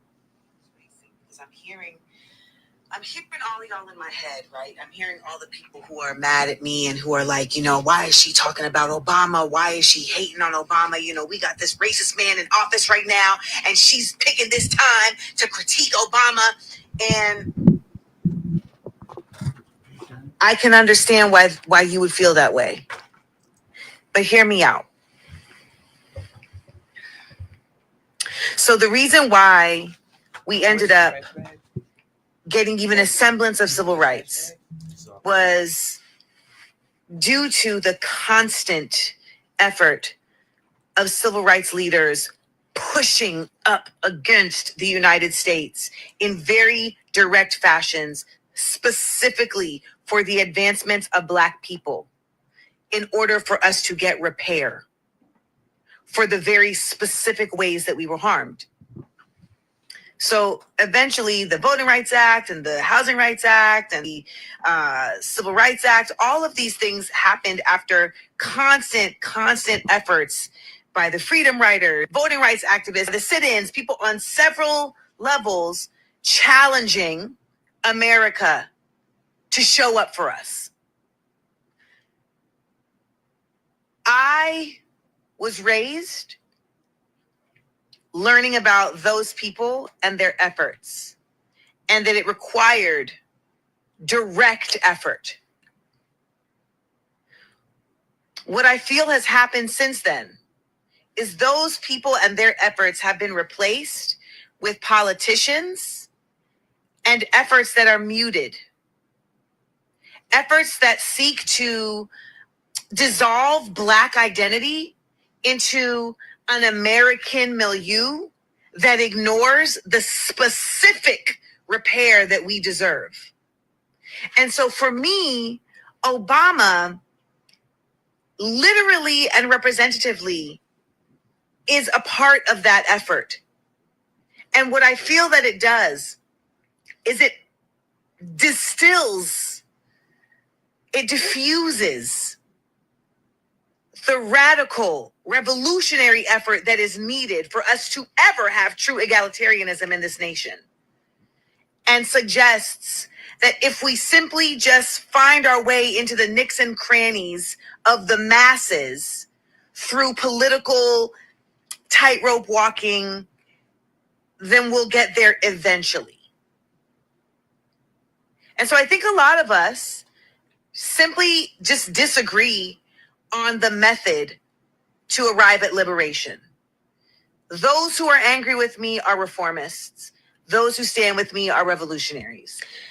You know, reformists essentially believe that we got to work with the system we got, and revolutionaries believe that we got to force the system into something better. And so when we look at someone and a cabinet and an administration that is so vehemently moving in the wrong direction, we would need an energy that is antithetical to that to swing it in the other direction, a direction that is for us.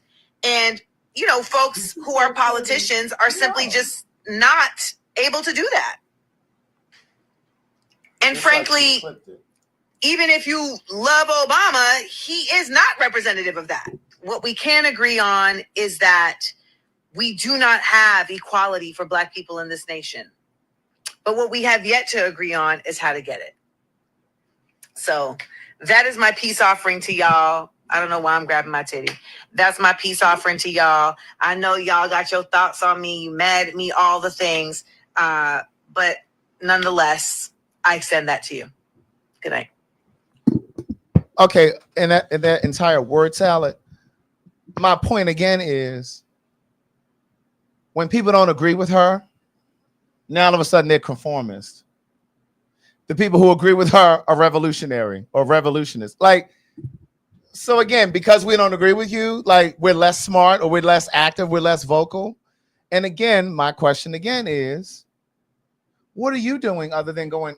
You're not out in the streets, and at least I haven't said I'm blocked. So I don't know. She might be out there protesting. I don't know. But like, where is your action? And somebody in the comments made a point. They said those structures that she mentioned earlier, they weren't presidents. A lot of that shit gets done because they're not in government. Dr. King got a lot of shit done because he was not in government. I've had some of you message me say, oh, you need to get into politics. No, I can talk like this because I'm not in politics. Malcolm X got shit done because he was not in politics. You understand what I'm saying? Sometimes you can get more done when you don't work in politics.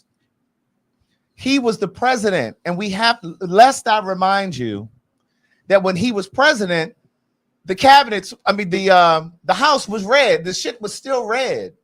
So everything that he was trying to push through, they shot it down. So the fact that he got some shit through was impressive to me. Obamacare, a lot of people have health care because of that man. A lot of people don't even recognize that Obamacare is the same as the Affordable Care Act. Some of those white people who keep talking about we need to get rid of Obamacare because that ignorant ass Donald Trump keeps saying that we need to get rid of it. They don't even know that they're the same thing. One of the stories that I wanted us to talk about a while ago, we never got around to it. There were white people who were talking about, yeah, we need to get rid of that Obamacare. Them crackers didn't even realize that they were trying to get rid of their own health care. They were relying on the shit. Cancer treatments, et cetera, et cetera, et cetera. They're getting their medication and shit. But because that ignorant ass Donald Trump, and because they were so selectively ignorant and intellectually lazy, they didn't even do the work to realize that Obamacare and the Affordable Care Act are one and the same. They didn't know. And I'm gonna just say this last thing. Them white people who were pushing against Obama when he was in office, in government, in politics, they didn't want, let me explain something to y'all. Do you think they wanted that black man to be the one to create universal health care? It's not that the system was flawed, it was who created it. They didn't want that black man. That shit is in the books forever. That shit will go down in history forever, that he was the one who did that. That's all I got. I mean, he brought us out of recession too. You damn right. He certainly did. Mm-hmm. Okay, someone asked, are you a specialist? No. And what I'm saying is, I'm not saying that, please don't think that I'm saying that Obama was perfect. I'm not saying that. No one who gets in government is going to be perfect. Well, let's call a thing, bitch. Yeah. When he made gay marriage motherfucking equal, the black people were in shambles. They were in shambles. Tina Campbell, Mary. When he made gay marriage legal, the blacks that it was immediately like, I don't fuck with him. Mm-hmm. Mm-hmm. Y'all don't want, that's where right there. Yeah. Yes. The moment that happened, that was it for him. Yeah. That's right. Because some black people started to feel like, oh, he's giving more things to the gay people than he is giving to black people. What? That's where it was right there. As soon as that happened with him, when he did that, those girls were done.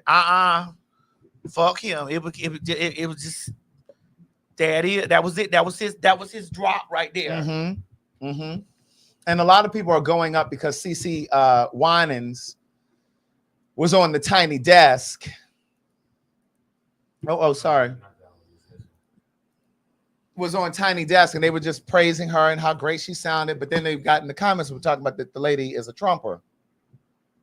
You know, those Christian values. Yeah, Myrtle. They said that lady. Listen, Myrtle, those people are on TBN. I don't watch TBN anymore. Right. I watched them. Oh, my earring came out. screw it back on. Oh no, those are diamonds. Yeah, these are canary diamonds. I know. What? I know. And I know that because real diamonds you have to screw in. Yeah. You don't push it back in. That's right. I have some. Yeah, right.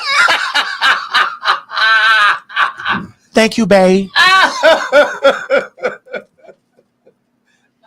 Real diamonds don't require you have to, have to be latched in. That's right. I have some. Okay. Real diamonds. Right. You can't put it back. You can't just slide it No, back. you can't on just that. slide that on. You have to screw You that got in, to screw or it has to be clasped. That's right. In the ear, just like those bracelets. Uh-huh. I have one of those too. Uh-huh. But anyway. CC Winans. Yes. When I watched that, and this is it, we're gonna leave here because honey, listen. Yeah, and we'll see y'all Sunday. We'll see y'all Sunday. Right, Mo? Wait a minute. We didn't check. Right, we gotta check with Mo. Hey. Can we work Sunday? Yes, you may. Oh, okay. I'm finna hit this.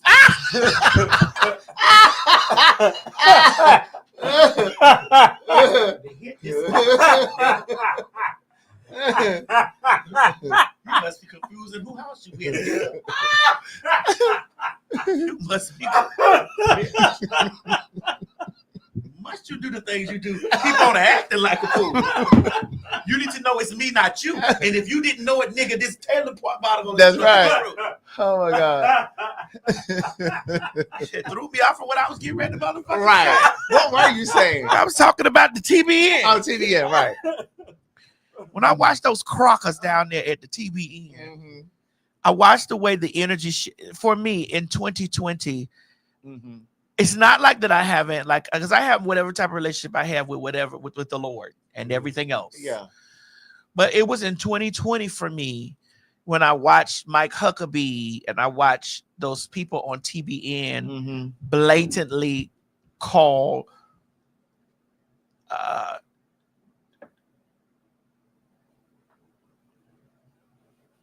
Derek Chauvin an innocent person. I watched them say how George Floyd was like I watched them do what white people do. Dog whistling. Yeah, I watched them do what white people do. And one thing what white people is going to do is anything black, they're going to pay. It's just like the wording. Yeah. There's a difference between protesters and rioters. Right. Yeah. So when white people out in the street, they're protesting. When black people are protesting, they become rioters. Right. It's wordplay. That's right. And the way that they dog whistle to the media and the way that they were sitting in front of those congregations. And I watched those massively large white churches act like they didn't want to even talk about it. That's right. I watched those churches, not those big gigantic churches, those big ass ones. Didn't even want to have no conversation about it. It was there 2020. There was it was a racial uprising. That's right. We were on the precipice, bitch, of a racial war here. And those people sat silent. And when they did talk about it, they painted this person out to be a criminal. Yes. Yes. They even did the same thing with Trayvon Martin. Remember, they tried to dig back and say, well, I think he had gotten suspended or something from school because he had some weed. What the fuck that got to do? You got a pee bag? I'm trying to figure out what did that have to do with that man getting shot and killed in his subdivision, his father's subdivision. Like, what? And my thing was, I watched TBN do this, and I sat there and I watched Mike Huckabee. You remember that white couple? And I was furious, bitch. That white couple that pulled those guns on the people that was out there, like, and they said that they marched in their yard or whatever, and they had like their AK-47s out. And they acted like these black people was trying to whatever. And Mike Huckabee called those people that were walking up the street protesting about the situation, called them thugs. Right. And those people pulled their guns out and came through their gate and did all this stuff, came out there with their guns drawn on those people. Bitch, and that man acted as if those people, like, they were just trying to protect their property. Right. You know, this is when how can Americans protect their property? And I was like, I sat there and I said, Mama, I can't do this no more. Yeah. And I said Trayvon Martin was a grown man. Yes, he was a young boy. He was still in high school. I can't do this no more, Mama. I can't do this. These is motherfucking crockers. And they are not having no conversation. And they were parted, right, Roderick? Yeah. They not having no conversation around this bullshit. And these motherfucking, listen, because I want y'all to know there's a difference between white people and crockers. There's a difference between Negroes and niggers. So, bitch, when I'm talking about these, I'm talking about those types of crockers. Right. And I'm like, bro, y'all really set up here and y'all really let this motherfucking puss-ass, whole bitch-ass crocker sit up here on this Trinity Broadcasting Network Right. that's supposed to be for the Christ? What God do you serve? And you black ass bitches that be up there with those black ass churches on that network with that mega church, y'all ain't doing nothing but collecting mega cash, mega money. Y'all sit up there and these motherfuckers, you weren't even talking about that shit like that. Right. Y'all wasn't even preaching about that shit the way y'all supposed to be preaching about that shit. Y'all want to do, y'all sitting on that network and letting them motherfucking cracker ass crockers do that shit. I was like, I'm done. Right. And it's these evangelicals, like the one who just shot and killed. He shot and killed those Democrats in, what was that, Minnesota the other day. He went into their house, killed that woman, her husband, and the dog. He killed 2, but he shot 2 others. Right. It was a total of 4. Right. He shot 4, 2 of them died, and he killed the dog. Now, bitch, Peter, if y'all don't get y'all shit together and get over there about that dog. About that dog. Let me tell you how white people were. White people will hunt you down by the animal. That's why Peter need to get the word. They don't give a fuck about no human being. Peter, get the word. You can't even post nothing about no dog on there. They'll shut your page down. Peter, get the word. You post some shit about a dog in the they'll let a video of a human get slaughtered in the street. You post a dog, get ate up by an alligator. Them bitches is mad. Peter. Oh, for real? Man, listen. Get the word. When nature happens, I posted a video about them dogs out there fighting. They were trying to tear my page to pieces. Are you serious? I just went and removed the video. They killed the damn dog too. That man went in there and killed the dog. He went in disguised as because they showed the ring camera footage. It was like a still picture. Because we steady sending each other animal videos. He went in there dressed like a cop. You know, those pages get a lot of times. Those pages get took down. And they be read that those animals in nature, those wild nature. Them people be having that's why so many multiple pages of them with the same video, because like them animals get like them dogs. Like, bitch, you can't post about no dog. No, you cannot. Or a cat. No dogs. Cats, I don't know. The people's cat people. You be posting that shit about them motherfucking dog. I'm telling you, I posted shit about the dog and the other dog, the dog out there fighting. The bitch dog set the dog up. I remember that one, the one where she acted like she was hurt. No. When the dog came over there and fucked her, she was on the porch and we had her pussy up in the air like that. And that dog came over there and was fucking on her. And she was looking down the street and them other pack of dogs came. I was like, this was a setup. Remember that? That's crazy. And them people was terrorizing. I had to take that video down. That bitch dog set that nigga dog up. I ain't never seen a setup like that. Shit was crazy. That shit was so human. So he was stuck. That shit was so human. That bitch was on the porch with her pussy up like this and looking up the block. Yep. I was like, this some human shit. So the nigga dog got stuck. Listen to while me. While the other dog was coming. She knew what was going on. This was some human shit. She knew about the hit. Got it from her owner. This shit was so crazy. This was some human shit. That bitch had her pussy up on the porch. Yeah.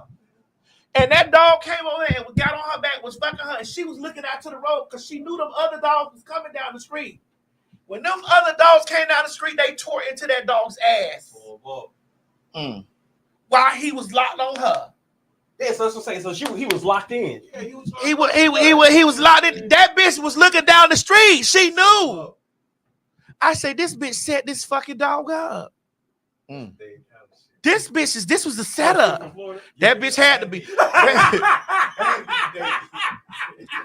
I put that shit on my wall. I couldn't. And they took the video down. Oh my God, those people was terrorizing me. Yeah. For what? For nature?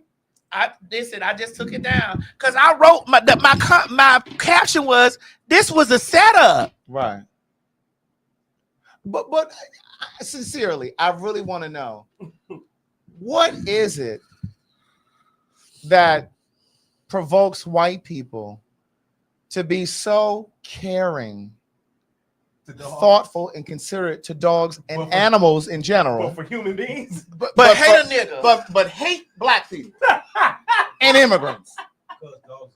No, they're not. To be honest, dogs aren't even. You don't see how loyal these niggas have been to white people since slavery. Stop feeding the dog. You don't see how Stop feeding loyal. You see how loyal some of these Negroes have been to white people. If somebody find the video, please send it to me. Stop feeding the dog and see how. Because y'all know what I'm talking about. Find the video and send it to me. But they do seem to have a special compassion for dogs and animals. Man, I don't. Yeah, because you a dog. Yeah, but I don't think that dog, you, so, y'all can't vote. prioritize your dog over humans. But the motherfucker, not his son, no, or his people's, no. Well, that's what I'm talking about. But that dog, they got the same thing in common. It's a dog. What kind of dog you have? A cane corso, the massive bear Them dogs. huge ass dog. Is it mean? Only when I tell him to. So, like, if I came over to the house, would he be trying to bite me? Or No, some he shit? came here. No. Oh, okay. He came here. Yeah. But they are they're Right. one of the most protective dogs you'll ever find. Yeah, he came okay. here. He came and Yeah. Let me see a picture of him. Those are one of the most protective. Yeah, dogs they you'll huge. find. Yeah, he came here, and then he was over there. I was shocked that he liked me a little bit. Right. Well, as long as G like you, he gonna like I you. rubbed him on the back, and he backed up. I was like, "Wait a minute." He was like, "Bitch, don't you quit rubbing me, bitch." I rubbed like, "Bitch, Because don't." I had a friend that has a cane corso, and he was a puppy, and the puppy's like this big, But no, and he dogs- stepped on my dogs read- foot. Dogs read Energy. people. Yeah. You blocking the screen with all that ass. Yeah. Okay. Oh, okay. Oh, he's still a puppy, ain't he? Yeah. I'm gonna say because he looked. Yeah, I was gonna say because he looked kind of small. Yeah, but he for those that those breed, dogs, for yeah. that breed. But he's still a big dog. Like Yeah. the dog came in there when I came home because G was already over here, and I came home, and he did something for Miss Mary. And I came home. He was in the woods back there, him and the dog. Right. And so I'm like, "Where the fuck y'all coming from?" Out there, he said, "You got a whole path back there, girl. It's a whole this. I done went down there and found all my land in the bag." I'm like, "Well, listen, you just let me know." And then found all those ruins down there. I say, "Hey, what y'all been out here doing back here?" It's Rossi TV talking about he was trying to zoom in. Oh God. You ain't gonna get nothing but straight man booty. That's it. You don't want none of that. Should we close on that? Yes, please. Let's close on that. We're gonna close on that. none You of know that. which video, Mo? Hold on. Where? Gotta get. There it is. Come down. Right there. Oh, this one? Yes. Oh, I thought y'all wanted that one. 'Cause We'll that can even tie into that one too. Well, we'll see. Go Okay. ahead. Go ahead. Girl, did y'all see the girl that got on here and said she went on a date with this guy, and when he got ready to get out her car, all she seen in the crack of his was a stack of Dookie Moon rocks mashed in the middle of the crack of his booty. She said that it was so many Dookie Moon rocks stuffed in his butt crack and tangled up in his hair, like his booty hair, that you would have thought a Dookie spider just came out and made a damn Dookie web wrapped around some damn Dookie Lego blocks. Baby, she said it was impacted. It was chunks and chunks of Dookie dunks. Do you hear me? She said that she was disgusted and traumatized, girl. She said that it ain't no way. Like, sir, you had a whole peanut butter sandwich back there. Ain't no way you couldn't feel that big Swiss roll sitting in between your cheeks. When she made it home, she called him and told him about it, and that she was like, "I can't talk to you." He was like, "That's it? Like, that's why you don't want to talk to me no more?" Like, yeah, I used the bathroom earlier, but that's it. She said it was so much Dookie back there, y'all, that it had them fanned out at the top and was getting on the inside of his shirt. And she told him, like, no, like, boy, he told me, "I still want to get to know you." Boy, get to know a wash rag. And she was like, "No, I got a white couch at home, baby." She not finna, not the integrity of her. Bitch, I love my girl. But bitch. Yes. Why would you get in the car knowing he had a situation going on? Sometimes you gotta abort mission. You got to. Ain't no way. I say all the time, I don't think y'all wipe y'all ass. Them. Some. Thank you. Some. Because y'all don't want to go down in that crack. It's that hole there. It's that hole you got to get to, though. I'm trying. This is the movement. It's that hole. I don't think you gotta stick fingers in your. You better get it.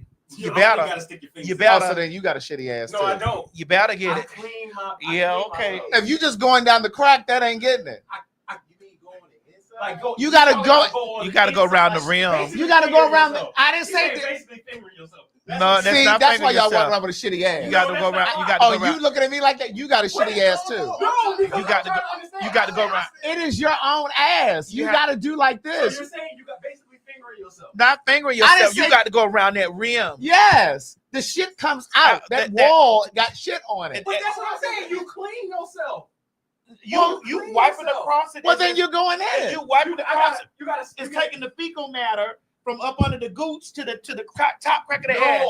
And you both of you have big asses. Correct. And that shit taking that fecal matter. Yes, you do. No, I don't. It's taking that fecal matter. Bitch, look at me. It's taking that fecal matter from here. I'm saying when you taking a shower. What is it? That fecal matter. I'm saying when you take from here to up here, and you think you're done. Right. You're not done. When you take a shower, You're not finished. We're talking about when you taking a shit. Yes. Let's start there. You're not When done. you take a shit, you clean. Because if you're in the shower after a shit, your rag is shitty. Because if you didn't properly wipe your ass when you with the toilet paper, You're not done. this is why I say I'm not attracted to straight men. And this why I say I don't. It's why I say I'm not. I And don't. this is why she said she ain't eating no straight. I'm not eating no straight nigga booty. Or if you straight identify, I'm not eating no straight nigga booty. You yes. Yeah. That's what I'm saying. But you kept on doing like this. You were doing like this. I did just like this. I did that. I said, this is the movement. I did not do like this. You do. And see, did I do like this, y'all, or did I do like this? No, the fuck. Now you see why I say. This is exactly what. Now do you see why I say? No, we're gonna get like this. No, we gonna ask you in the Now hold on, fuck that. Now do you see why? That's back. That is not what Now I do you did. see why? That's what you did. Do you see why that day that I said, and I quote, I don't like nigga booty. Right. I don't like booty. Right. Yes, everything is not about sex. No, we weren't saying sex. No, we weren't talking about sex like that. Y'all so worried about somebody fingering. You so worried about fingering yourself and enjoying it. I don't motherfucking get it. I don't want no nigga booty. So what you gonna do when it's time to go get a prostate exam? Now he ain't doing this. He doing that. When I look at you, Craig, he gonna go. Right, it's a camera. It's a camera. No, he put his finger there too. Oh. Have you been to have your prostate exam done? I haven't done mine. Why you ain't been again? You old enough. Craig, you're 46. Yes. Craig, when you sit up here and you start talking that bullshit about eating it, I'll be looking at you. I'm eating the ass of very clean gay men. I hear what you're saying. Because all gay men ass ain't clean either. It's not, but the ones I have been clean. Okay, well that's good. And I've already told you and them that if I get down there and it ain't right, I'm gonna say this you. That's right. This is you. This you. Did you do that too? If I smell it, no, don't do that. Don't. I smelled it, but I didn't do that to him because I didn't eat it. I did not eat it, but it was definitely given. Oh yeah, this is you. Don't you do that? Yeah, I'm not gonna do that. Let's not do that. Well, We're not gonna say that here. Well, first of all, girl, the children might not have been ready. Right. Well, he didn't came out of his clothes like he was ready. The children might not have been ready. Wasn't it a last minute thing? Yeah, but he didn't even eat when we went to dinner. Remember? But it doesn't matter. He did not eat when we went to dinner. He was getting ready. Craig, this is why I tell you, girl. This is why I tell you. Girl, I don't play. You got to be submerged coming here. That's right. Come here, let me shower You got you. to get up here. I got to bathe you in this bitch. You got to what? I got to bathe you, That's bitch. right. You got to get up in here. You want me to do all this? I'm not doing all that. No. When I put You are so messy. Even did you do that with? look, this what G did. Did you do that with? He did it from her. And waited for me to figure out. And waited for me to figure out who he was talking about. Who? And listen. Oh, you know who he is. Oh, I know. Oh, you know his name. I know his name. As soon as he said it, I knew. I know his name. In the word of Brandy and Monica. Oh, you know his name. But when he first said it, I was like, "What? What you talking about, Girl? I'm just saying, bitch. I watch you say that shit. I be over. I cringe because I know, and I know those men that identify as straight. Yes. It don't be right. I know. It don't be. They sag them, especially the ones that be sagging, and they be like, I'm like, oh my god. That's why. Sometimes y'all women don't be right either. Bitch, please, I'm fat. I got to be right at all. That's why when you said the jaws come like, when you said you worked at that grocery store, that man came over on that bicycle. I'm fat. I got to be right at all times. At all. That's why when you said you worked at that grocery store and that man came over there on that bicycle, I said, girl, them hot ass nuts, and you went to work? And you went to work. Yes. You ain't bathe him that time. Bitch, listen, I was dumb then. I was dumb. But after I got into the motherfucking situation, that man came pedaling to your grocery store after job. After I got into the situation, then I found out what I've been missing, always on the run. Yes. Bitch, I had to get up and get some good love. Bitch, I'm not with Come on, Whitney Houston. I'm not doing it. It's not happening. No, because it's not right and it's not okay. It's not right and it's not okay. And I'm a big hole just so we can clear the air. You ain't never rolled. You bitch. I didn't say you. I'm just letting you know. I'm letting you know about me. I didn't say you. Me and mine. So they don't confuse me with a motherfucking crab boy around in Atlanta. Bitch, me and mine. Listen, I use the big towels. I don't use them hand towels. Those hand towels are for the face. Okay. Those medium towels that you can dry out with, I use that to wrap around my ass and to go and go. I never understood why all them towels. Oh yeah, all them just you be like, damn, how many baths did I take? Yes. But Maddie be having them towels. Oh, I'm gonna bathe that ass. Maddie be having them towels. I'm gonna bathe that ass. I'm a 60 around. Okay. 60. That got to be handled. After one shot, I look like a football team. I'm 60 around. And my titties are big. So I got to go in betwixt my motherfucking ass crack. And underneath my motherfucking titties and my back. That's what happened when you got all that body. I got a lot of body. That's what happened. And so therefore, so that's on you. But the gag is, bitch, when I'm rolling around every man motherfucker, god damn, I can't get this shit off me. I know you can't because I takes care of this. Okay. No, Craig That's doesn't real like bit. Craig does not like it a little musty. Craig likes it fresh. I take care of this. I don't play any hoe. I don't play no hoe stroke games when it comes down there because I am plus size. I feel you. And I don't understand no big hoe having no odor. I don't understand that. I don't even understand big hoes.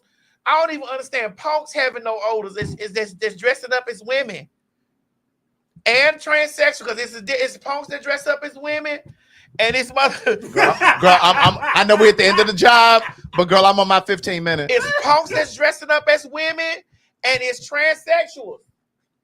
Y'all girls are film presenting. You are film You got to tighten up, shouty. You're film presenting. Smelling like mechanics. Bitch. Bitch. Don't do that. Smelling like a mechanic. Oh, bitch. And garbage trucks.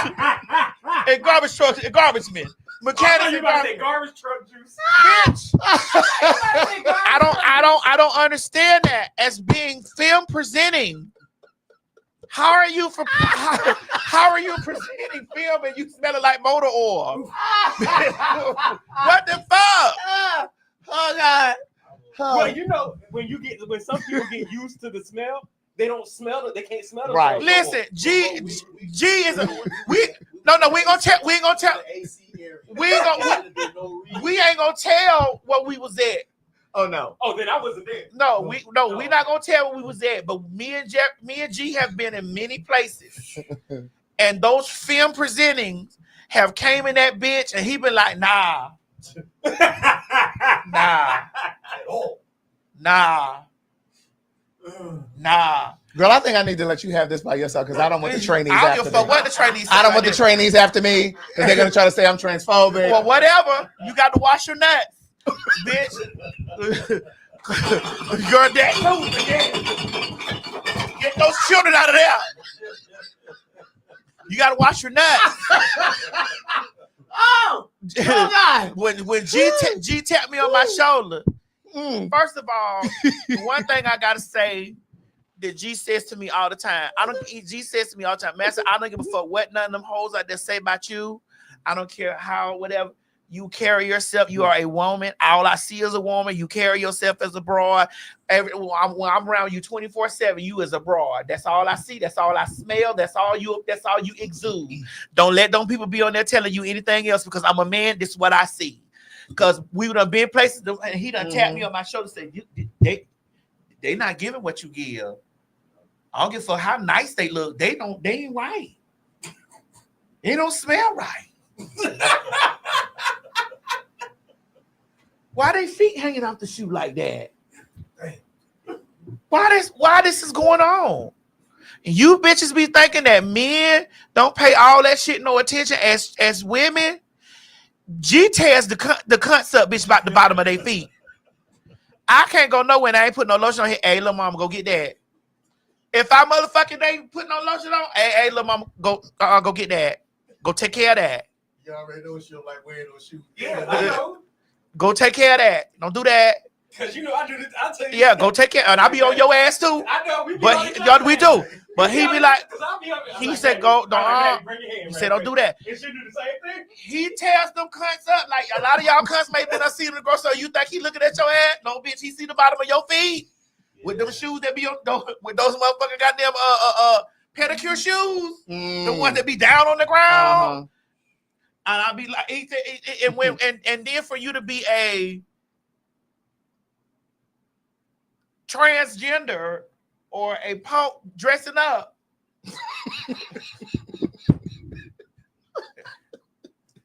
And you have the odor a transgender or a what? A punk dressing up. And you walk around here with the odor of a locker room. And you feel presenting and you got this familiar smell of a locker room. You like, oh no, I don't like men. No. It's nuts in here.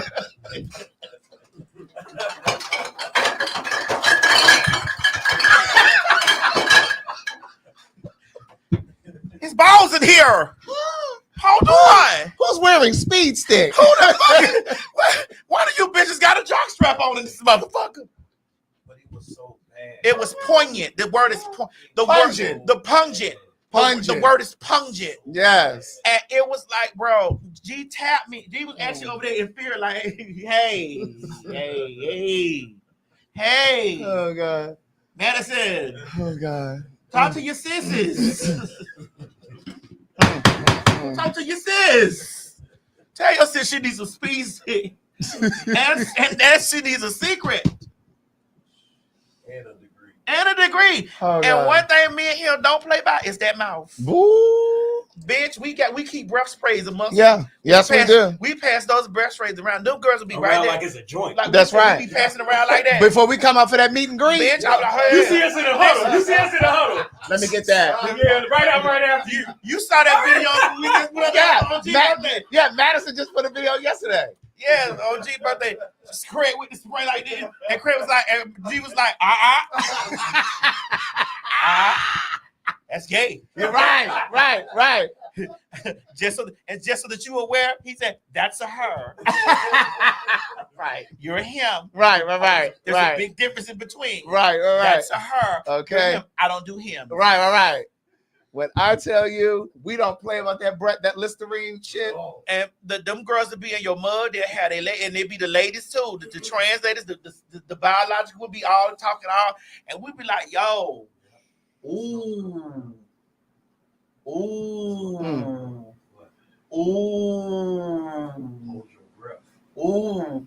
Ooh, bitch. Can you keep up? Yeah, because you know what I'm saying. Ooh, bitch. Hold on, bitch. Wait a minute. Even in my purse, I keep me some of this. Let me see if I'll last me this right here. Where's my little? We keep the spray. Oh, this one? Yeah, baby, I keep that. If Oh, you know, because of you, I started buying this. Yes, bitch. You, I got like 3-4 bottles at home. Yep, that's it. That's the to go. That's the to go bottle. You not finna be over there saying like they say. Constant our breath was so stank behind the motherfucking at the BET. Really? They said that breath was like tartar sauce. Oh, bitch. Could be, but you too rich for that.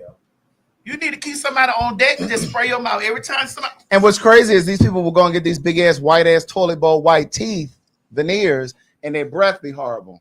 Sometimes people just need to brush Girl, their y'all tongue. talking. That just made me want to do this Y'all shit don't right. know Right. To be honest, some people don't know that your tongue holds a lot of odor.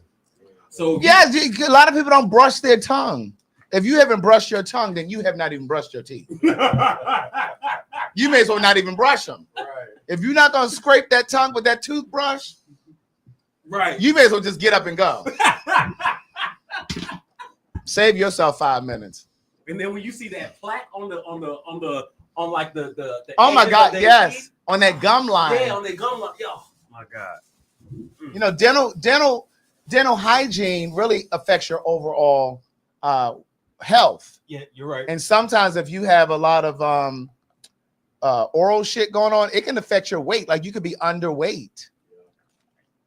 If you have gastrointestinal shit going on, like all down in your. That just made me do that. Right. You want to do it, Greg?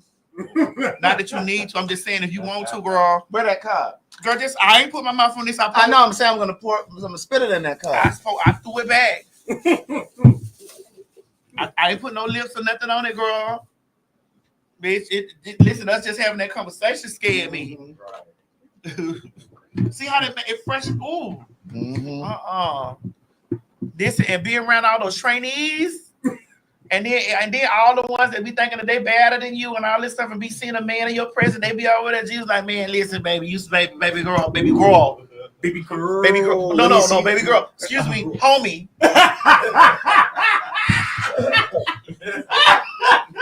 You can't. From now on, don't make him laugh with stuff in his mouth. Right. and look.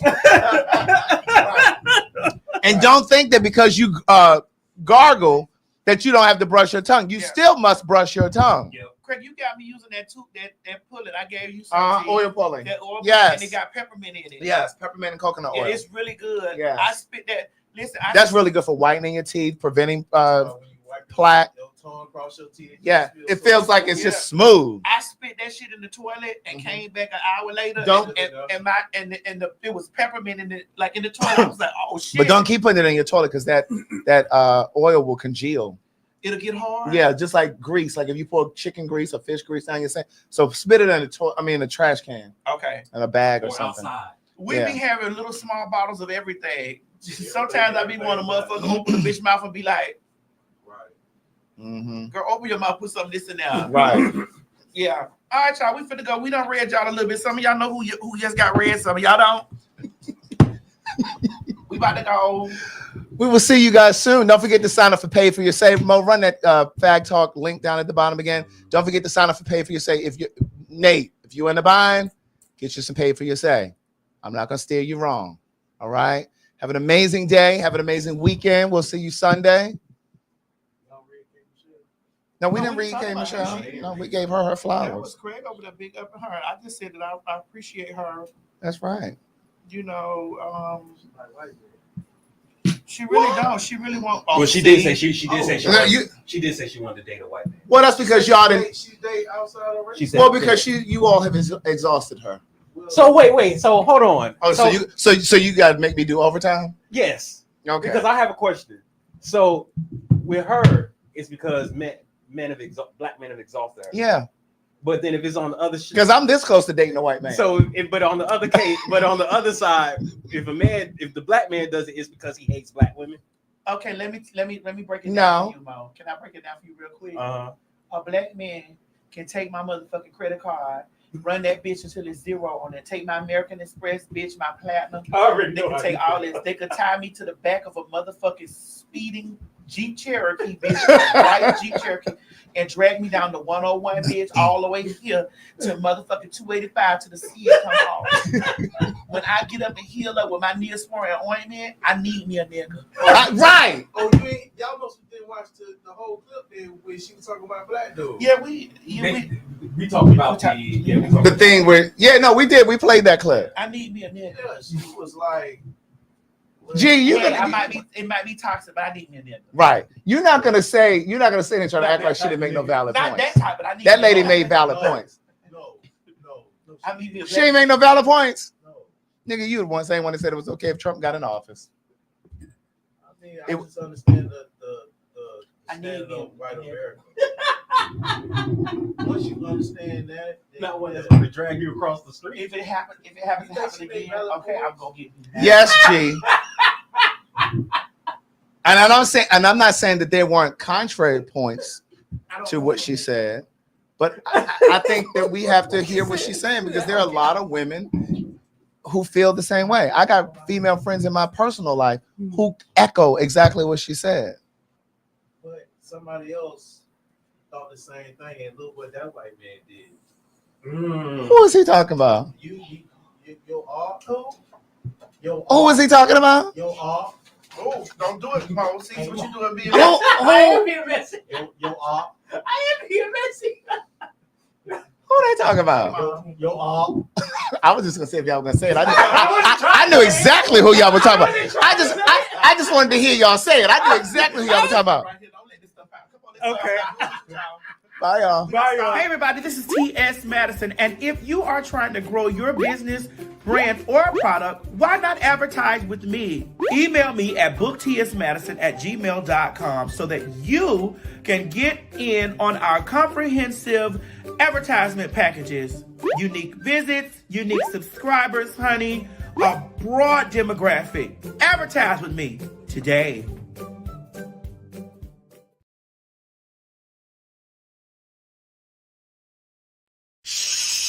Quit talking and listen. Get over to my Patreon right now so that you can receive some exclusive content from the TS herself. Who you said? The TS. Patreon is filled with one-on-ones, exclusive content, behind the scenes. You can even chat with me in there. Me and you. It's just me and you. So get to www.patreon.com/TS Madison Hinton. And you'll be glad you did. I promise. This has been a T.S. Madison and RDE Multimedia Group presentation. Hey guys, if you just enjoyed watching this video, don't forget to subscribe to my YouTube channel, www.youtube.com/TS Madison Hinton. Or if you're already here, click that bell up there, one of them, and subscribe so that you don't miss this or any other excellent content that I have for you. Don't meet me here, beat me here. Ciao. You ain't gonna have no other choice but to see me because I'm in everything. There it is, you ain't right gonna there. have no other choice but to see me because I'm in everything and everywhere. Ooh. I'm in film, television, streaming, music, bitch, and pornography. Bye.